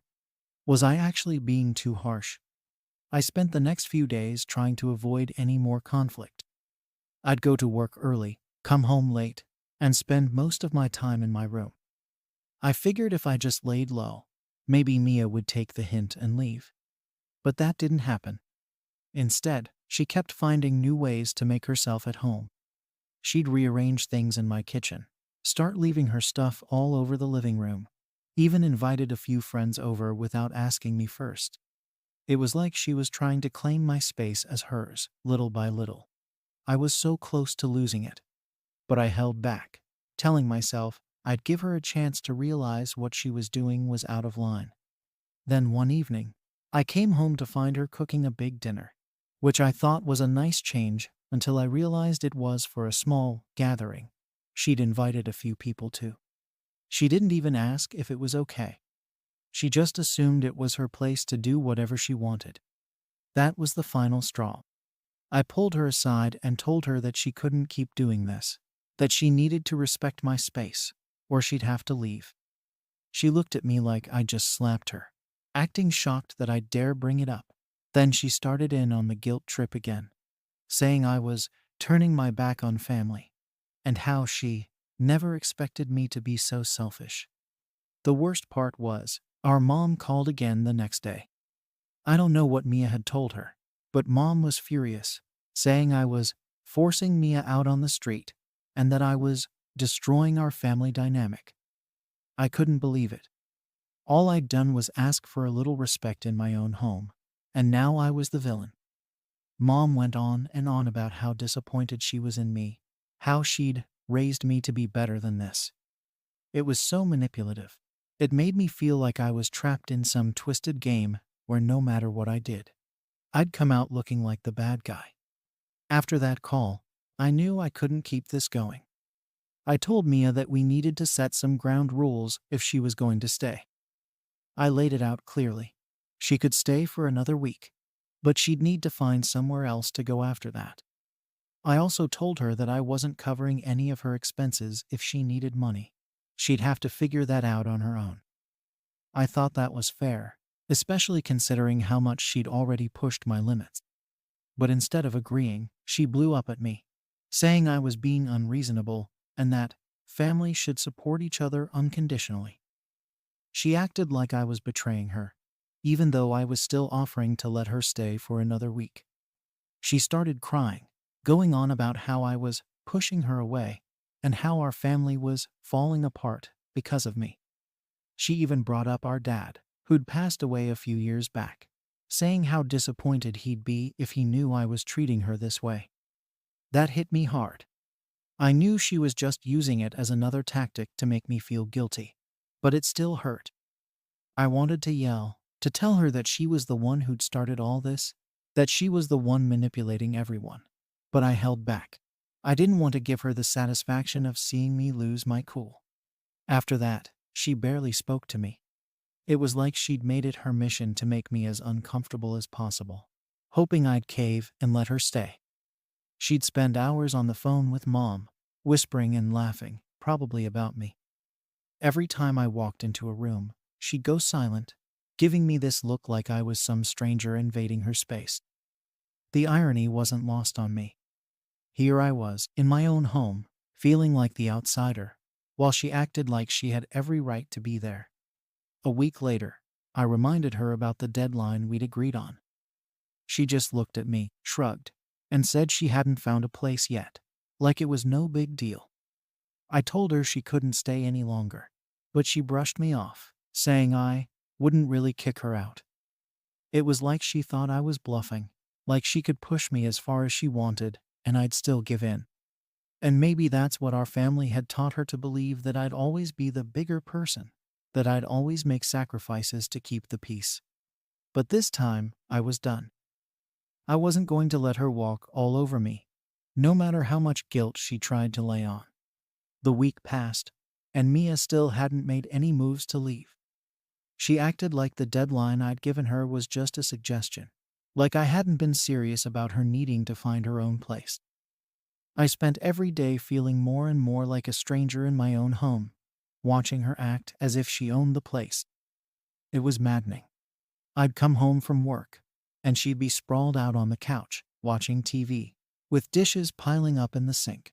She'd even started using my things without asking: my clothes, my makeup, even my personal laptop when I wasn't around. It felt like I'd lost control of my own life. The final straw came one evening when I walked into my bedroom to find she'd moved some of my things out of my dresser to make room for her clothes. I couldn't believe it. Here I was, practically begging her to respect my space, and she was just making herself more comfortable, as if she were planning to stay indefinitely. I felt this deep anger building up inside me, something I hadn't felt in a long time. I knew that if I didn't do something, she'd never take me seriously. So, I confronted her. I told her that this was it, she had to leave. I didn't want to hear any more excuses about not finding a place or not having enough time.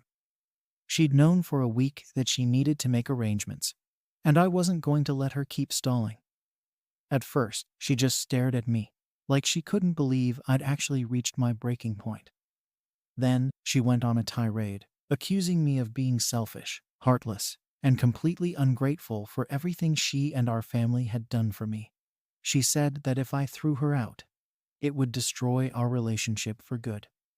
Part of me was tempted to let her stay, just to avoid that kind of fallout. But then I thought about everything she'd done, how she'd manipulated me from the beginning, pretending to care about me just so she could use me for free housing. I thought about all the guilt trips, the way she'd made me feel like the bad guy in my own home. I couldn't let her win. I told her that she needed to leave by the next morning, or I'd be changing the locks. Mia didn't take that well. She stormed out of the apartment, slamming the door behind her, and didn't come back until late that night.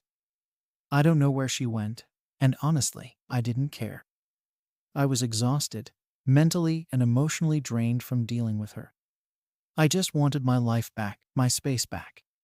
But even after she left, I couldn't shake this feeling of guilt. My mom's words kept echoing in my head about how family was supposed to support each other, how I was letting everyone down. It was like I couldn't escape the weight of those expectations, even though I knew they were unfair. The next morning, Mia hadn't packed a single thing. She was still sitting on the couch, scrolling through her phone like nothing had happened. I reminded her of what I'd said the night before, but she just looked at me, rolled her eyes, and told me I was overreacting. She said there was no need to make a scene and that she'd leave when she was ready. That was it for me. I told her I'd be calling a locksmith and that she needed to get her things and go. She laughed, saying I'd never actually go through with it. But I did. I called the locksmith and asked him to come by that afternoon. When he arrived, Mia finally started to panic. She got up, yelling at me, saying I was being cruel and unreasonable, that I was throwing her out on the street. I stayed firm, though, even though every word she said felt like a punch to the gut. I hated that it had come to this, but I couldn't let her keep pushing me around. She grabbed her things in a rush, glaring at me the entire time, muttering under her breath about how she'd never forgive me for this. By the time she walked out the door, I felt a strange mixture of relief and sadness. After she left, I thought maybe things would finally calm down. But of course, it wasn't that simple. That evening, my mom called, furious. Mia had obviously told her everything, painting herself as the victim and me as the heartless sister who'd thrown her out with nowhere to go. Mom didn't want to hear my side of the story. She was too angry, too hurt, convinced that I'd done something unforgivable. She kept saying things like, "I can't believe you'd do this to your own sister," and "You've really let me down, Sophie." I tried to explain, to make her understand that this wasn't about abandoning Mia or refusing to help. It was about setting boundaries, about not letting myself be taken advantage of. But Mom didn't see it that way. To her, I was just making excuses, trying to justify my selfish behavior. She told me that I'd ruined our family, that Mia was devastated and didn't know where to go. I pointed out that Mia had plenty of options. She could go back to our parents' house or stay with friends. But Mom insisted that I was the one who should have helped her, that it was my responsibility as her older sister. By the end of that call, I felt completely drained. No matter how much I tried to explain myself, no one in my family seemed willing to understand my side. To them, I was the villain, the one who'd betrayed Mia, and there was nothing I could say to change that. I was left wondering if I'd done the right thing. Had I been too harsh, too quick to push her out? Or was this exactly what I needed to do to protect my own boundaries? Now, days later, the silence from my family is deafening. My mom hasn't called since, and neither has Mia. Part of me feels relieved, finally free from the constant tension. But there's a part of me that's still wrestling with the guilt. I keep thinking about what Mom said, how disappointed Dad would be if he were still around. I know logically that setting boundaries doesn't make me a bad person, but it's hard not to feel like I've failed in some way. So now I'm left here, wondering if I did the right thing. I couldn't let Mia keep taking advantage of me, but maybe there was a better way to handle it. I keep thinking about how everything spiraled out of control, how something that should have been a simple visit turned into this huge family drama. I don't know if my family will ever see things from my perspective, or if this rift between us will heal. It's hard to believe that trying to protect myself has led to this, but here I am, questioning every decision I made along the way. Did I really go too far? Or was it finally time to stand up for myself, even if it meant risking my relationship with my family? Story 13 inches. Am I wrong for refusing to help my sister's kids after she cut me out of the family? I'm Emily, 38, and honestly, I thought I was finally free of family drama. My life's been a lot quieter since I distanced myself from my sister, Sarah, and the rest of my family. Growing up, I always felt like the odd one out in my family. My parents didn't exactly hide their preference for Sarah, who's 35 now, and I always seemed to be the one expected to pick up the slack whenever she fell short. My sister's always had a different way of living her life. While I focused on my career and building something stable, Sarah made some choices that, well, didn't exactly work out the way she planned. But every time something went wrong, it was like my family's default was to turn to me and expect me to fix things. No one asked if I wanted to, or if it was even fair to put all that on me. It was just assumed that because I was the responsible one, I would handle it. Years ago, Sarah and I reached a breaking point. I was getting more and more fed up with being dragged into her messes, and it all came to a head after a particularly bad situation with her kids. She was putting her social life above her children's well-being, and I couldn't just sit by and watch anymore. I told her that she needed to step up, to put her kids first instead of expecting me to be the fallback every time. She didn't take that well, and instead of taking a step back to think about it, she cut me off entirely. To make it worse, she twisted the story to our family, painting me as the selfish one, and they all seemed to fall in line with her version. My parents, aunts, uncles, they all acted like I was the one being unreasonable. It was a huge mess, and eventually, I just walked away. It was the only way to protect my sanity. For years, I stayed away. I stopped attending family events, stopped reaching out, and just focused on my career and building a life on my terms. I figured that if they thought I was selfish, fine. They could believe that, and I just live my life without the drama. I missed the connection with my nieces and nephews, but it wasn't worth the constant guilt trips and manipulation. I had finally found some peace and wasn't looking back. Then, out of the blue, a message came through a mutual friend. It was Sarah, asking for my help. Well, it wasn't her directly, it was a mutual acquaintance relaying the message. Sarah was in trouble, apparently, and needed me to step up for her kids.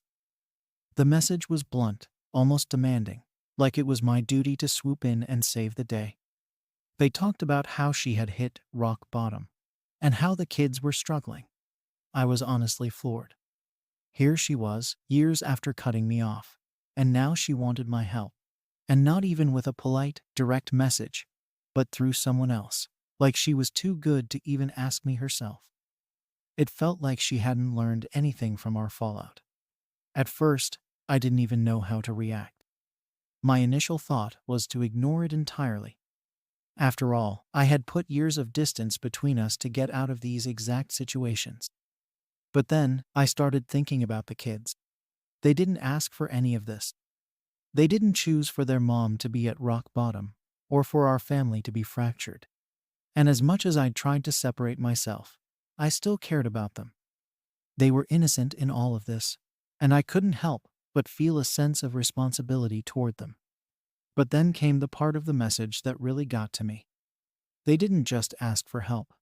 They implied that I owed it to her and the family.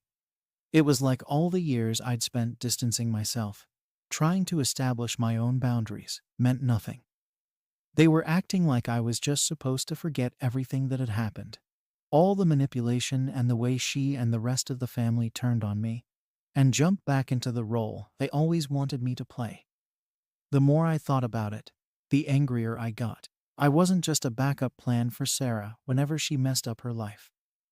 I had my own life, my own priorities, and they didn't get to just erase that because it was convenient for them now. Still, I was conflicted. I didn't want to punish the kids for their mom's choices, but I also didn't want to be dragged back into that toxic dynamic. After a lot of back and forth in my mind, I finally decided to reach out to Sarah directly. I figured if I was going to get involved, I needed to hear the situation from her, not just through a middleman. I wanted to understand what exactly she was expecting from me and whether there was a way I could help without completely sacrificing the boundaries I'd spent years building. When Sarah answered the phone, it was cold and almost transactional, like no time had passed at all. There was no, "Hey, how are you?" or even an acknowledgement that we hadn't spoken in years. She went straight into a list of things she needed me to do: picking up her kids from school, arranging their care, helping financially, and even more. It wasn't a request, it was a demand, like she was entitled to my help. I tried to stay calm, but I couldn't believe what I was hearing.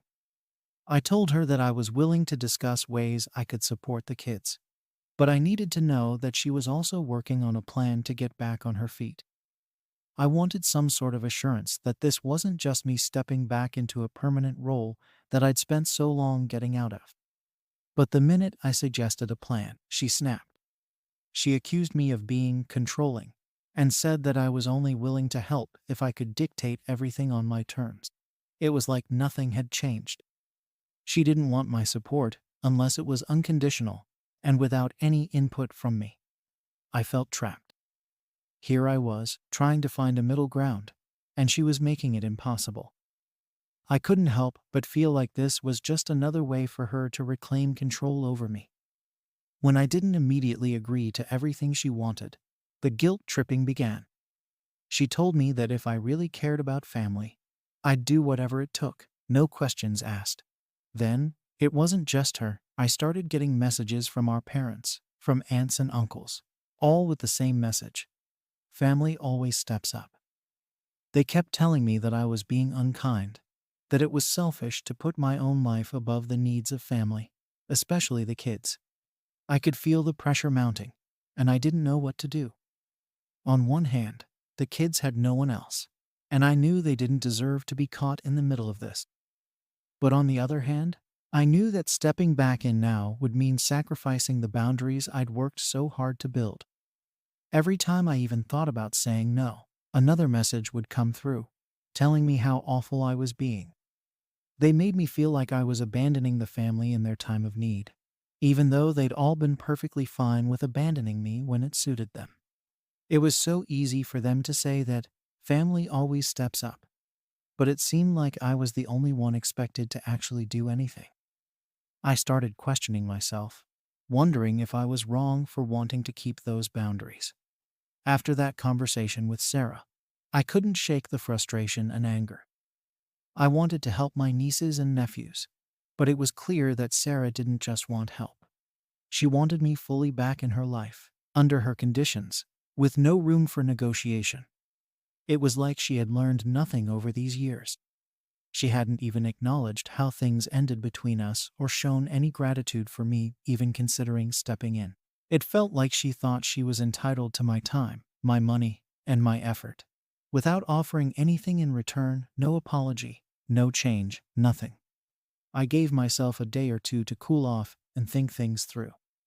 I wondered if maybe I was overreacting, if I was letting old wounds get in the way of helping these kids who had no say in any of this.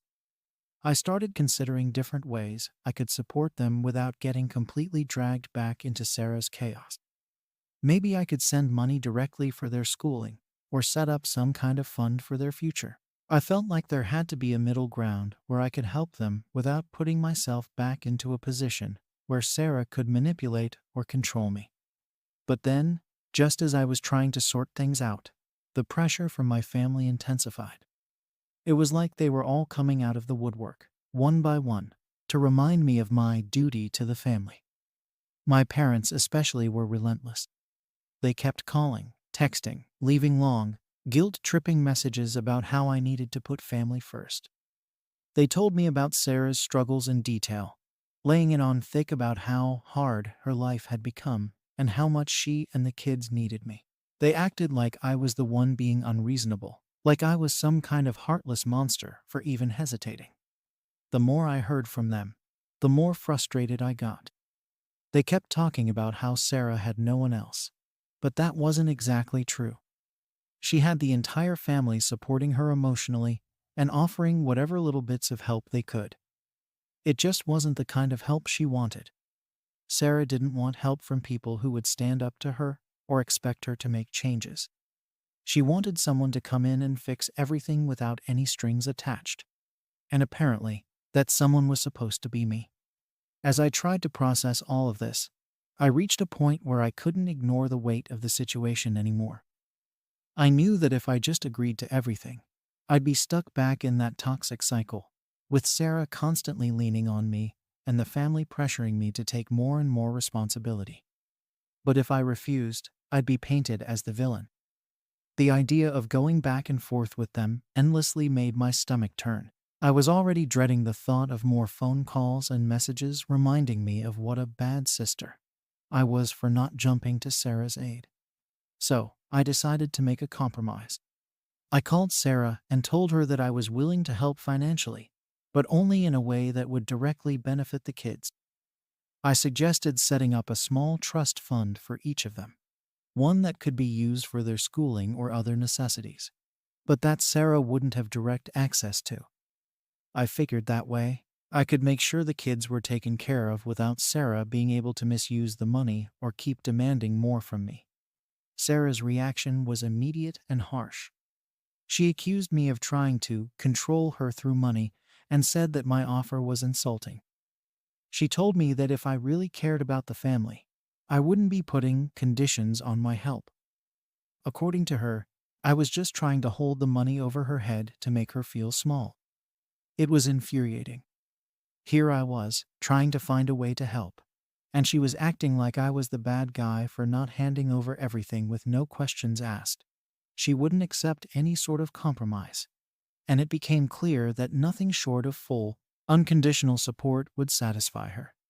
After that call, things only got worse. Word spread through the family, and suddenly everyone seemed to have an opinion. My parents, especially, were livid. They told me that my conditional charity was just me being controlling, and that I was humiliating Sarah by making her jump through hoops for help. They said that my solution wasn't real support, that it was just me trying to make myself feel better without actually being there for the family. My parents made me feel like a complete failure, like I was abandoning my sister and her kids out of spite. They didn't seem to care about the years of hurt or the way Sarah had treated me. To them, it was black and white. I was either with them or against them. It was exhausting. No matter what I said, they wouldn't listen.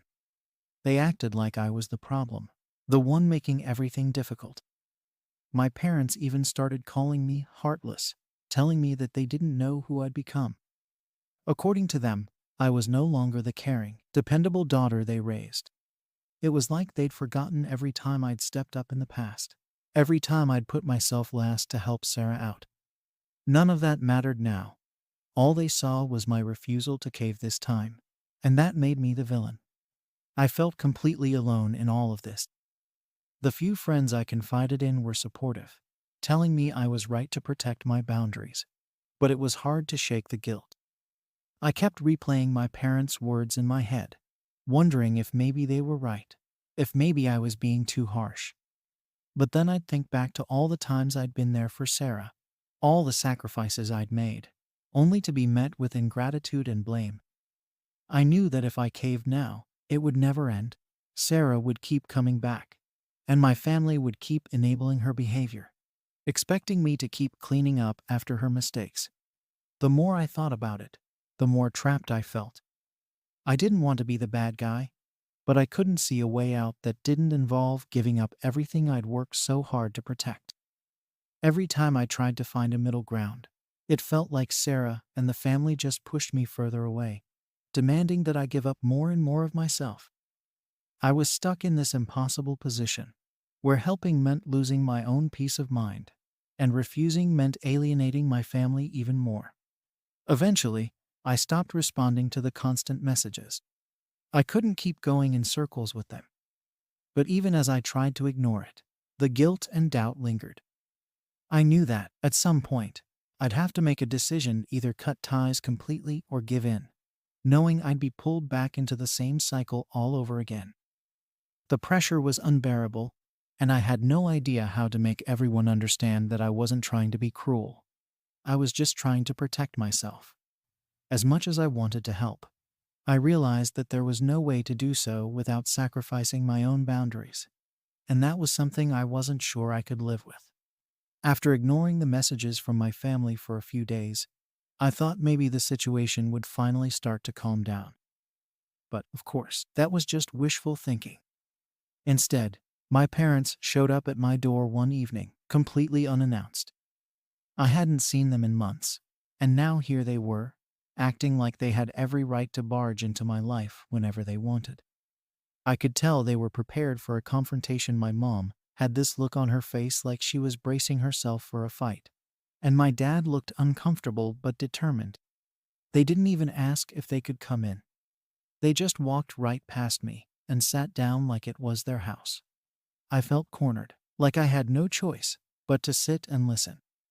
They started with the same arguments I'd already heard 100 times over the phone. My mom kept repeating that family should always come first, that I should be willing to make sacrifices to help Sarah and the kids. She went on and on about how Sarah's situation was desperate, how her kids didn't have anyone else to rely on. My dad sat there quietly for a while, letting her do most of the talking, but eventually he chimed in too. He told me that I was letting them down, and that he didn't understand how I could be so cold-hearted toward my own family. Hearing them say that to my face, in my own home, hit me harder than I expected. I'd been trying so hard to stick to my boundaries, but there was something about having them right in front of me, looking at me with disappointment and anger, that made me start questioning everything. Part of me wanted to stand my ground, to tell them exactly why I'd chosen to distance myself. But I knew it wouldn't make a difference. They weren't here to listen, they were here to guilt me into giving in. I tried to explain my side, that I wasn't saying no because I didn't care about Sarah's kids. I told them I was willing to help financially, but needed to set boundaries to protect myself. But as soon as I started talking about boundaries, my mom cut me off. She told me that family doesn't get to set conditions, that helping someone means being there fully, without reservations. She said I was being selfish by putting my own needs above those of innocent children. The way she said it, so dismissive and judgmental, made me feel like nothing I said would ever be enough for them. At one point, I could feel myself starting to crack. I wanted so badly to just tell them I'd do it, to say whatever they wanted to hear so they'd get off my back. But then I remembered all the times I'd done that before, all the times I'd put myself second to keep the peace, and how it had always left me feeling used and resentful. I knew that if I caved now, I'd be right back where I started, constantly sacrificing myself for a family that didn't even respect my boundaries. Still, the guilt was overwhelming. My parents went on about how disappointed they were in the person I'd become, how they missed the old Emily who would do anything for her family. Hearing them say that, it felt like they didn't care about who I actually was, they only cared about the version of me that served their needs. I felt trapped between wanting to help the kids and needing to protect myself, and no matter what I did, someone would end up disappointed or hurt. Finally, after what felt like hours, they left. But not before my mom told me that I'd better think hard about my decision, because once I chose this path, there was no going back. She said that if I turned my back on them now, I'd be the one responsible for tearing our family apart. It was a low blow, and it left me feeling even more conflicted than before. I knew they were trying to guilt me, but it still hurt hearing them say it out loud, like I was choosing to be selfish when all I wanted was to live my life without constant demands and pressure. After they left, I spent the night going over everything in my mind, trying to find some kind of solution that would satisfy everyone. But every option I came up with felt like a compromise that would cost me something important. If I stepped back in, even partially, it would be impossible to maintain the boundaries I'd set. Sarah and the family would keep pushing for more, and eventually, I'd end up right where I'd started, resentful, exhausted, and feeling like I was nothing more than a tool for their convenience. On the other hand, if I stood my ground, I risked alienating my entire family. They'd already made it clear that they thought I was being selfish, and I knew that refusing to help would only reinforce that belief. It was a lose-lose situation, and the weight of that realization was almost unbearable. I felt like no matter what I chose, I'd end up being the bad guy in their eyes.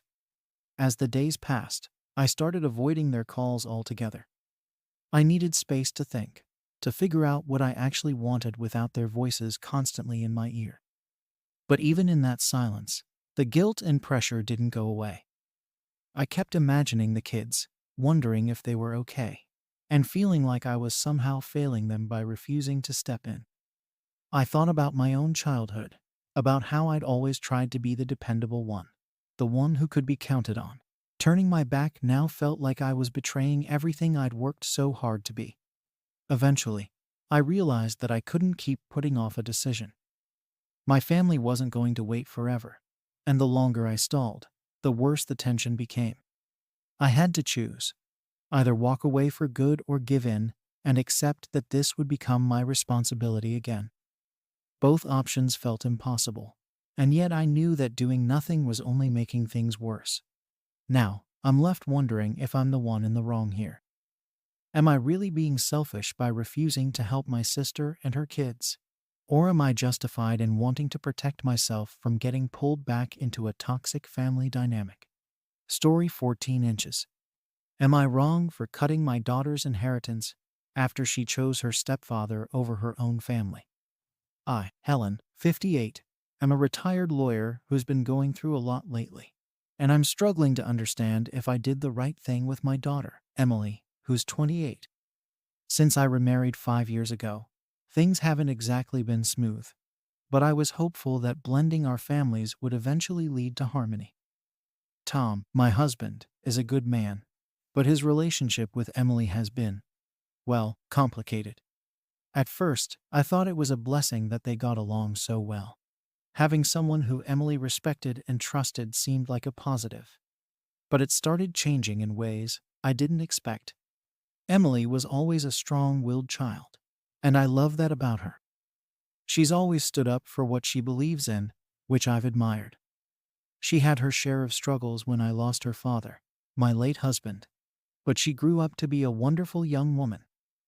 When I married Tom, she welcomed him into our lives without much hesitation, even though I could see it was a big adjustment for her. She was already an adult by the time I remarried, so it wasn't like she needed a father figure. Still, I was glad they connected. I thought this bond would strengthen our family. But lately, I can't shake the feeling that things have shifted in a way I can't control. It started small, like Emily always taking Tom's side in minor disagreements. I shrugged it off at first because I assumed she was just trying to support him, to make him feel welcome. But then, I noticed that she'd almost always dismiss my perspective, no matter the issue. If I mentioned a problem or disagreed with Tom on something, she'd tell me I was stuck in the past or not understanding the bigger picture. I brushed it off for a long time, not wanting to cause any drama. After all, a mother shouldn't be competing for her daughter's loyalty. But then, last year, things started getting more complicated. Tom's son, who's had some serious issues with addiction, needed a place to stay. Now, I believe in second chances, but I also believe in having boundaries, especially in my own home. When Tom told me he wanted his son to move in, I was hesitant. I knew his son had a rough history, and I was worried about bringing that kind of instability into our lives. It was a difficult conversation, but I felt I had to voice my concerns. Tom argued that his son was trying to turn his life around, that he just needed support and a safe environment to do so. And before I knew it, Emily was chiming in, telling me I was being too judgmental, that I wasn't being understanding enough of Tom's family situation. Hearing that from her stung. She knew me better than anyone and should have known that I wasn't being unkind. I was just worried about protecting our home. But she kept pushing back, almost as if she couldn't see where I was coming from at all. It was like she was taking Tom's word as gospel. That was when I started feeling a shift I couldn't ignore. I was the outsider in my own house, and it was unsettling.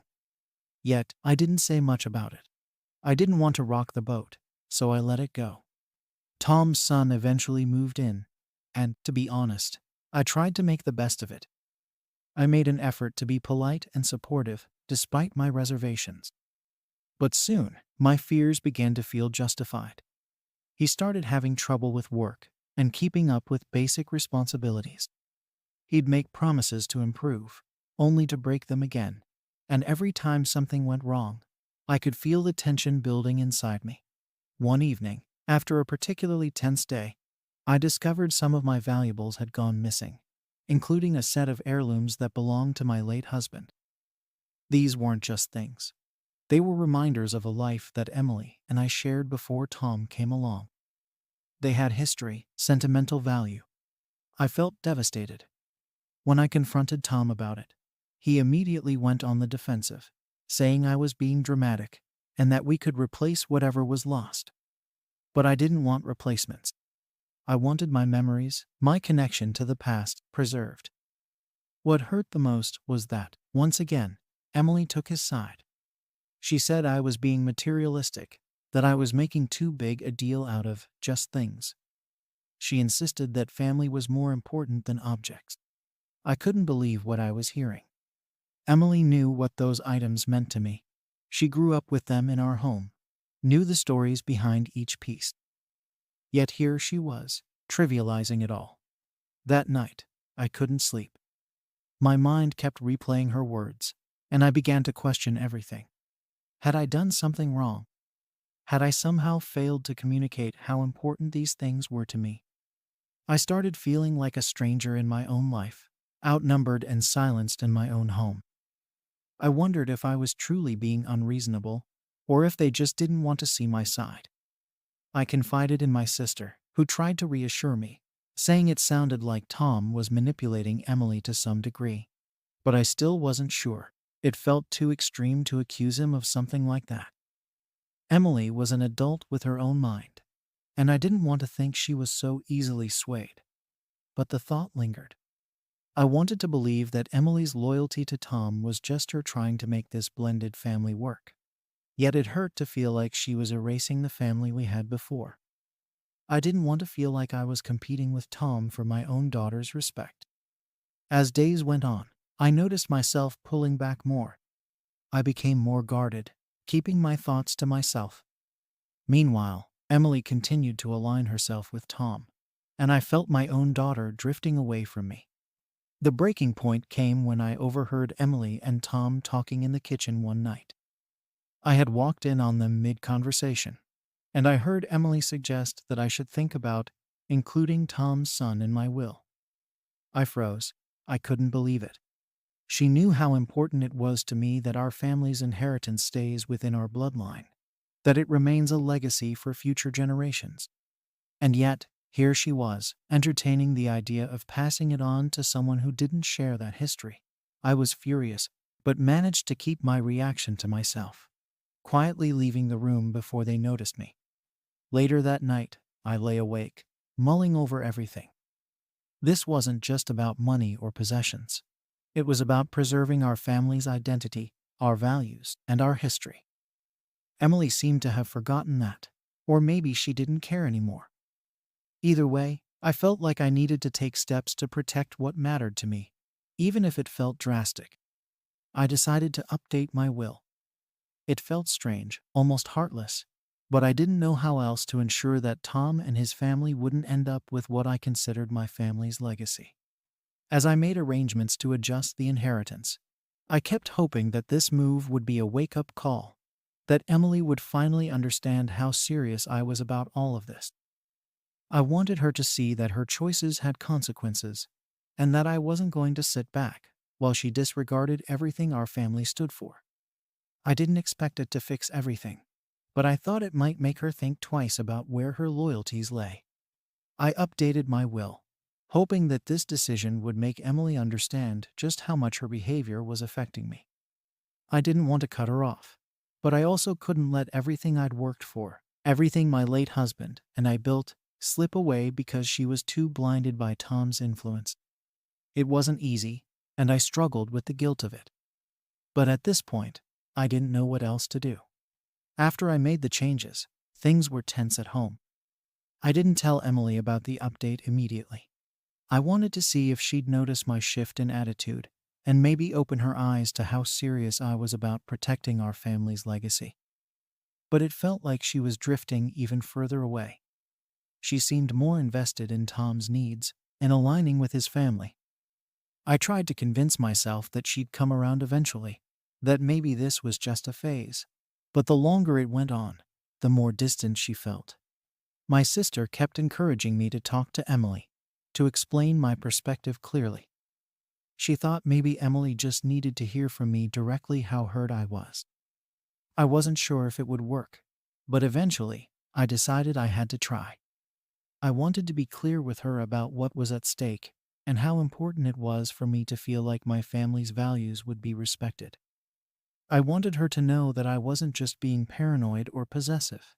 I was trying to protect what was ours. When I finally sat her down, I kept my words measured. I told her that I felt she was disregarding our family's history, our memories, and even our basic values. I explained how much it hurt to feel like she was so willing to side with Tom, even if it meant pushing me aside. I even tried to appeal to her sense of tradition, reminding her that these heirlooms, this inheritance, was meant to be passed down to future generations, not shared with people who had no connection to it. But the whole time I spoke, Emily looked at me like I was the one being unreasonable. She barely seemed to listen, and every attempt I made to get through to her felt like I was talking to a wall. By the end of it, Emily accused me of not understanding what family means and said that I was putting things over people. Hearing that from her cut deep. It was as if everything I'd just said went in one ear and out the other. She had no empathy for my position, no acknowledgement of my concerns. She was just set on defending Tom and his family, as if I was some outsider making unreasonable demands. I felt defeated, like no matter what I said, she'd already made up her mind. After that conversation, I felt myself withdrawing even more. I started to avoid Emily and Tom whenever I could, going out of my way to spend time on my own. I needed space to process everything, to figure out where things went wrong. I kept asking myself if I'd done something to make Emily resent me, if maybe I was too harsh or too traditional. But every time I tried to analyze it, I kept coming back to the same point. I just wanted to protect what was mine, what was meant for Emily and her future children. Was that really so wrong? It didn't take long for Emily to notice that I was pulling back. She confronted me about it one evening, asking if I was mad at her for choosing to support Tom. I didn't want to get into another argument, so I told her I was just feeling a bit tired, that I needed some time to myself. She didn't push it, but I could tell she wasn't convinced. And honestly, I was done trying to make her understand. Every attempt I made to reach out to her, to get her to see where I was coming from, felt like a dead end.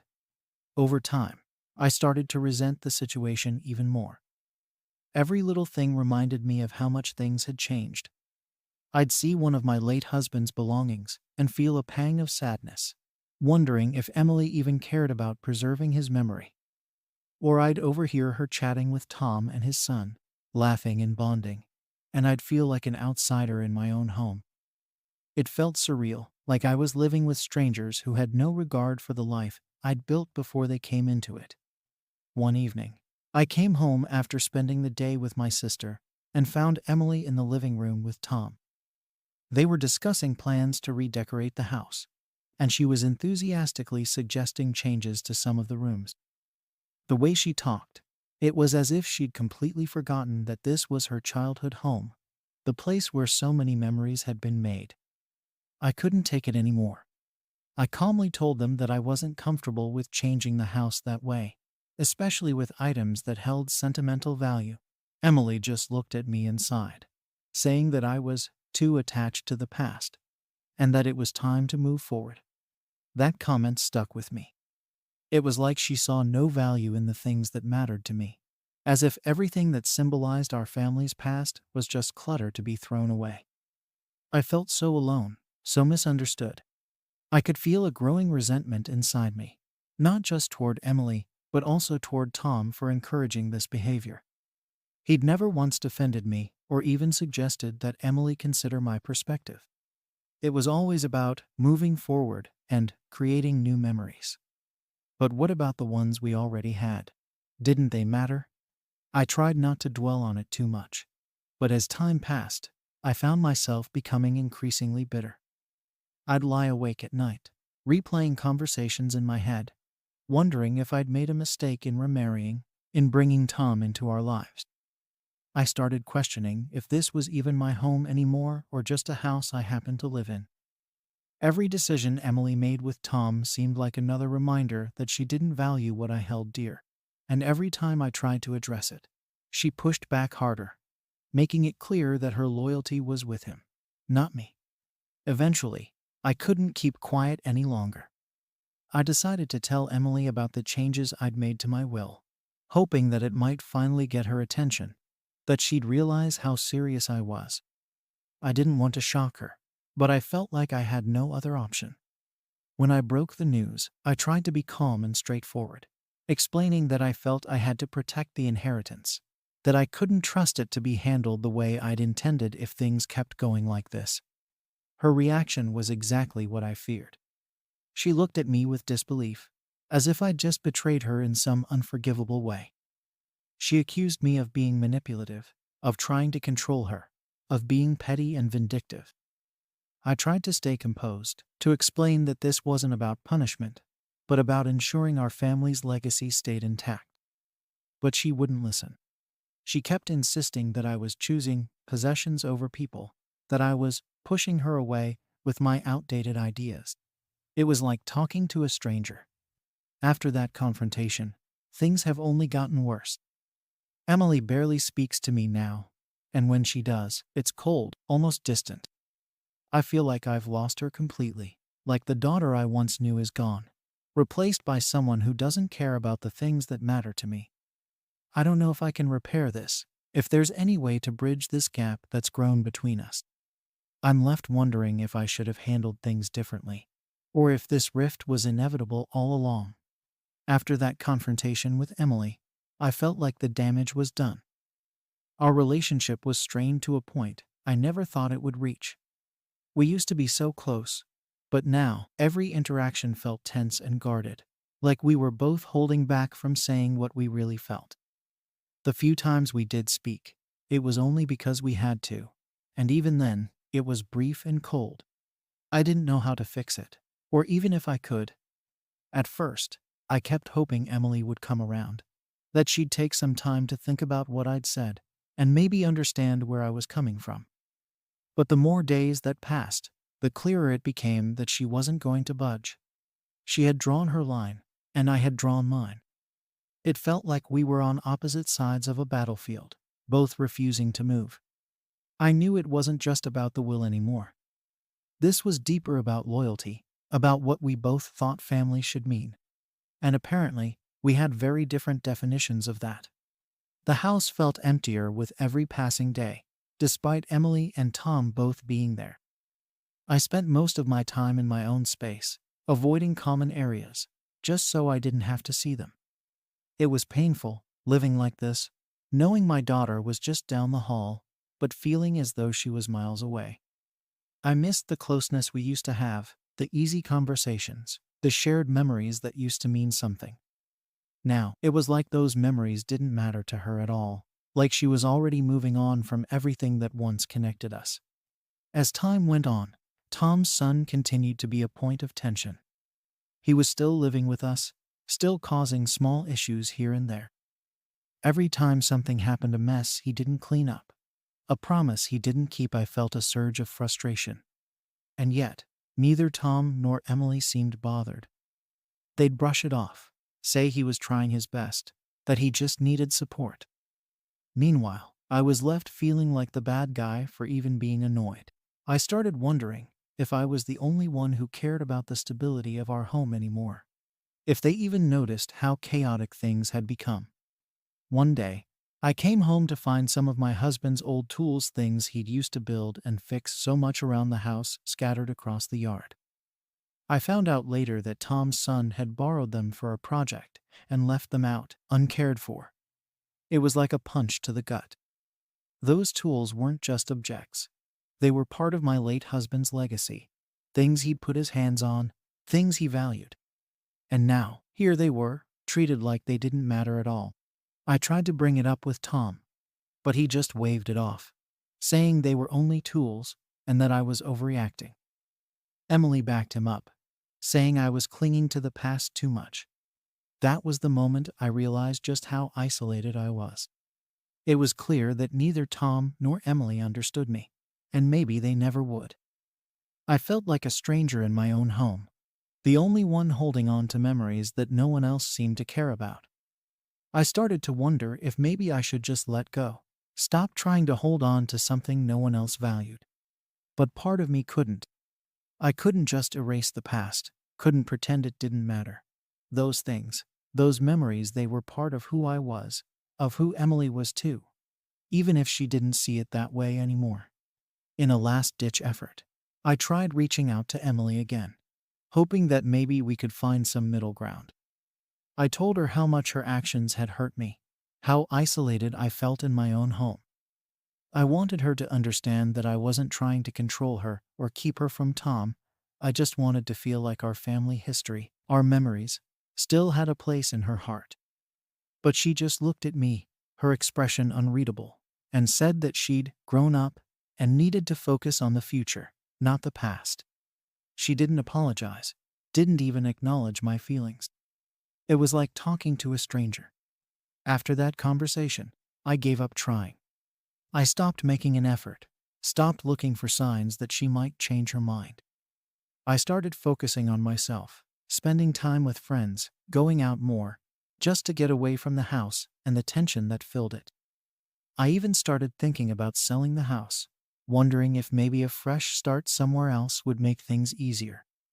But the idea of leaving everything behind, of walking away from all the memories I'd built there, felt like admitting defeat, and I wasn't sure if I was ready for that yet. The worst part was, I could feel myself growing resentful. Every time I saw Emily with Tom, laughing or chatting like they were the closest family in the world, it felt like a betrayal. I knew it wasn't fair, that she had a right to be close to him, to find happiness where she could. But it didn't make the hurt any less. I started wondering if maybe I'd pushed her away somehow, if maybe I'd been too focused on preserving the past, and not enough on building a future with her. But then I'd think about everything she'd said, everything she'd done, and the resentment would creep back in. Eventually, I realized that I couldn't keep living like this, that something had to change. I'd already made my decision with a will, but now I was starting to think that maybe that wasn't enough. Maybe I needed to protect myself emotionally too, to stop letting this situation consume me. I started looking into therapy, thinking that maybe talking to someone outside the family would help me sort through my feelings, figure out how to move forward without losing myself in the process.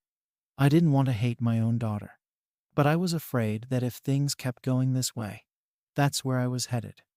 Now, I'm left wondering what to do. I don't know if there's any way to fix things with Emily, or if we're too far gone. I don't want to keep feeling like this, but I also don't know if I can just let go of everything that matters to me.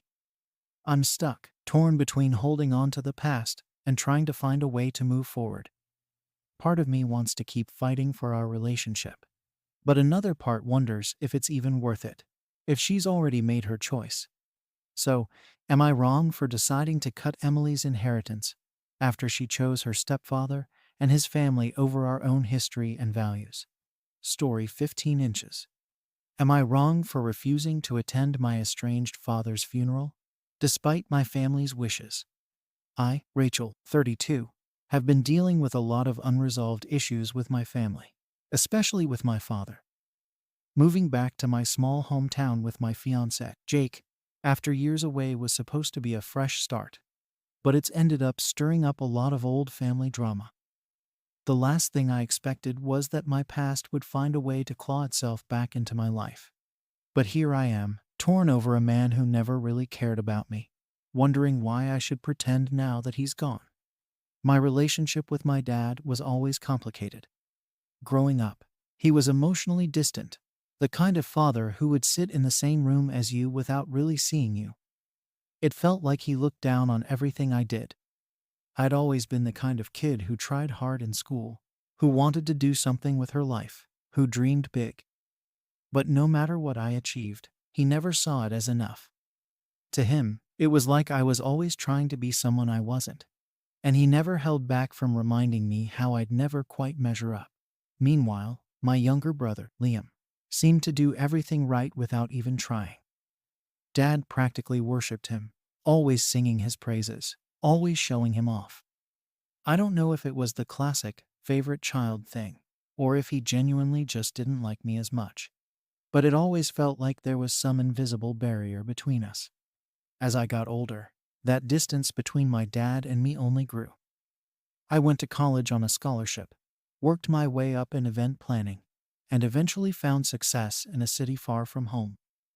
I thought maybe, just maybe, if I built a life I was proud of, he'd finally see me, finally respect me. But whenever I came back to visit, it was the same cold indifference. The last time I saw him was 2 years ago. We were sitting around the dinner table, just the two of us, and it was like we were on two different planets. At one point, I finally asked him why he never seemed proud of me, why he always acted like I was a disappointment. He looked me right in the eye and told me I was selfish, that I'd abandoned the family by moving away and chasing some selfish dream. It was like he didn't even care about my life, my work, or my happiness. To him, I was just the kid who left, the one who didn't fit the mold. After that conversation, I left the house, and I didn't go back. I realized there was nothing I could do to change his mind, so I made a choice to protect myself. I cut ties, stopped calling, stopped visiting, and tried to move on. But part of me never really healed from that last encounter. Then, about a week ago, I got a call from my mom. I almost didn't pick up. She and I had kept in touch over the years, but it was strained. I think she knew how things were between my dad and me, but she never really tried to fix it. When I finally answered, she sounded different. She told me that my father had passed away suddenly. Heart attack, she said. She asked me to come to the funeral, said it would mean a lot to the family. She even tried to say that my dad would want me there, but that was hard for me to believe. If he hadn't wanted me around when he was alive, why would he want me there now? I didn't know what to say, so I just mumbled something about needing time to think. Not long after that, Liam called me too. He was blunt, like he always is, and basically told me I needed to be there for the family, for mom, and for dad's memory. Skipping the funeral would be an insult, he said, as if I was intentionally trying to shame them. He went on about how it was my duty, how it was the right thing to do. It felt like he was trying to guilt me into it, like he was laying this heavy responsibility on my shoulders. Part of me wanted to yell back, to tell him that he had no idea what I'd gone through, how hard it was to constantly be the disappointment in the family. But I didn't. I just sat there, holding the phone, listening to him lecture me on family honor and duty. It was like he was trying to erase all the years of pain, trying to paint my father as some kind of saint. I felt trapped. If I didn't go, it would mean losing whatever fragile connection I had left with my family. If I went, I'd be forced to sit through a ceremony for a man who had only ever made me feel like I wasn't enough.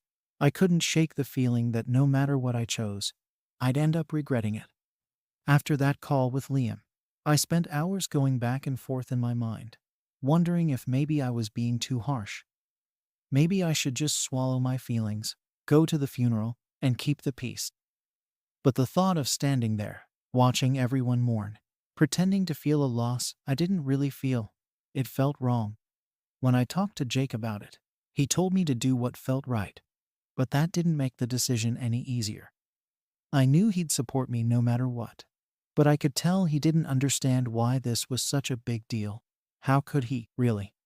He came from a close family, people who loved each other openly, who weren't weighed down by unspoken resentments.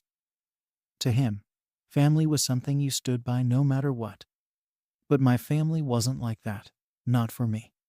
I thought maybe I could find some kind of middle ground. I called my mom and told her I'd come to the gathering after the funeral, but not the service itself.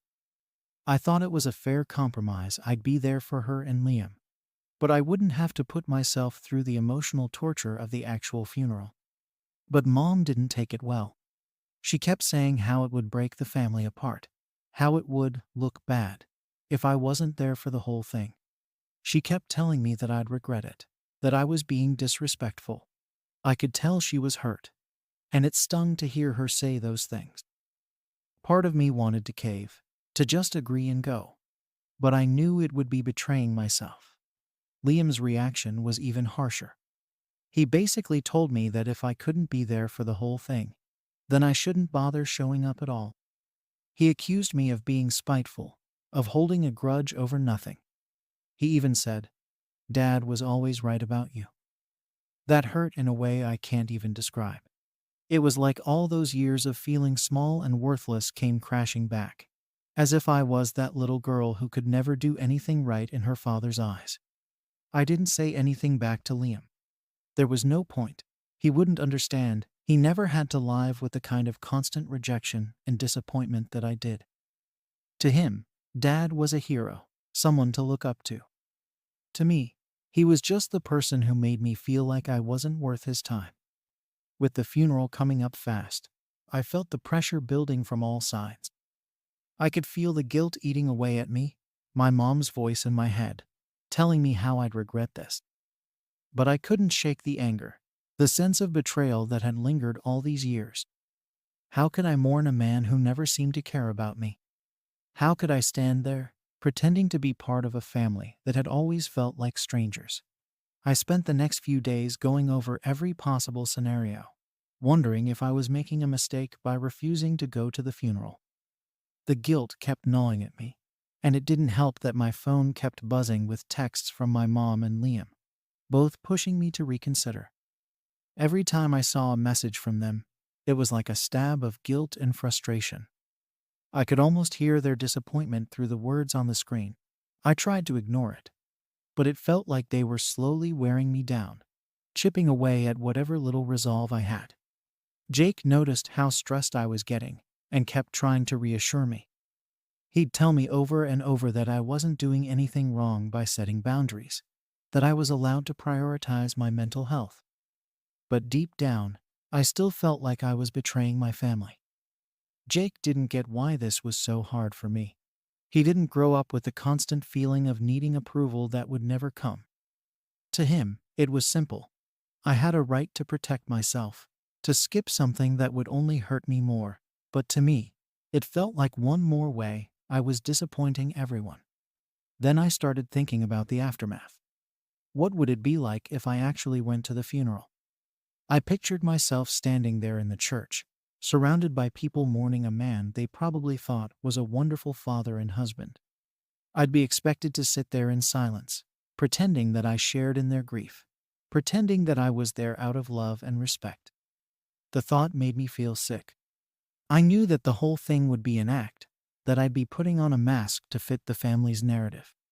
It felt wrong, like I'd be betraying myself if I went. I remembered my last conversation with my dad and how angry he'd been with me for leaving home. I'd wanted to tell him so many things, to explain why I felt like I had to get away, but he never let me. He made me feel like I was selfish for wanting a life outside of his control. Going to his funeral felt like giving in, like letting him have the last word in a conversation that had only ever been one-sided. No matter how much I tried to convince myself to go, it felt like I'd be sacrificing a piece of myself if I did. The more I thought about it, the angrier I got. Why should I be the one bending over backward to make everyone else happy? For once, I wanted to put my own needs first, to prioritize my own well-being instead of constantly worrying about what others thought. I'd spent years trying to be the perfect daughter, trying to make my family proud, and it had only left me feeling empty and resentful. I didn't owe my dad anything, not after all the pain he'd caused me. But despite all that, the guilt didn't go away. I couldn't shake the feeling that maybe I was being too harsh, too unforgiving. Part of me wondered if I'd regret this decision one day, if I'd look back and wish I'd just gone. I finally called my mom to explain my side, hoping she'd understand. I told her how hard it was for me, how I felt like I'd be disrespecting myself by going. But she didn't understand. She kept saying that I needed to be the bigger person, that I should do this for the family. She couldn't see past her own grief to understand mine. To her, this was about honoring my father's memory, about giving him the farewell he deserved. But to me, it was about protecting myself from more pain. She didn't get it, and I started to realize she never would. Liam was even worse. When I tried to explain things to him, he got defensive, accusing me of being selfish and cold-hearted. He told me I was only thinking about myself, and that I was putting my own feelings above the family's needs. He said I was making a scene, and that I was just trying to get attention by refusing to go. Hearing him say those things hurt more than I expected. It was like he couldn't see me as anything other than the problem child, the one who always made things difficult. I tried to defend myself, but it felt pointless. Liam had already made up his mind about me, and nothing I said would change that. In the end, I stopped trying to justify myself to them. I realized that no matter what I said or did, they'd never understand why I couldn't bring myself to go. They'd always see it as a personal slight, as proof that I was just as difficult and ungrateful as my dad had always claimed. It felt like I was stuck in this role they'd created for me, and no matter how much I tried to break free, they kept pulling me back into it. It was exhausting, trying to convince them that I wasn't the villain they thought I was. The night before the funeral, I sat in bed, staring at the ceiling, wondering if I was making a huge mistake. Part of me wanted to call my mom and tell her I'd changed my mind, that I'd go to the funeral and put on a brave face for the family. But I knew that would be a lie, that I'd be doing it for them, not for myself. I'd spent years putting their needs above my own, and I was tired of it. I wanted to finally stand up for myself, to make a choice that was true to who I was, even if it meant disappointing everyone else. But that didn't make the guilt go away. On the morning of the funeral, I woke up feeling like a weight was pressing down on my chest. I knew that by the end of the day, everything would change with my family, whether I went or not. I could already imagine the conversations they'd have without me, the way they'd interpret my absence as some final act of defiance. They'd say I was making it all about myself, that I couldn't even be there for one day to honor our father. It was as if I was being cast as the villain in a story I didn't want to be part of. But no matter what I did, I couldn't escape that role. I spent most of the morning just sitting around, unable to settle on anything. Jake tried to comfort me, but I could tell he didn't know what to say. He kept asking if I was sure about my decision, if maybe I wanted to go just for my own peace of mind. But I told him it wasn't that simple. Going to the funeral wouldn't give me peace. It would only make me feel like I was betraying myself. Jake respected my choice, but I could tell he was worried. He'd never seen me so torn up over something, and I think he was scared of what would happen with my family afterward. By noon, I got a text from my mom. She didn't say much, just asked if I was on my way. I felt a pang of guilt, but I couldn't bring myself to answer. It felt like whatever I said would only make things worse. If I told her I wasn't coming, she'd be heartbroken. If I lied and said I was coming, I'd be setting myself up for a confrontation later. So I left the message unread, hoping she'd take the hint, though I knew that was just avoiding the inevitable. As the afternoon wore on, I started getting more messages from Liam. He didn't hold back. He accused me of abandoning the family, of making everything harder for everyone else. He said that Dad had always known I'd end up like this, and that my refusal to go to the funeral just proved him right. It felt like a punch to the gut, hearing him say those things. Part of me wanted to defend myself, to tell him how much pain our father had caused me over the years, but I knew it wouldn't make a difference. Liam had always seen our father through a different lens, as the man who'd always supported him and encouraged him. He couldn't understand why I didn't feel the same way. I thought about calling my mom, trying one last time to explain my side, but I didn't see the point. Every time I tried to talk to her about my relationship with Dad, it was like she just couldn't hear me. She'd always defend him, say that he was just old-fashioned, or that he didn't know how to express himself. But that didn't make up for all the years he'd ignored me, all the times he'd made me feel like I wasn't good enough. No matter how much I tried to make her see things from my perspective, she couldn't, and I realized that she probably never would. So I spent the rest of the day at home, trying to distract myself with anything I could think of. I felt a mixture of relief and guilt, knowing that I'd stood by my decision, but also feeling the weight of what it would mean for my family. I could almost picture them all at the funeral, whispering about how selfish I was, how I'd chosen to stay away out of spite. I knew they'd see it as a betrayal, but I couldn't bring myself to do something that felt so wrong just to make them happy. That evening, I got one final message from my mom. She said she was disappointed in me, that she'd thought I'd come around and do the right thing for the family. She didn't say much else, just that she needed some time to process everything. I knew that was her way of saying she wasn't ready to forgive me, and I couldn't blame her. In her eyes, I'd chosen my own feelings over the family, and I knew that wouldn't be easy for her to understand. Now that it's over, I'm left wondering if I made the right choice. Maybe I should have just gone to keep the peace, to avoid all this fallout. But part of me knows that if I'd gone, I'd be filled with resentment, feeling like I'd betrayed myself for people who could never fully understand my side. I don't know if my family will ever forgive me for this, and I'm starting to wonder if I'll end up regretting this choice for the rest of my life. Am I wrong for not wanting to attend my father's funeral, even though my family insists it's the right thing to do? Story 16 inches. Am I wrong for denying my brother's daughter's wedding request after she broke my only rule? I, Dana, 42, have always been the cool aunt in the family. I'm an event planner by profession and pretty well off, so I've been known to pull some strings for family events, which my family tends to expect at this point. I don't mind doing it most of the time, especially when it comes to family. It makes me feel appreciated, and it's nice knowing that I can contribute something meaningful to their special occasions.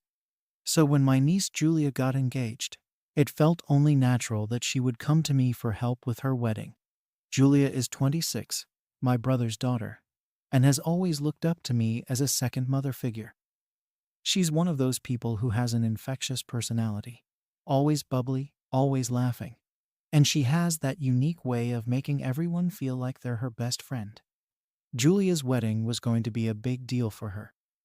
She and her fiancé, Kevin, have been together since college, and they're one of those couples everyone roots for. When she asked if I'd be willing to host the wedding at my countryside estate and help her with some of the planning, I was flattered. My place is gorgeous, and I knew it would be a perfect backdrop for the big day, especially since she wanted an outdoor ceremony followed by an elegant evening reception. Of course, I agreed, but I did have one small condition, which I honestly thought would be easy enough for her to follow. Here's the thing. I went through a brutal divorce last year. My ex-husband, James, left me for a woman nearly 15 years younger, and it tore my life apart. I'm still picking up the pieces, and while I don't let it control me anymore, the pain is still there. My family knows all about it. They were supportive during the divorce, at least on the surface, and I figured they understood that I needed a clean break. Julia, of all people, had been sympathetic throughout the whole ordeal, often calling me to check in and even inviting me out to dinner a few times to lift my spirits. So, I thought I could trust her with this one simple request. Not to mention James at the wedding. That's all. No jokes, no side comments. Just leave him out of it. I didn't think it was a big ask, especially since I was doing so much to make her wedding day perfect. Julia agreed at the time, and I thought that was the end of it. We got deep into the wedding planning, flowers, catering, the guest list, even the color scheme. Everything was moving along perfectly, and I was happy to see Julia so excited. But then, as we got closer to the wedding day, I started noticing little things that made me feel uneasy. She would make offhand jokes about how the family should be open about everything, and would bring up memories that involved my ex in a way that felt off. It wasn't anything blatant, just small hints here and there. But it made me wonder if she was actually taking my request seriously. Then, one afternoon, I happened to overhear her talking with her bridesmaids at my estate while they were going over some details for the ceremony. They didn't realize I was within earshot, but I clearly heard Julia laughing with her friends about a surprise she planned to include in her speech. She was joking about calling out Uncle James for running off and saying it would be good for laughs because everyone knows it was a train wreck anyway. Hearing that made my stomach drop. It wasn't just a throwaway comment. It was clear she intended to make a joke out of the most painful part of my life, on the very day I was helping her create. I didn't confront her right then. I felt blindsided, confused, and honestly, a little humiliated. Here I was, going out of my way to give her this dream wedding, and she was planning to turn my personal pain into a punchline. I decided to let it sit for a day, hoping maybe she was just joking around with her friends, and that she wouldn't actually go through with it. But as the days went by, I couldn't shake the feeling that she really did plan to include James in her speech, and it made me feel like a fool for being so generous. A couple of days later, I decided to bring it up in a casual way. I didn't want to accuse her outright, so I asked her about her speech, saying I was excited to hear what she planned to say. She laughed it off and told me, "Oh, just some funny stories, maybe even a few family secrets." Then she winked.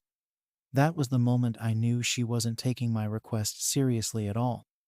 I reminded her, as calmly as I could, that my only boundary was that James not be mentioned. I told her I understood if she wanted to keep things lighthearted, but I hoped she would respect this one small thing from me. Her response: "Come on, Aunt Dana, you need to lighten up. It's just for fun, and everyone will get a kick out of it. No one's going to take it seriously." I didn't know how to respond. I was trying to avoid drama, but it felt like she wasn't even listening to me. I just let it go, hoping she would come around on her own. But that hope didn't last long.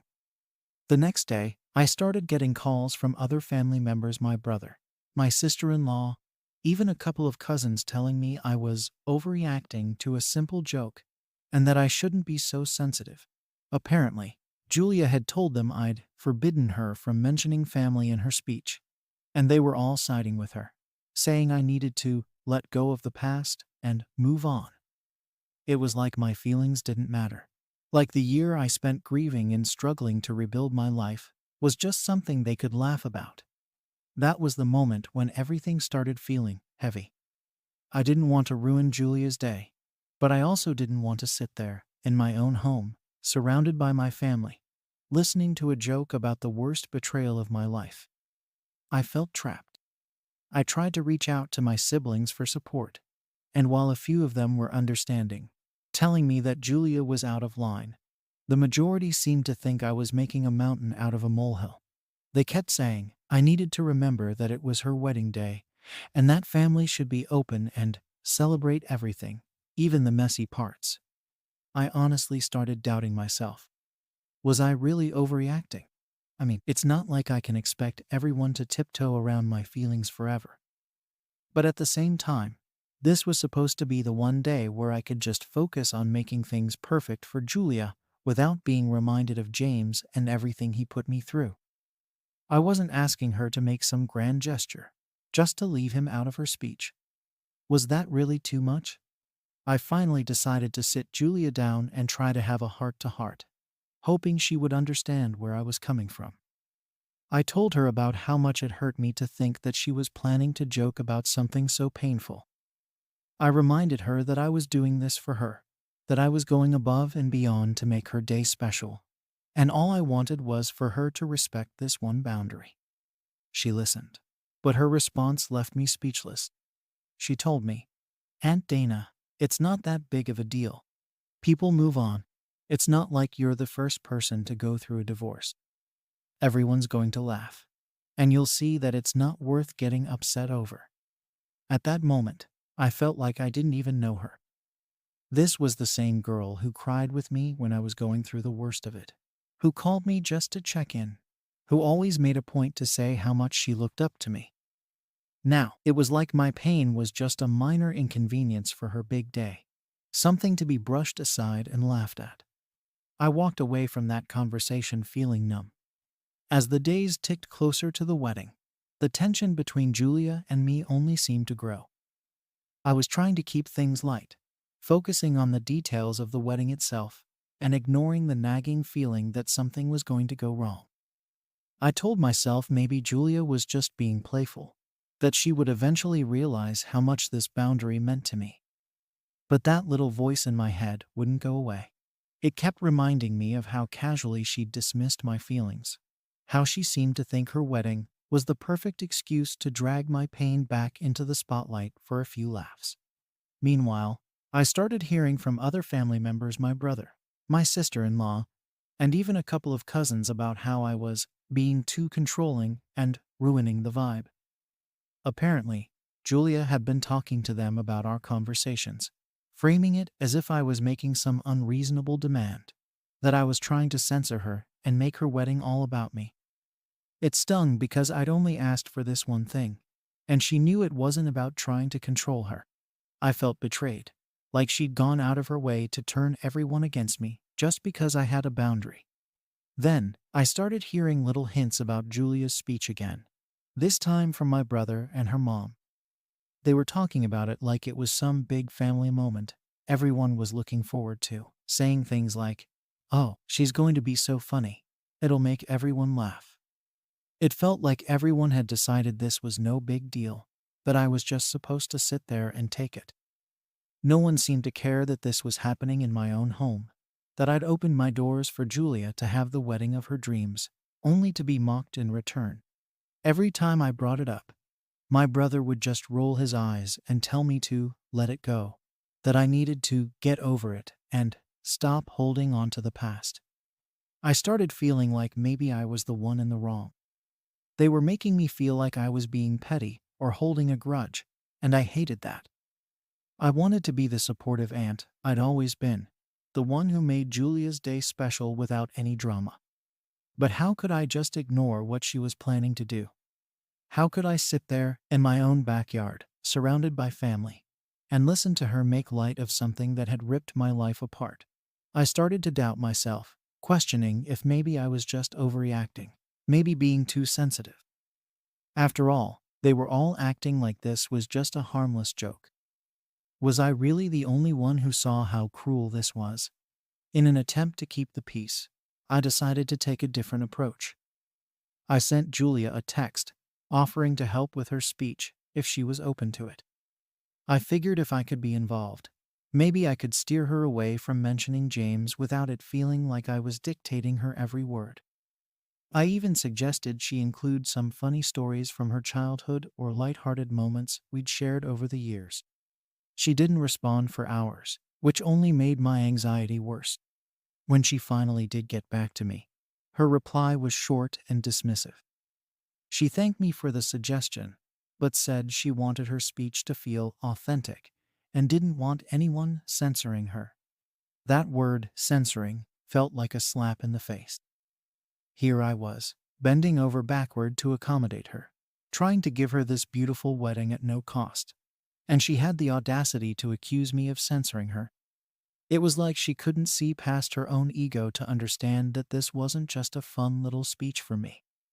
I thought about just letting it go, about swallowing my pride and sitting through whatever she had planned. But every time I imagined myself sitting there, hearing her bring up James and making a joke out of it, I felt this burning resentment building inside me. Then, my brother called me, and that was when things really started spiraling out of control. He told me that Julia had been talking to him about our little disagreement, and that he thought I was blowing everything out of proportion. He said I needed to get over it and stop living in the past, that it's just a joke, Dana, and you need to learn to laugh at yourself. I could feel my blood boiling as he talked, the way he brushed off everything I'd gone through, everything James had done to me, as if it was nothing more than a minor inconvenience I should be over by now. It was like he didn't even see me as a person with feelings, just someone whose pain was a punchline. I tried explaining to him that it wasn't about a joke, that this was about respect, about my niece honoring the one condition I'd set. He didn't want to hear it. He kept insisting that Julia was under a lot of stress with the wedding, that I was making things harder on her by clinging to something that doesn't matter anymore.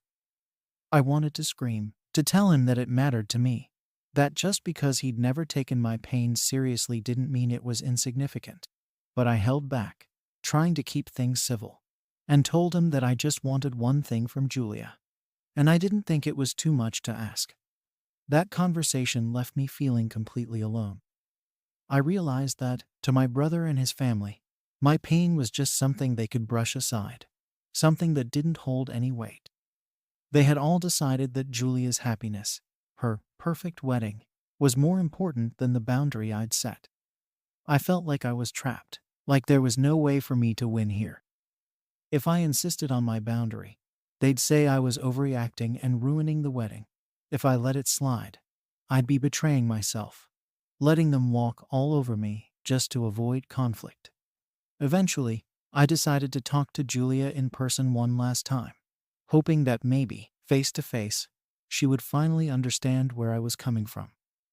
I invited her over to go over some final details for the wedding, and as we were wrapping up, I brought up the speech again.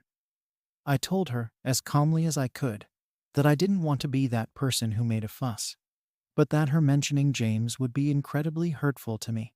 I reminded her of everything I was doing for her, how much I was sacrificing to make her day perfect, and all I wanted was for her to respect this one small thing. But Julia just stared at me, like she couldn't believe I was still bringing it up. She sighed and told me, "Aunt Dana, this isn't about you. It's my wedding, and I want to be able to say what I feel. It's not like I'm going to go on some rant about James. It's just a joke, something lighthearted, and I really think you're overreacting." She didn't get it. No matter how I tried to frame it, she refused to see that this was about more than a joke, that it was about respect, about valuing my feelings on a day I was hosting for her. After that conversation, I felt defeated. I'd done everything I could to be reasonable, to explain myself without sounding dramatic, but it didn't matter. To her, I was just a bitter, overbearing aunt who couldn't take a joke. I thought about calling off the whole thing, telling her that if she couldn't respect my boundaries, then she'd have to find another venue. But even then, I knew what kind of fallout that would cause. My brother and his wife would never forgive me, and I'd become the family pariah. Everyone would talk about how I'd ruined Julia's big day over a petty grudge. So here I am, just a few days before the wedding, completely torn. I feel like I'm stuck between honoring my own boundaries and keeping the peace. I don't know how to move forward without either betraying myself or causing a huge rift in my family. It's like I'm being forced to choose between my dignity and my relationship with them. And no matter what I decide, I'll be the villain in their eyes. On the day before the wedding, I was a ball of nerves. I had barely slept, and every part of me was bracing for what felt like an inevitable disaster. I had gone over the entire situation so many times in my head, wondering if maybe I'd missed something, if I was really the one being unreasonable. But every time I tried to convince myself to just let it go, to sit quietly through her speech and move on, that same feeling of betrayal would creep back. I knew that if I sat there and let Julia make a joke of my pain, it would haunt me. I'd remember it every time I thought about this wedding, every time I saw photos from the day. This wasn't something I could just pretend didn't matter. That morning, I tried one last time. I called Julia, hoping maybe we could come to some sort of middle ground. Maybe I could make her understand. But when she picked up, it was clear she was already over it. She was dismissive, even irritated, and told me that she was done talking about this, and that I was making everything more stressful than it needed to be. She said, "I'm not changing my speech, Aunt Dana. I've told you this already. It's my wedding, and I don't see why this is such a big deal to you." It was like she couldn't see me as a person anymore, just an obstacle to her perfect day. At that point, I knew what I had to do. I told her, calmly, that if she couldn't respect my boundary, then the wedding couldn't be held at my estate. She went silent for a moment, clearly shocked, and then started accusing me of trying to sabotage her, saying that I was ruining her wedding over some minor thing. I told her I was sorry she felt that way, but that I wasn't going to host an event where I would be disrespected in my own home. She was furious, and I could hear the anger in her voice as she told me she would never forgive me for this. She hung up, and I just sat there, staring at my phone, wondering if I'd done the right thing. Within an hour, my phone was blowing up with calls from family members. My brother was livid, calling me selfish and saying I was holding Julia's wedding hostage because of my fragile ego. He told me that everyone was already set to arrive, that they had vendors booked and plans made, and that I couldn't just back out now. He kept insisting that Julia's joke was harmless, and that I was the one ruining things by being so stubborn. But I stood my ground. I told him that I'd made my boundary clear from the beginning, that Julia had agreed to it, and that I wasn't asking for anything unreasonable. He didn't care. All he saw was his daughter's wedding being derailed because of me, and he didn't want to hear anything else. The fallout was immediate. My sister-in-law called me crying, begging me to reconsider, telling me that I was tearing the family apart over a small request. She told me that Julia had always looked up to me, that she thought of me as her second mom, and that she would be devastated if I ruined her wedding. I wanted to believe that, to convince myself that maybe I was overreacting, that maybe I could let this go. But deep down, I knew that this was about more than a joke. This was about respect, about Julia and the rest of my family understanding that my boundaries mattered. That night, Julia texted me, telling me that she was heartbroken and that I was destroying her wedding. She said she couldn't believe I was choosing my pride over her happiness, and that she would never forgive me for this. I didn't respond. I didn't know what else to say, and I didn't want to get dragged into another argument. I felt alone, isolated, like the whole family had turned against me. I spent the night pacing around my house, second-guessing myself, wondering if I was really the one in the wrong. The next morning, I got a call from my mother. She had heard everything, of course, and wanted to talk to me about it. She told me that while she understood why I felt the way I did, she thought I should have just let it go. Family is more important than pride, she said, telling me that sometimes we have to put our feelings aside for the people we love.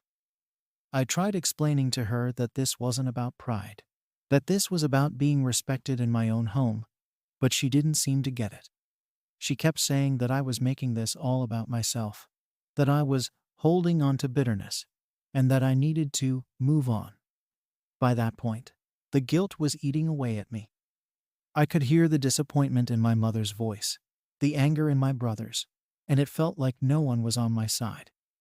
I spent the morning alone, wondering if I'd made the biggest mistake of my life, if I'd really ruined my relationship with my niece and the rest of my family over something that, to them, seemed so insignificant. But every time I thought about giving in, about calling Julia and telling her she could still have the wedding here, that feeling of betrayal would creep back. I knew that if I let this go, I'd be showing them that my boundaries didn't matter, that they could walk all over me whenever it was convenient. So here I am, left to deal with the fallout. Julia's wedding is happening somewhere else now, and as far as I know, she went ahead with her speech exactly the way she wanted. I wasn't invited, of course, and from what I've heard, the family is furious with me. My brother hasn't spoken to me since, and my sister-in-law blocked me on social media. Even my mother is giving me the cold shoulder, telling me she's disappointed that I couldn't be the bigger person. I don't know where I go from here. I feel like I've lost my family, like I'm the villain in their story because I chose to stand up for myself. Part of me wonders if I made the wrong choice, if I should have just swallowed my pride and let Julia have her joke. But another part of me feels like I did what I had to do, that if they can't respect my boundaries, then maybe I was never as important to them as they were to me. Did I make the biggest mistake of my life? Or did I finally stand up for myself in a way that mattered? Was I wrong for refusing to host my niece's wedding because she wouldn't respect the one condition I set? Story 17 inches. Am I wrong for confronting my sister over her financial support for our parents? I'm 28, and I've been handling most of the financial support for our parents for the past several years. My sister, Lisa, who's 34, has been noticeably absent when it comes to helping out. Lisa recently started a profitable business and is doing well for herself, at least financially. So naturally, I thought it was a good time to discuss sharing some of our parents' expenses. For some background, our parents aren't the most financially stable people. They've struggled with debt most of their lives, and they didn't exactly plan for retirement. So when it comes to paying bills, handling medical expenses, or even keeping up with basic costs, they rely heavily on me. I've been in this role of supporting them since I landed my first full-time job. Growing up, Lisa was always the one who prioritized her freedom and career. while I was usually more focused on helping around the house and taking care of the family. Lisa moved out at 18 to pursue her dreams, and I stayed closer to home. I never resented her for it. I actually admired her drive and independence. But as we got older, the differences between us became more apparent. Lisa built her life with a focus on her goals and career, and now she's running her own business, which has recently become quite successful. She's making good money and, from what I can tell, has more disposable income than she's ever had. Meanwhile, I've been in a steady job, nothing fancy, but enough to cover my needs and help out our parents. For years, I've managed on my own, covering all of the extra costs that seem to pop up every month. I always thought that when Lisa became more financially stable, she'd start pitching in without me even needing to ask. But as her income grew, I didn't see any change. She'd talk about her business and her new clients, and while I was happy for her success, I couldn't help but wonder when she'd offer to help. After all, I'd been covering everything on my own, often stretching my own budget and putting off things I wanted for myself. The resentment started to build slowly. Even though I tried to keep it under control, I didn't want to be the kind of sibling who holds a grudge. But it was hard not to feel that way when I was constantly stressed about money while she was out traveling and enjoying life. Then, last month, we had a family dinner, and I figured it was finally time to bring it up. We were all sitting around the table, our parents, Lisa, and I. It was one of those rare times when everyone seemed relaxed, and the conversation was flowing easily. I didn't want to ruin the mood, but I also knew if I didn't bring it up now, I might never find the courage. So, I mentioned that it would be helpful if we could split some of the costs associated with taking care of our parents, especially given that Lisa's business was doing so well. Almost immediately, I could see her bristle. Lisa looked at me with this incredulous expression, like I'd just insulted her. She shot back that I was guilt-tripping her and making her feel bad for wanting to focus on her own goals. She started going on about how she's invested a lot into her business and that she needs to prioritize her own growth. Then she said something that really hit me hard. She said our parents shouldn't be relying on us forever and that we both needed to set boundaries. I was stunned. To me, it felt like she was dismissing all the sacrifices I'd made without a second thought. Here I was, basically emptying my savings every month to keep our parents afloat, and she was talking about boundaries. I could feel my blood boiling, but I didn't want to make a scene, so I just nodded and dropped the topic. The rest of dinner felt tense and uncomfortable.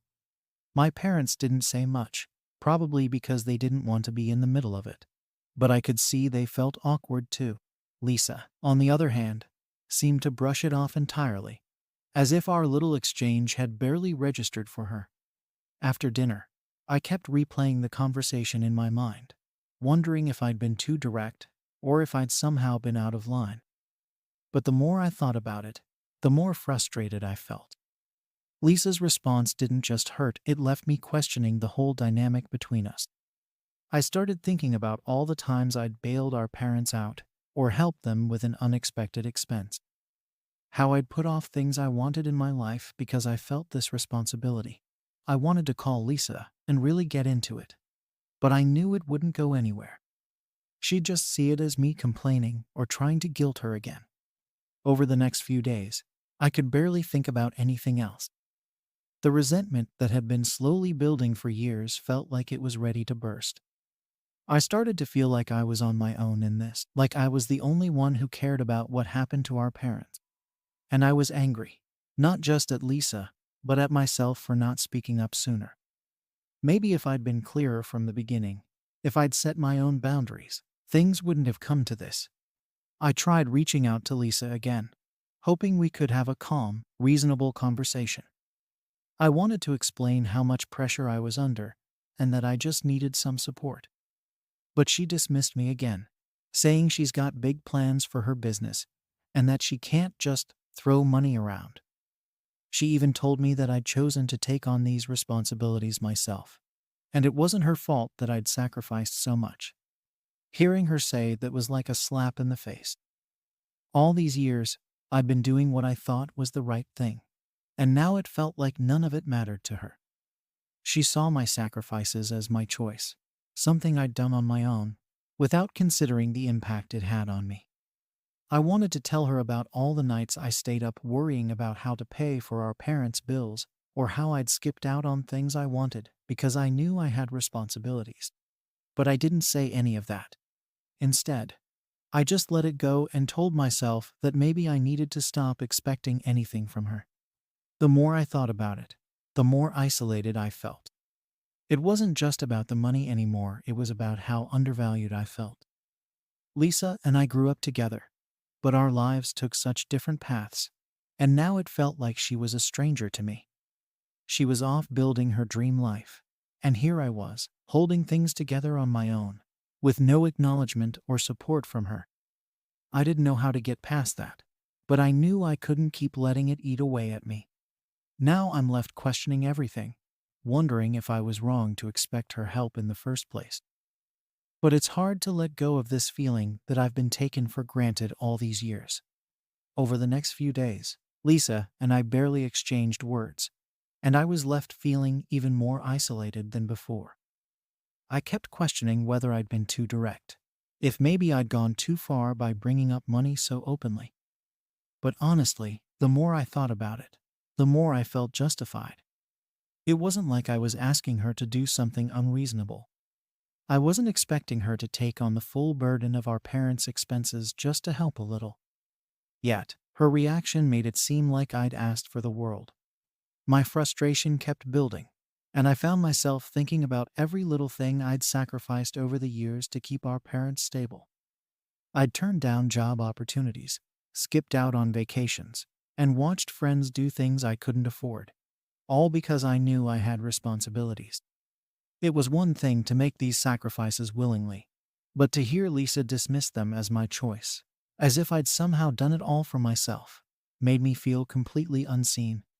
I tried to let it go, but it felt like every time I thought about our family, I ended up going down this spiral of resentment. I'd look at Lisa's social media, seeing her posting about new business ventures, fancy dinners, and vacations, and I couldn't help but feel a little bitter. She was living this dream life, talking about empowerment and success, while I was left scraping by to cover everything for our parents. And the worst part was that she didn't even seem to acknowledge or care about what I was doing.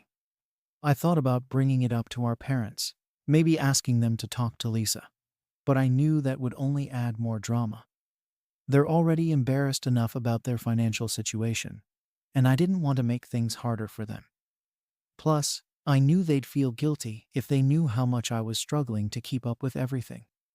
They're the type of people who would apologize over and over, even though they don't have any control over the situation. So, I decided to keep it to myself, hoping that maybe Lisa would come around on her own. Unfortunately, that didn't happen. A few other family members started picking up on the tension between Lisa and me, and word got around that we'd had an argument over family finances. I started hearing little comments from relatives, with some hinting that I should be more understanding of Lisa's boundaries, while others seemed to side with me, saying it was only fair for her to help.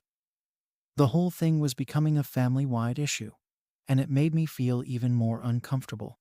I didn't want people taking sides, but at the same time, it was hard not to feel validated when someone agreed that Lisa should be helping out. Eventually, I decided to reach out to Lisa one more time, hoping we could have a real conversation and clear the air. I sent her a message, just saying that I understood she was busy, but that our parents' expenses were starting to be more than I could handle alone. I tried to keep it neutral, focusing on my own struggles rather than blaming her. But when she finally replied, her response was colder than I'd expected.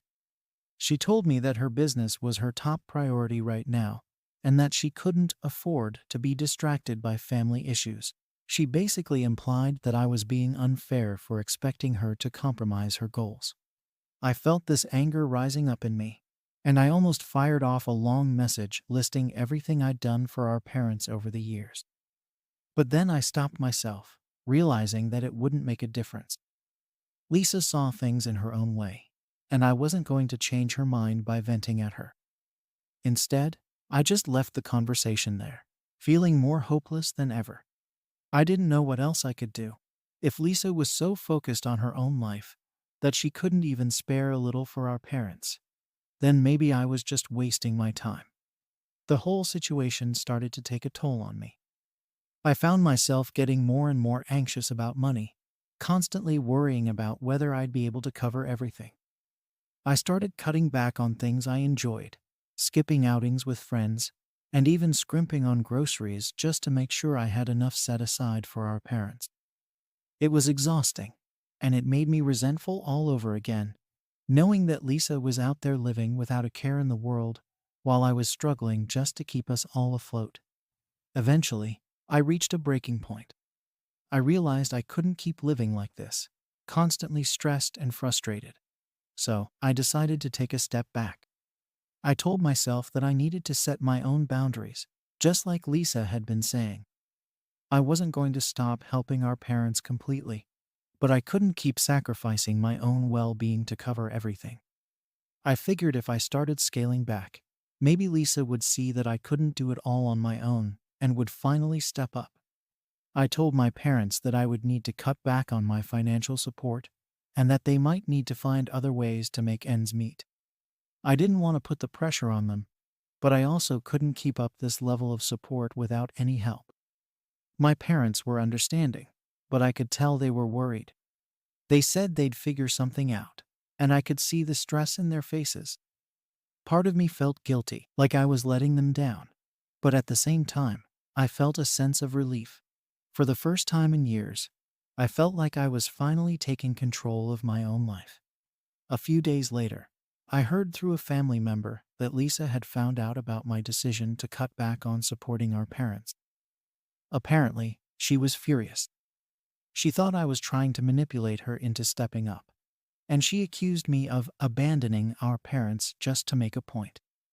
She even called me out in a group family chat, saying that I was being selfish and that I was trying to guilt her into paying for things she hadn't agreed to. Now, the entire family knows about our argument, and everyone seems to have an opinion. Some relatives are on my side, saying it's only fair for Lisa to contribute. Others seem to think I'm being unreasonable and that I should respect Lisa's right to focus on her own life. The whole situation has turned into a family spectacle, and I feel like everyone's watching to see what I'll do next. At this point, I'm stuck. I don't know if I should stand my ground and keep scaling back my support, or if I should just go back to covering everything to keep the peace. After Lisa's message in the family group chat, things got even more awkward between us. I tried to ignore the comments from family members who were now whispering about what a mess this whole situation had become, but it wasn't easy. Everywhere I went, there seemed to be someone with an opinion, someone who either thought I was justified or that I was stirring up unnecessary drama. I never wanted this to be a spectacle, and now it felt like the whole family was watching us fight over money. I did my best to hold back, but it was like I was constantly under scrutiny. Relatives who barely ever checked in on me were suddenly reaching out, asking how I was managing or hinting that it was time to make peace for the sake of the family. Some even told me that it was only fair for Lisa to prioritize her business because she was trying to build a future, while others said it wasn't fair for me to shoulder the entire burden alone. It was overwhelming, and I felt like no matter what I did, I couldn't win. Lisa, meanwhile, seemed to be doubling down on her stance. She stopped speaking to me directly, and any communication we had was filtered through other family members or brief, tense messages. She even started posting more frequently about her business, emphasizing her personal growth and her need to focus on her goals. I couldn't help but feel that some of these posts were directed at me, subtle jabs to remind me that she wasn't going to back down or change her priorities for anyone, not even our parents. As the days went on, I felt more and more isolated. I wanted to stand firm in my decision to step back, to finally set boundaries and protect my own well-being. But the pressure from our family and the constant guilt weighed heavily on me.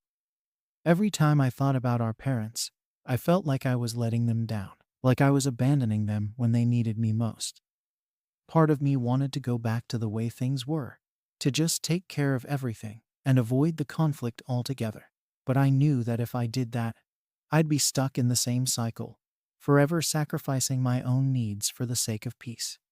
Finally, I reached out to a close friend for advice, someone who knew about my family situation but wasn't involved in it. I told her everything, from the years of financial support to the recent fallout with Lisa. She listened patiently, and then she told me something that stuck with me. She said that if I kept sacrificing myself for others, eventually I'd have nothing left to give. She reminded me that it was okay to prioritize my own needs, that I wasn't responsible for fixing everyone else's problems. Her words made me realize just how much I'd been neglecting myself in all of this. For years, I'd put everyone else's needs above my own, believing it was my duty as the responsible one in the family. But maybe, just maybe, it was time to start thinking about what was best for me. I knew it wouldn't be easy, especially with the family pressure and Lisa's resistance. But I felt a small sense of relief in deciding to finally put myself first. I started by limiting my contributions to only what I could reasonably afford without sacrificing my own needs. I told my parents again that I would continue to help, but only within my means, and that I couldn't keep covering every single expense. They were supportive, even though I could tell they were concerned about how they would manage. It was a difficult conversation, but I felt like a weight had been lifted. For the first time in years, I felt like I was taking control of my own life. Of course, Lisa found out about my decision, and she wasn't happy. She sent me a long message, accusing me of abandoning our parents and trying to guilt her into picking up the slack. She said that if I was really struggling, I should have managed my finances better instead of blaming her. Her words stung, but I tried to stay calm. I realized that no matter what I said or did, Lisa would never see things from my perspective. She was too focused on her own goals to understand the sacrifices I'd made, and I couldn't force her to care. Now, I'm left trying to figure out where to go from here. Part of me feels relieved to finally have some boundaries, but another part of me feels guilty for stepping back. I know my parents are struggling, and I can't shake the feeling that I'm letting them down. But I also know that if I keep giving everything, I'll end up burned out and resentful. So, am I wrong for expecting my sister to contribute financially to our parents? Or should I let her pursue her goals without interference? Story 18 inches. Am I wrong for telling my mother-in-law to stop acting like my son's mom? I'm Mia, 34, and I've been dealing with this family situation involving my mother-in-law, Susan, and my husband, David. It's all centered around our 5-year-old son, Liam. Susan has always been around, always willing to help out, and I used to think it was a blessing. She lives close by, just a 10-minute drive away, and for the first few years, her help felt like a lifesaver, especially since I work full-time and have so much on my plate. David, 36, has always been quick to tell me I'm lucky to have his mom close, to have someone so willing to pitch in whenever we need it. And I used to agree with him. But lately, it feels like Susan is overstepping, and it's gotten to the point where I'm questioning everything. In the beginning, Susan's involvement felt natural. She'd come over once or twice a week to see Liam, help out around the house, and give me a bit of a break. She'd offer to babysit on weekends so David and I could have a night out. Or she'd show up on a weekday evening with dinner so I wouldn't have to cook after work. It was great, and I felt so grateful for her support. But slowly, I noticed her visits getting more frequent, and her help becoming more controlling. She'd start making little comments here and there about how I handled things with Liam. It was small stuff at first, like suggesting a different bedtime routine or offering tips on feeding him. I brushed it off, telling myself she was just trying to help. But these comments kept coming, and they grew more specific and frequent. Susan seemed to have an opinion about every little detail of Liam's life. After a while, I started noticing that she was making decisions for Liam without even consulting me. For instance, one day, she came over with a brand new set of clothes she'd bought for him, saying she noticed he'd outgrown his other stuff. But I hadn't noticed anything, and I felt a bit blindsided by her decision to just go out and buy a whole wardrobe without asking if we needed it. Then there was the time she arranged a playdate with one of her friend's grandkids and told me about it after it was already set up. It's not that I'm against Liam having friends, but I felt like I should have been the one to plan it, or at least be consulted beforehand. When I tried to bring it up to David, he brushed it off, saying Susan was just being a doting grandmother, and that I shouldn't make a big deal out of it. But the playdate wasn't a one-off. Soon, Susan was taking it upon herself to plan Liam's activities, his meals, even suggesting specific routines that she thought would benefit him more. She'd say things like, Mia, I've been reading about the benefits of a stricter bedtime schedule. Maybe you should try that with Liam. Or she'd offer unsolicited advice about his diet, insisting that certain foods were better and bringing over ingredients for meals she thought he should be eating. It felt like she was treating him like her own child instead of her grandson. And every time I tried to talk to David about it, he'd just say that I was overreacting. According to him, Susan was only doing these things because she loved Liam and wanted to help. The real problem started to build when Liam's birthday was approaching. I had some ideas about how I wanted to celebrate, and I was looking forward to planning something special. But Susan seemed to have her own plans, and she wasted no time in making them known.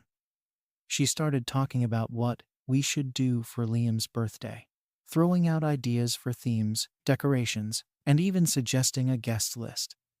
I tried to tell her that I had some plans in mind, but she'd just nod and say, "Oh, that's nice, Mia," before going on about her own ideas as if mine didn't really matter. At one point, she even mentioned ordering a custom cake with a theme she picked out, something I never agreed to.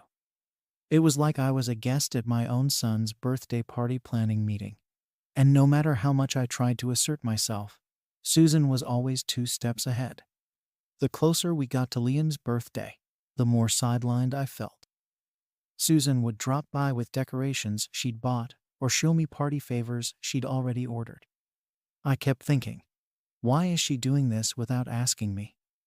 But every time I brought it up with David, he'd say I was being sensitive, and that Susan was just excited about her grandson's big day. I tried to tell myself to let it go, to pick my battles, but it was becoming impossible to ignore how out of control things were getting. By the time the party day arrived, I felt like I had nothing to do with the event at all. Everything was exactly how Susan wanted it, down to the last detail. The party itself was the tipping point.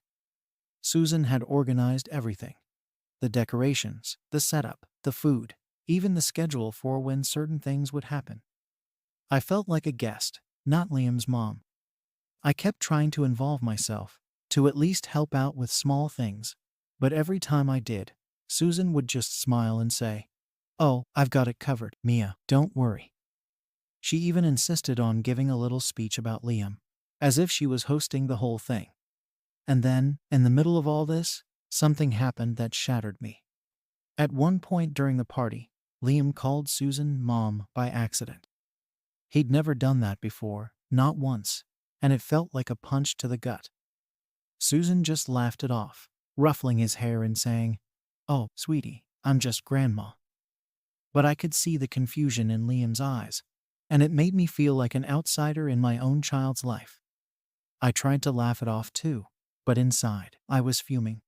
I felt like this whole situation was Susan's doing, like she'd managed to blur the lines so much that even Liam wasn't sure who was in charge anymore. I tried to pull David aside to tell him how upset I was, but he just gave me that same dismissive look he always does, and told me not to make a scene. By the end of the party, I was exhausted, not just from the event itself, but from feeling completely invisible. Susan had acted like the star of the show, and everyone there seemed to think it was her right to do so. She was the one accepting the compliments on how well everything had turned out, the one people were thanking for putting it all together. I was left standing on the sidelines, wondering how things had gotten to this point. After the birthday party, things were tense. I couldn't get over how Susan had taken over, and Liam calling her mom haunted me. I tried to bring it up with David again, hoping he'd finally see where I was coming from, but he barely acknowledged my feelings. He kept saying things like, "She's just excited," and "You're reading too much into it." He didn't get it. It wasn't just about the party. It was about the fact that Susan had practically pushed me out of my own son's life. And the worst part was, every time I tried to reclaim my role as Liam's mother, it felt like David and Susan saw me as the unreasonable one. Over the next few weeks, I started to notice how Susan was acting differently around me. She still came over as often as ever, but there was a new edge to her behavior. Whenever I'd try to set boundaries or suggest that I wanted to handle certain things with Liam, she'd make these passive-aggressive comments about how everyone needs help sometimes. It felt like she was trying to guilt-trip me for wanting to be the primary parent. David, of course, brushed it off, saying I was just imagining things or that Susan was just joking around. But it didn't feel like a joke to me. It felt like she was undermining me every chance she got. One day, I finally decided I couldn't keep pretending everything was fine.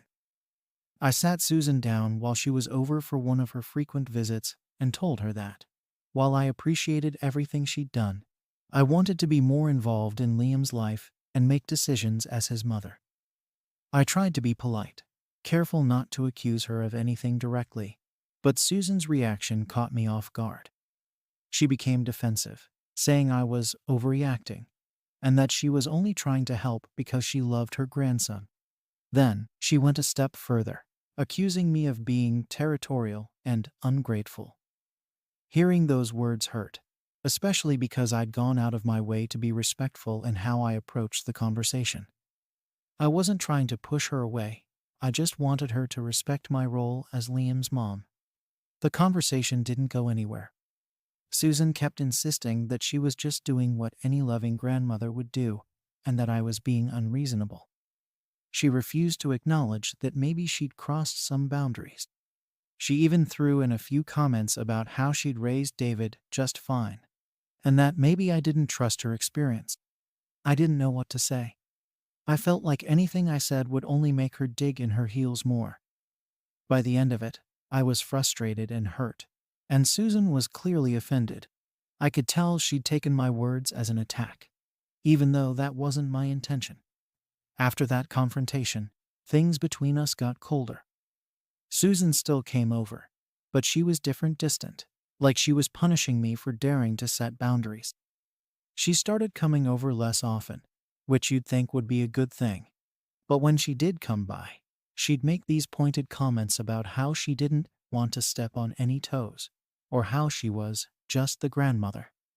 It felt like she was trying to make me feel guilty for wanting to be more involved in my own son's life. Every visit turned into this passive-aggressive game where she'd drop these little remarks, and I'd be left wondering if I was somehow in the wrong. David, meanwhile, was no help at all. Every time I tried to explain how uncomfortable I felt, he'd brush me off, saying I was making a mountain out of a molehill. He thought I should just let it go and accept that Susan was part of our lives. He couldn't see that it wasn't just about her presence. It was about how she was overshadowing me as Liam's mom. It was like he couldn't understand why this bothered me so much, and honestly, that was almost as painful as Susan's behavior. I started feeling like I was completely alone in my own family. At one point, things got so bad that I considered cutting back on how often Susan saw Liam, just to give myself some breathing room. But every time I thought about it, I knew it would cause a huge fight with David. He saw no issue with her involvement and thought I was just being too sensitive. I felt trapped, like I couldn't set boundaries without being seen as the bad guy. So I kept trying to find ways to compromise, hoping Susan would eventually back off a little and let me be the mom without all this drama. Then came a day when Susan came over unannounced, as usual. But this time she brought a whole schedule she'd made for Liam. It was a list of activities, meals, bedtimes, and rules she thought would benefit him. She handed it to me like it was some kind of gift, expecting me to just go along with it. I could barely believe what I was seeing. This was my child, and here was Susan, acting like she had the authority to set the rules for him. I tried to tell her, as calmly as I could, that I'd be handling Liam's schedule myself. But she just gave me this look, like I was clueless. She even said something about how mothers need guidance sometimes, implying that I wasn't capable of doing this on my own. That was the breaking point for me. I realized that if I didn't stand up for myself now, Susan would keep pushing, and David would keep taking her side. But when I brought it up to David that evening, he still didn't see what the big deal was. He thought I was making things harder than they needed to be, and that I should just accept Susan's help. I tried to explain how I felt like I was losing my place in Liam's life, but he didn't get it. He kept saying that Susan just wanted to be involved, that I was lucky to have someone willing to help, and that I should be grateful. At that point, I didn't know what else to do. I felt like I was stuck between a rock and a hard place, with no one on my side. I decided I couldn't keep going on like this, feeling like I was an outsider in my own family. Susan's constant overreach and David's refusal to acknowledge it were taking a toll on me. I could feel it in every part of my day-to-day life. I was tense, irritable, and on edge, like I was waiting for the next thing Susan would do to make me feel like I was being pushed out of my own role as Liam's mother.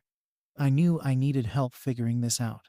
And since talking to David wasn't getting anywhere, I suggested family counseling, hoping that a third party might help him see where I was coming from. David agreed, though he didn't seem convinced we actually needed it. He thought it was just me blowing things out of proportion, but he said he'd go along with it if it would make me feel better. The first session was tough.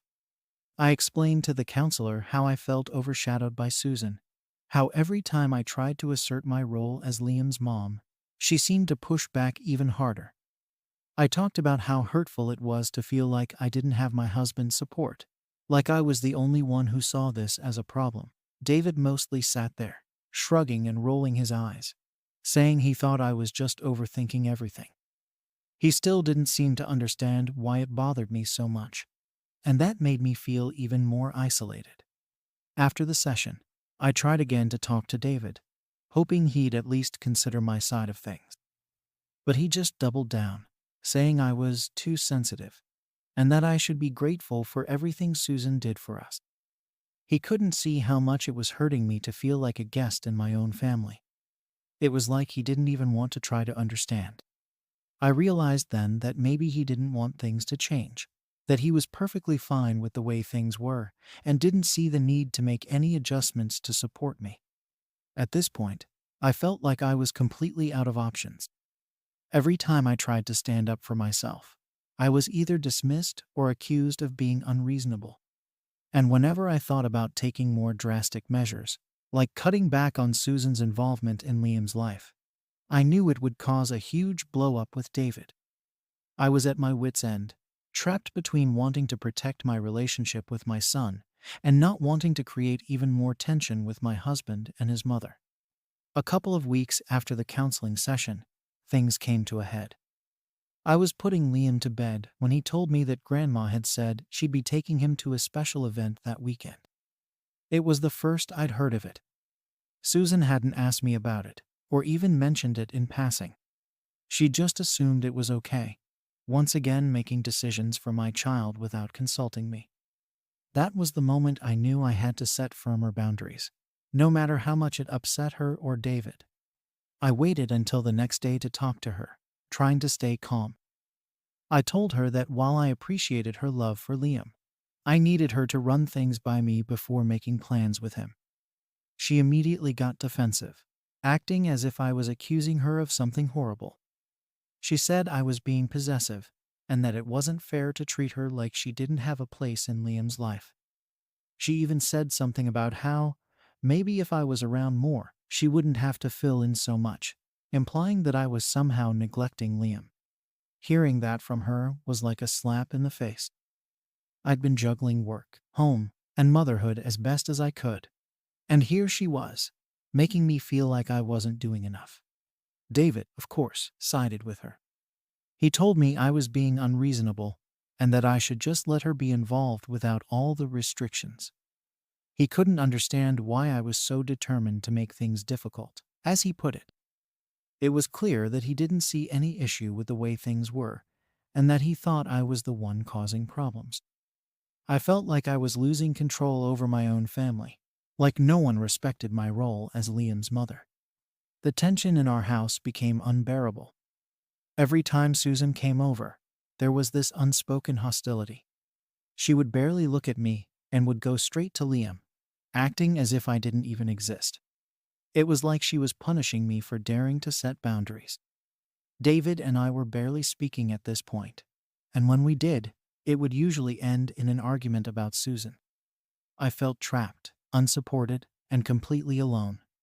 I started to wonder if maybe they were right, if maybe I was being too controlling or too sensitive. I'd always believed that as Liam's mother, I had a right to make decisions about his life, but the constant pushback was wearing me down. I questioned myself every day, wondering if I was somehow wrong for wanting to be the primary parent in my own child's life. It's a horrible feeling, doubting yourself as a mother, but that's exactly where I was. So now I'm left asking myself, am I wrong for wanting my mother-in-law to respect my role as my son's mom? Story 19. Am I wrong for refusing to invite my brother to Thanksgiving after he chose his girlfriend over our family? I'm 29, and for as long as I can remember, family holidays have always been the biggest thing in my life. We've got this routine of getting together every Thanksgiving and Christmas, and it's always been that way. Even when I moved out of my parents' house and got my own place, I still made sure to show up early, help with the cooking, set up the tables, all of it. I'm the oldest, so maybe I just naturally took on that role. My younger brother, who's 27, has always been close to me and the rest of the family, or at least he used to be. Everything started changing about a year ago, though, when he started dating his girlfriend, Sarah. Now, let me just say, I don't have anything against Sarah personally. I barely know her, to be honest. She's nice enough, but we haven't had much chance to connect. And while I get that relationships can be intense, I never thought my brother would start missing family events because of it. But that's exactly what's been happening. Over the last several months, he's skipped out on more than a few things. And whenever he does show up, he's barely present, if that makes sense. He's on his phone, he's checking the time, like he's got somewhere else he'd rather be. And maybe he does, but it feels weird coming from the same guy who used to be all about family. So, a few weeks ago, we started planning for Thanksgiving. This is our biggest holiday of the year. My mom always goes all out, and it's the one time where everyone, even my cousins, will come by for at least part of the day. I reached out to my brother to confirm if he'd be coming. I thought, okay, maybe he'll spend part of the day with Sarah's family and then come by ours. I didn't expect anything huge, just a quick stop to say hi, eat something, and spend time with our parents. But when I asked him, he told me he'd be with Sarah's family the whole day. No stopping by, not even later for dessert. Just completely skipping Thanksgiving with us. I felt blindsided. We've never had a Thanksgiving without him. Even during those years when he had a lot going on or wasn't feeling great, he'd still make it a point to show up. Hearing that he was choosing someone else's family over ours, and for the entire day, hit me hard. I could tell my mom was devastated. She tried to keep it together, but I could see it in her eyes. And my dad, well, he just brushed it off at first, like maybe it didn't bother him, but I know it did. Family is everything to him too, and seeing his own son just skip out was rough. I didn't know what to do. I wanted to say something, to make him see how much he was hurting us, but I didn't want to push too hard. Maybe it's just a phase, I thought. But the more I thought about it, the more it felt like he was just choosing them over us, plain and simple. He didn't even try to compromise, didn't suggest spending part of the day with each family or doing something together the day before. Nothing. It felt like he was throwing us aside like we didn't matter. I tried to give him the benefit of the doubt, but I couldn't shake the feeling of being replaced. I mean, it's not like Sarah doesn't know how important these holidays are to us. She's heard about them, she's seen pictures, and my mom even invited her to join us if she wanted to. But instead, my brother just completely checked out. And to make things worse, he seemed annoyed that we were even questioning him about it. He kept saying, "It's just one holiday," like it didn't mean anything. But for us, it's not just one holiday, it's a tradition, it's family, it's everything. So, I tried talking to him, hoping he'd understand. I thought maybe if I could explain how much this means to mom and dad, he'd reconsider. But he didn't. He just brushed it off, saying I was overreacting, that it wasn't a big deal, and that he has a right to do what he wants. And yeah, sure, he has every right to spend his time how he wants. But I just couldn't believe how dismissive he was about it. It wasn't like we were asking for much, just a couple of hours, just a little bit of his time. But he wasn't willing to give us that. Not even close. As the days went by, I could see how much this was eating at my mom. She was quieter than usual, and every time she'd try to talk about Thanksgiving, it was like this huge dark cloud would just hang over the conversation. My dad kept saying maybe he'd change his mind, that maybe he'd show up after all, but I knew better. My brother had made up his mind, and he wasn't coming. Other family members started to find out about it too, and everyone seemed to have an opinion. Some said we should just let him go, that he's got his own life now, and he's an adult. Others thought he was being selfish, choosing his girlfriend's family over his own like that, especially when he knows how much this means to us. My mom's side of the family, who we're especially close to, was more on our side, saying he should make the effort to be there for at least part of the day. And honestly, that's where I stood too. I get that he's got a serious relationship now, but it's not like we were asking him to choose one family forever. It's just Thanksgiving. And the fact that he didn't see why this was hurting us so much only made it worse. The more I thought about it, the more I felt like I needed to stand up for my family. It's not about control or guilt. It's about respect. Family has always been there for him, for all of us, no matter what. And now, he's just willing to throw that away because it's just one holiday. It felt like he didn't care at all. So, I told him if he was going to skip Thanksgiving, maybe he shouldn't bother with Christmas either. I thought that would make him see how much this was hurting us. But instead, he just got defensive. He accused me of trying to guilt trip him, said I was being dramatic. And honestly, that hurt more than anything else. It was like he didn't recognize the family he'd grown up with, and he was just moving on without us. Now I'm left here, wondering if this is even worth it. I don't want to lose my brother, but I don't want to just stand by and watch him leave us behind, either. As Thanksgiving got closer, the tension only seemed to grow. My mom was still holding out some small hope that my brother would change his mind and at least stop by for part of the day. But I knew it wasn't going to happen. Every time I brought it up, he'd shut down the conversation, insisting he'd already made his plans and wasn't about to change them. I could see the disappointment in my mom's eyes, and it was painful to watch. She'd never say it outright, but it was clear she felt like she was losing her son to someone else's family, and that feeling was breaking her heart. My dad, on the other hand, was trying to stay neutral, but I could tell he was hurt too. He kept saying things like, he's an adult, and he has to make his own decisions. But I knew it was his way of justifying the pain he felt. Family means everything to him, and he's always believed in the importance of staying connected, especially during the holidays. The idea that my brother would just skip Thanksgiving altogether was a shock he wasn't prepared for. And honestly, neither was I. With all the frustration building up, I started to feel a lot of resentment towards Sarah. I know that's probably unfair, but it's hard not to blame her for what's happening. I mean, she's been with my brother for a year, so she knows what family means to us. And yet, instead of encouraging him to balance his time or make an appearance, she's pulling him further away. I get that relationships require compromise, but it felt like she wasn't interested in meeting us halfway. It's like she's just fine with him abandoning his family so he can be with hers, and that just doesn't sit right with me. Meanwhile, other family members started to get wind of the situation, and everyone seemed to have their own opinion on it. Some of my cousins thought we were overreacting and said we should just let him do what he wants. They pointed out that he's an adult, and it's normal for people to drift apart as they get older and start their own lives. But my mom's side of the family, especially my aunts, were firmly on our side. They couldn't believe my brother would skip Thanksgiving without even trying to compromise. They kept telling me that family should always come first, and that he should be making an effort to at least spend part of the day with us. The division within the family only added to my frustration.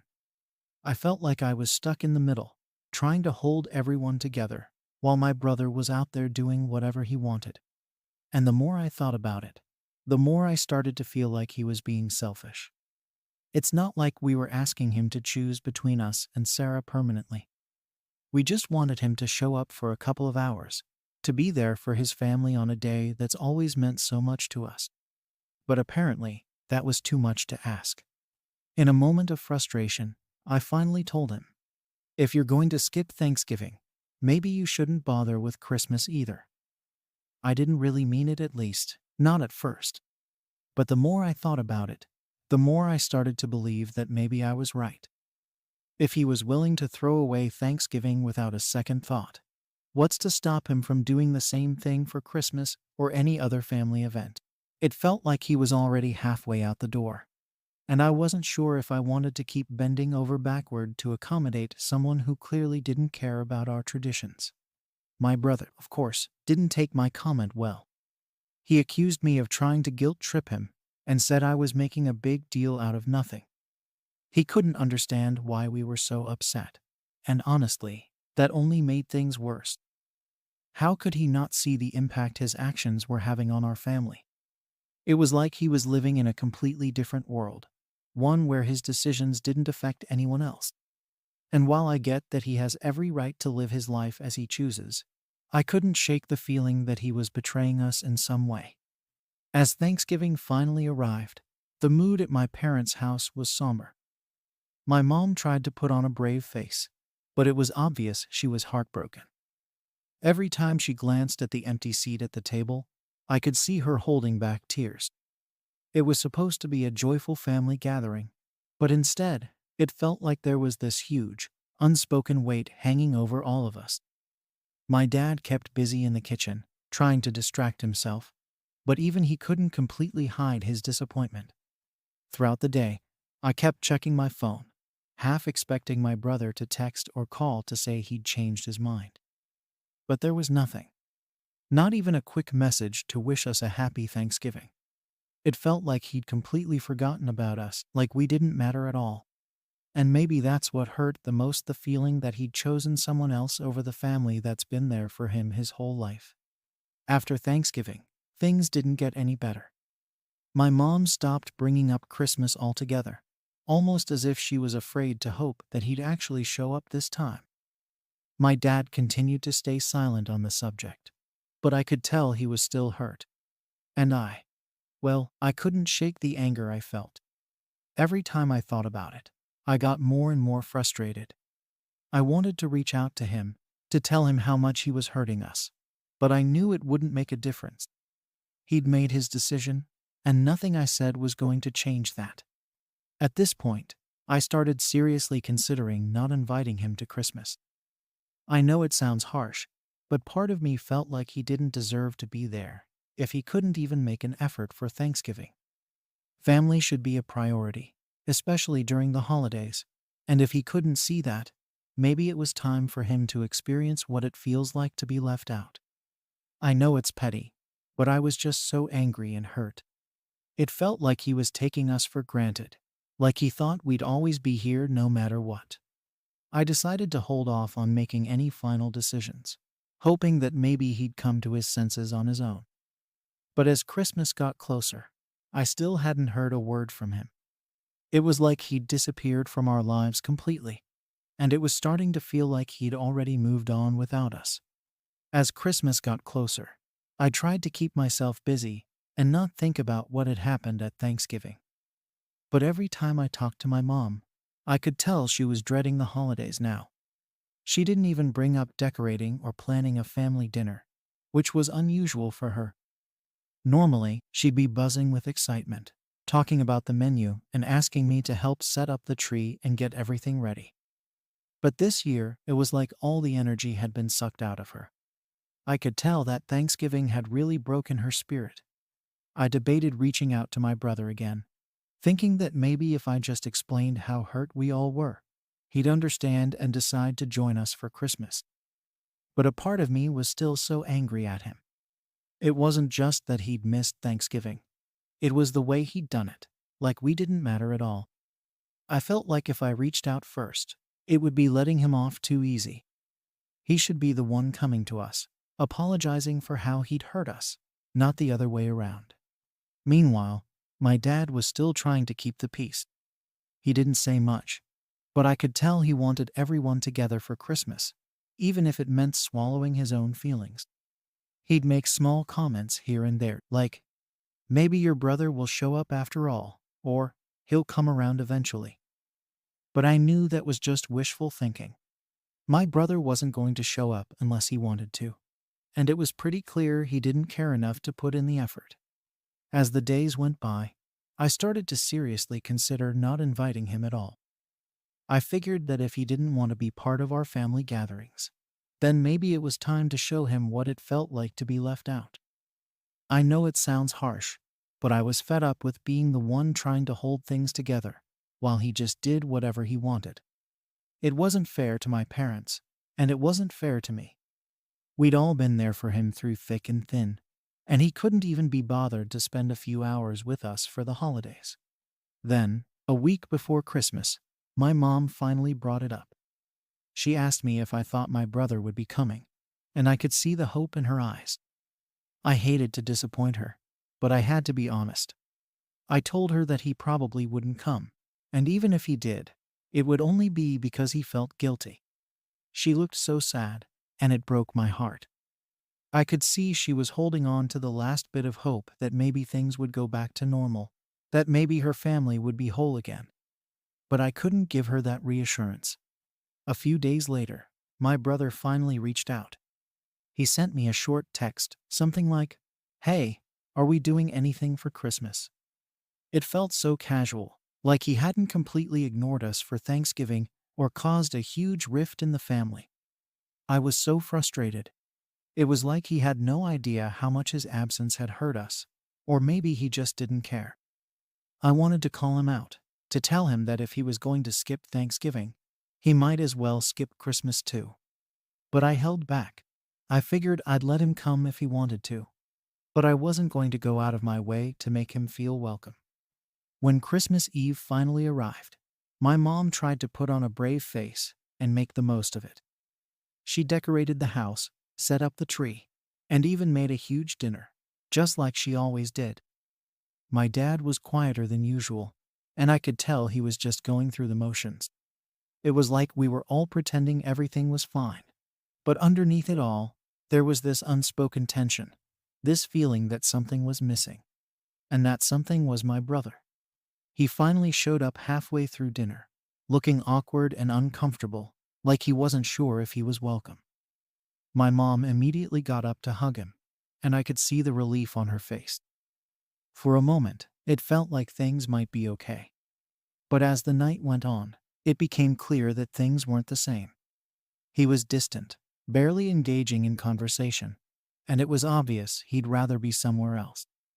Sarah wasn't with him, and he didn't even offer an explanation. It was like he was just going through the motions, showing up because he felt obligated, not because he actually wanted to be there.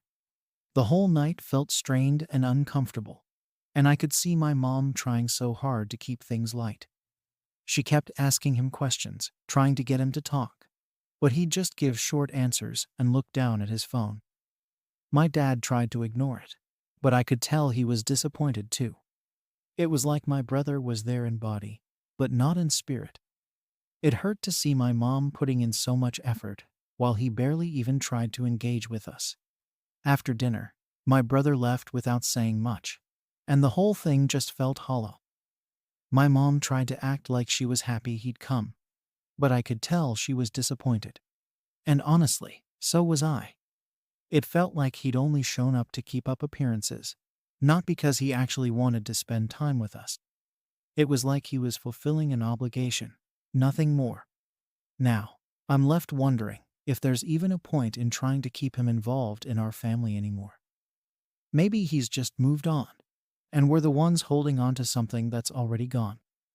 I don't know if I should keep trying to include him, or if I should let him go and let him live his life the way he wants, even if it means he's no longer part of ours. Am I wrong for even thinking this way?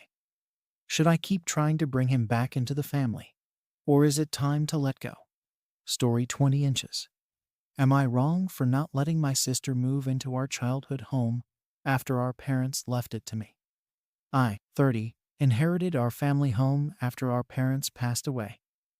The house was more than just a property to me. It was where I grew up, where I spent all my formative years, and where most of my memories with my parents were built. It had been a tough few years leading up to that point. Losing our parents wasn't easy, and inheriting the house made me feel like I was given something to preserve their legacy. I wanted to keep it up, not just for sentimental reasons, but because it was my way of honoring everything they'd left behind. When I first moved in, the place needed a lot of work. Our parents hadn't been able to maintain it toward the end, and there was a lot of fixing up that had to be done. I poured my own money into renovating, repainting, and upgrading parts of it. I worked on it during weekends, stayed up late some nights doing what I could myself to save on costs, and hired people when the work was beyond me. By the time I was done, the house didn't just look like the old family home, it felt like a home I'd built with my own effort. I didn't want it to be a place that just looked nice on the outside, but was falling apart on the inside. I felt proud of what I'd done. My sister, who's 28, has had a very different life. She's always been the more adventurous, risk-taking type. While I focused on stability and keeping things together, she lived by her own rules, and that often came with consequences. We'd never been close, not really. We'd grown up together, but I always felt like I was the responsible one, the one our parents relied on. She was the one who'd come home after making some big life decision without thinking it through. I can't tell you how many times I'd heard the phrase, "It'll all work out." But for her, working out usually meant someone else stepping in to help her pick up the pieces. A few months ago, my sister went through a messy divorce. Her marriage hadn't lasted long, and from the start, it seemed like it was filled with problems. I'd never told her outright, but I wasn't surprised it ended the way it did. She had 2 kids by then, and she was left with almost nothing after the divorce. She called me up, and I could tell she was in a rough spot. I tried to be supportive. I knew it was hard for her, and I wouldn't want to see her struggle, especially with the kids. But at the same time, I wasn't sure how far my support could go. Soon after, she started hinting that maybe it would be better if she and the kids came to live with me. She'd say things like, "It's the family home, after all," or, "The kids would really benefit from having someone stable around." At first, I didn't take it too seriously. I thought she was just talking, thinking out loud maybe, but then it became clearer that she wasn't joking. She genuinely thought moving in with me was the best solution to her problems. And the more she talked, the more she tried to make me feel like it was my duty to take her in because I was family. I tried to be gentle in how I responded. I said things like, "Maybe there's another way," or, "I'm sure we can figure out something that'll work for everyone."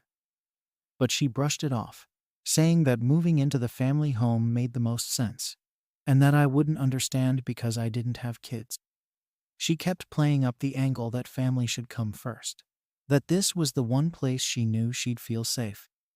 I didn't like the way she was framing it, almost as if I'd be a bad sister if I didn't let her move in. It felt manipulative, but I didn't know how to address it without starting an argument. Then, last weekend, we had a family gathering.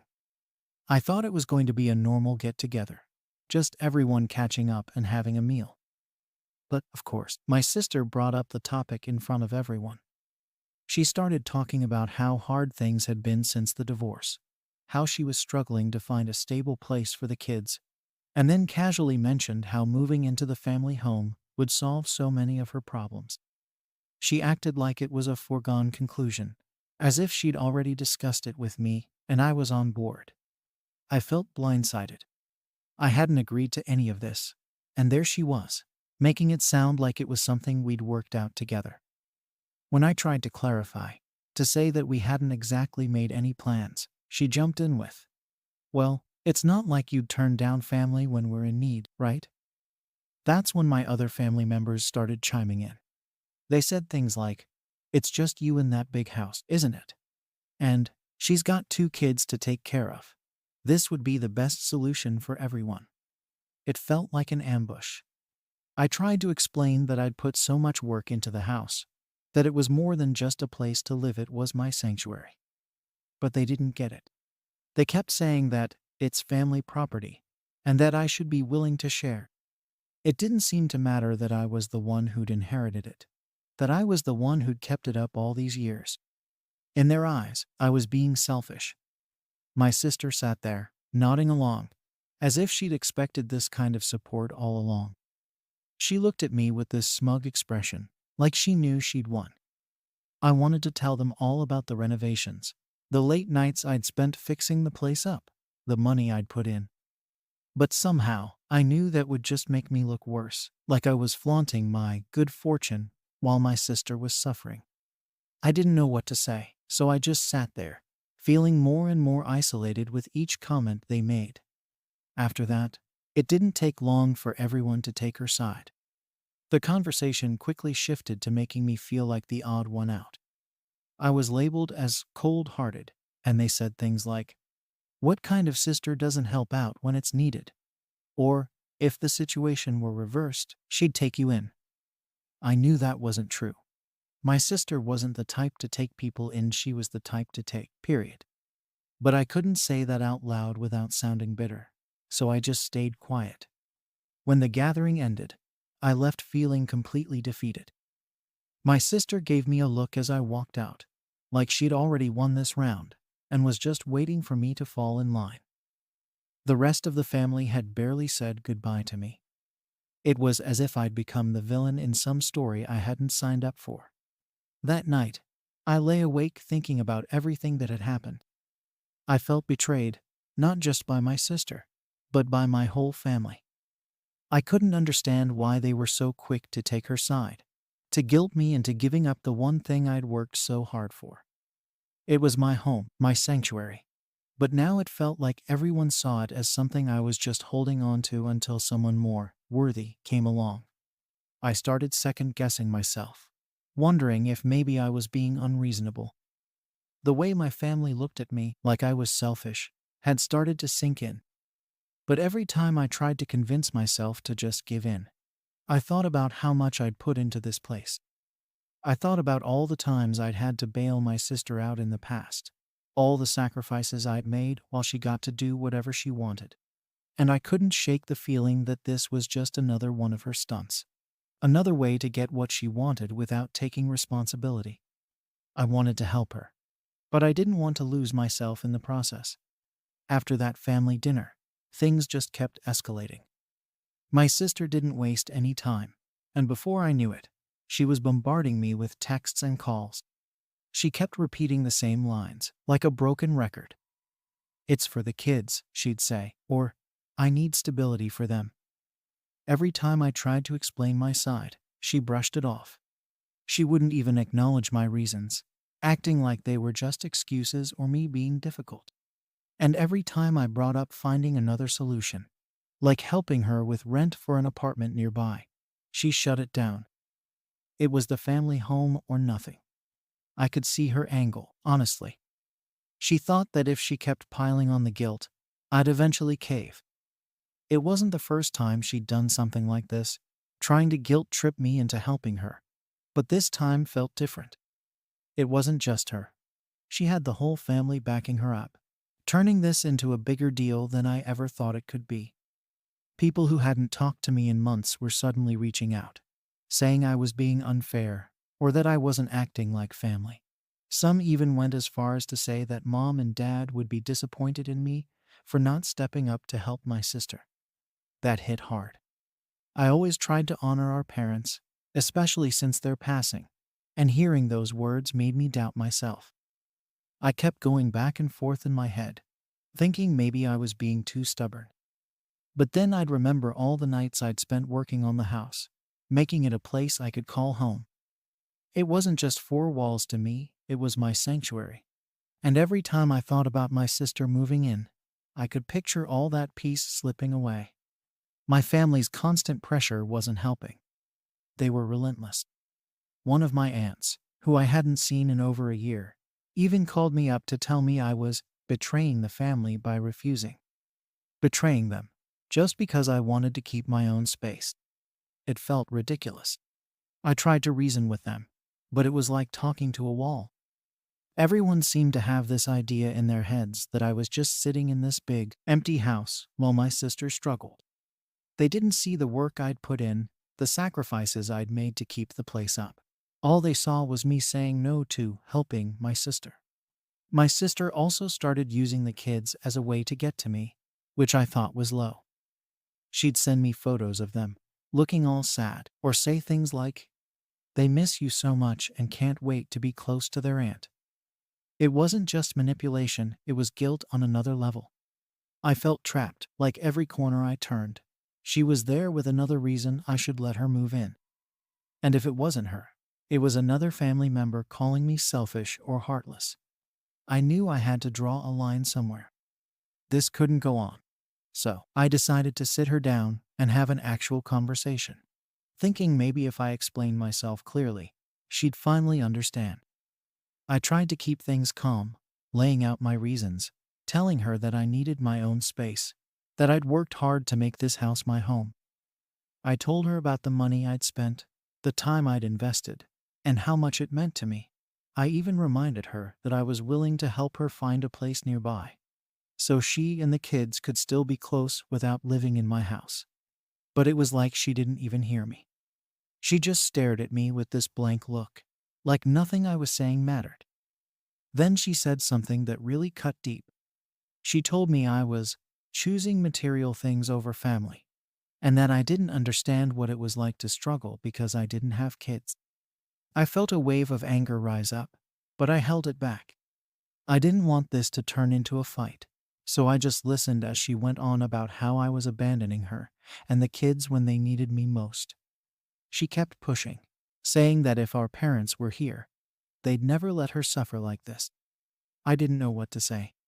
It hurt because I knew she was probably right. They'd want me to help her. But at the same time, they left the house to me. They trusted me with it, and I'd done everything I could to honor that trust. I couldn't believe she was using their memory to manipulate me like this.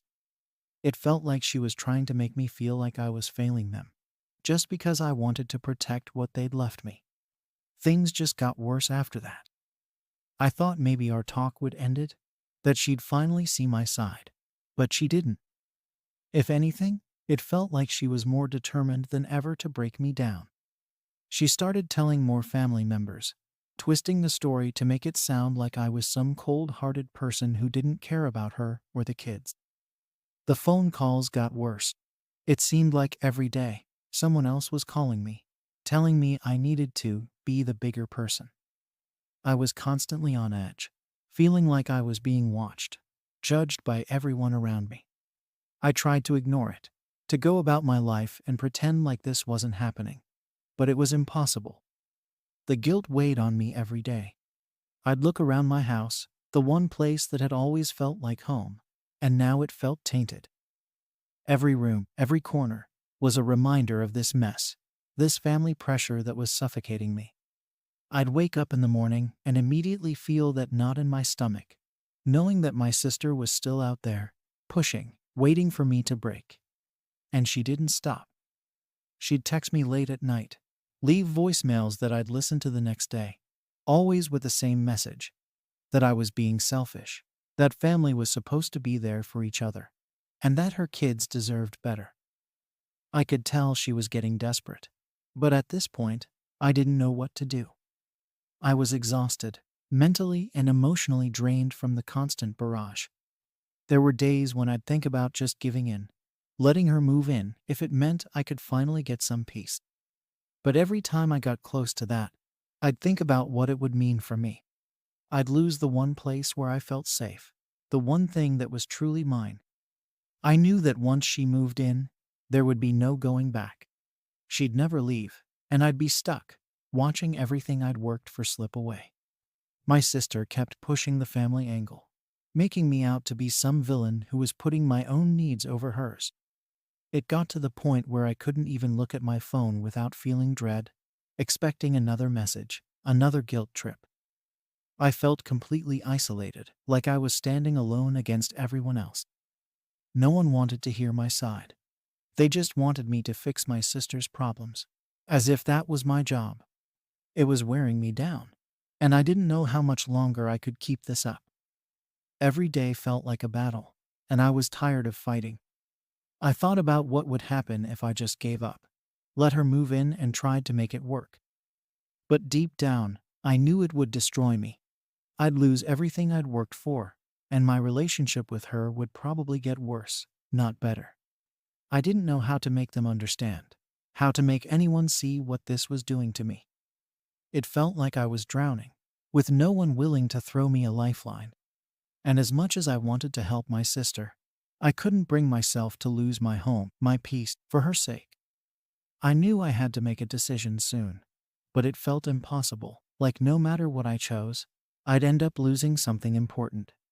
I finally decided I had to put an end to this once and for all. I couldn't keep going on like this, feeling like I was being dragged through the mud by my own family. I knew that if I let my sister move in, I'd lose my home, my peace, and probably a lot of self-respect in the process. But if I kept saying no, I was going to be the outcast, the selfish one, the sister who refused to help when it mattered. I was stuck, and there was no easy way out. So, I called my sister and asked her to come over. I figured if we could sit down and really talk, just the two of us without the family interfering, maybe we could reach some kind of understanding. I had no idea what that would look like, but I was willing to try anything at this point. When she arrived, she seemed a bit on edge, probably sensing that I wasn't just going to give in. We sat down in the living room, the very place I'd put so much time and energy into making feel like home, and here I was, about to have to defend that right to my own sister. I started by telling her how much this house meant to me, how much I'd sacrificed to keep it up and make it a place that felt like mine.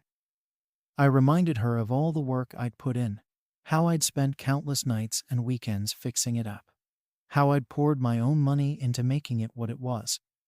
I didn't expect her to fully understand, but I thought maybe she'd at least see where I was coming from. But as I was talking, I could tell she wasn't really listening. She kept glancing around, almost like she was bored, and when I finished, she just sighed and shook her head. She said I was missing the point, that family was supposed to be there for each other, and that I was making it all about myself. It felt like everything I said went in one ear and out the other. She accused me of being selfish, of caring more about things than people, and that hurt because it was exactly what the rest of the family had been saying. She even brought up Mom and Dad again, saying that if they were here, they'd never let her struggle like this. She claimed they'd want me to step up and take care of her, especially since she was the one with kids. It felt like she was using their memory as a weapon against me, twisting it to fit her needs. I told her that they'd left the house to me for a reason, that maybe they trusted me to take care of it in a way they couldn't if it went to her. But she dismissed that too, saying it was just a technicality, that I was hiding behind it to justify my decision. I tried one last time, suggesting that maybe we could work something out where I'd help her financially, just to get her settled somewhere close by. I even offered to help cover a deposit or pay the first few months of rent, thinking maybe that would show her I was willing to support her in my own way. But she wouldn't hear it. She insisted that living anywhere else would be too much for her to handle, that her kids deserved to be in a stable, family-owned place where they could feel safe. She made it sound like I was offering scraps when she needed the whole pie. At this point, I was exhausted. I felt like I'd tried everything, bent over backwards to find a solution that would work for both of us. But nothing was enough. She kept pushing and pushing, acting like she was entitled to this house just because she needed it more. And the more she talked, the angrier I got. I told her that I wasn't going to back down, that this was my home, and I wasn't going to give it up just because she'd run out of options. I told her she needed to take responsibility for her own life and stop expecting me to clean up her messes. That's when she really lost it. She started crying, accusing me of abandoning her, saying that I'd let her and her kids suffer while I lived comfortably in a house that was meant for both of us. She made me feel like a monster, like I was heartless for not giving in. But I stood my ground. I told her I was sorry, that I wished things could be different. But I couldn't sacrifice my own peace and stability just to make her life easier. She left in tears, and I sat there feeling like the worst person in the world. I knew I'd done the right thing for myself, but I couldn't shake the guilt. I kept replaying her words in my head, wondering if maybe I really was being selfish, if maybe I could have done more. I thought that was the end of it, that she'd finally understand and move on. But I was wrong. A few days later, the calls from family started again. Apparently, she'd told them everything, twisting the story to make it sound like I'd flat out refused to help her in any way. They called me heartless, selfish, saying I was letting my own flesh and blood suffer because I cared more about a house than family. They didn't want to hear my side. They'd already made up their minds. It was like she'd poisoned them against me, and no matter what I said, it didn't matter. I started avoiding family events, ignoring calls and texts, trying to find some sense of peace in my own home. But every time I sat down, it felt like her words were haunting me, like she'd somehow managed to turn my sanctuary into a place of guilt and regret. I wanted to shake it off, to remind myself that I'd done what was best for me, but it was hard. I felt isolated, like the whole family had turned their backs on me because I wasn't willing to give up my home for my sister. Now, every time I walk through this house, I feel a mix of pride and pain. I know I did the work. I know I've earned the right to call this place mine. But a part of me still wonders if I could have done more, if I could have found some way to make her see reason without pushing her away. I can't help but think about what she said, about how our parents would have wanted me to help her. It's a weight that doesn't seem to go away, and I don't know if it ever will. So here I am, stuck between wanting to keep my home and feeling like I'm losing my family over it. I don't know if I made the right choice, or if I've just been too stubborn to see the bigger picture. All I know is that no matter what I do, someone's going to get hurt, and that person might end up being me. Am I wrong for not letting my sister and her kids move into the family home, even if it means tearing my family apart?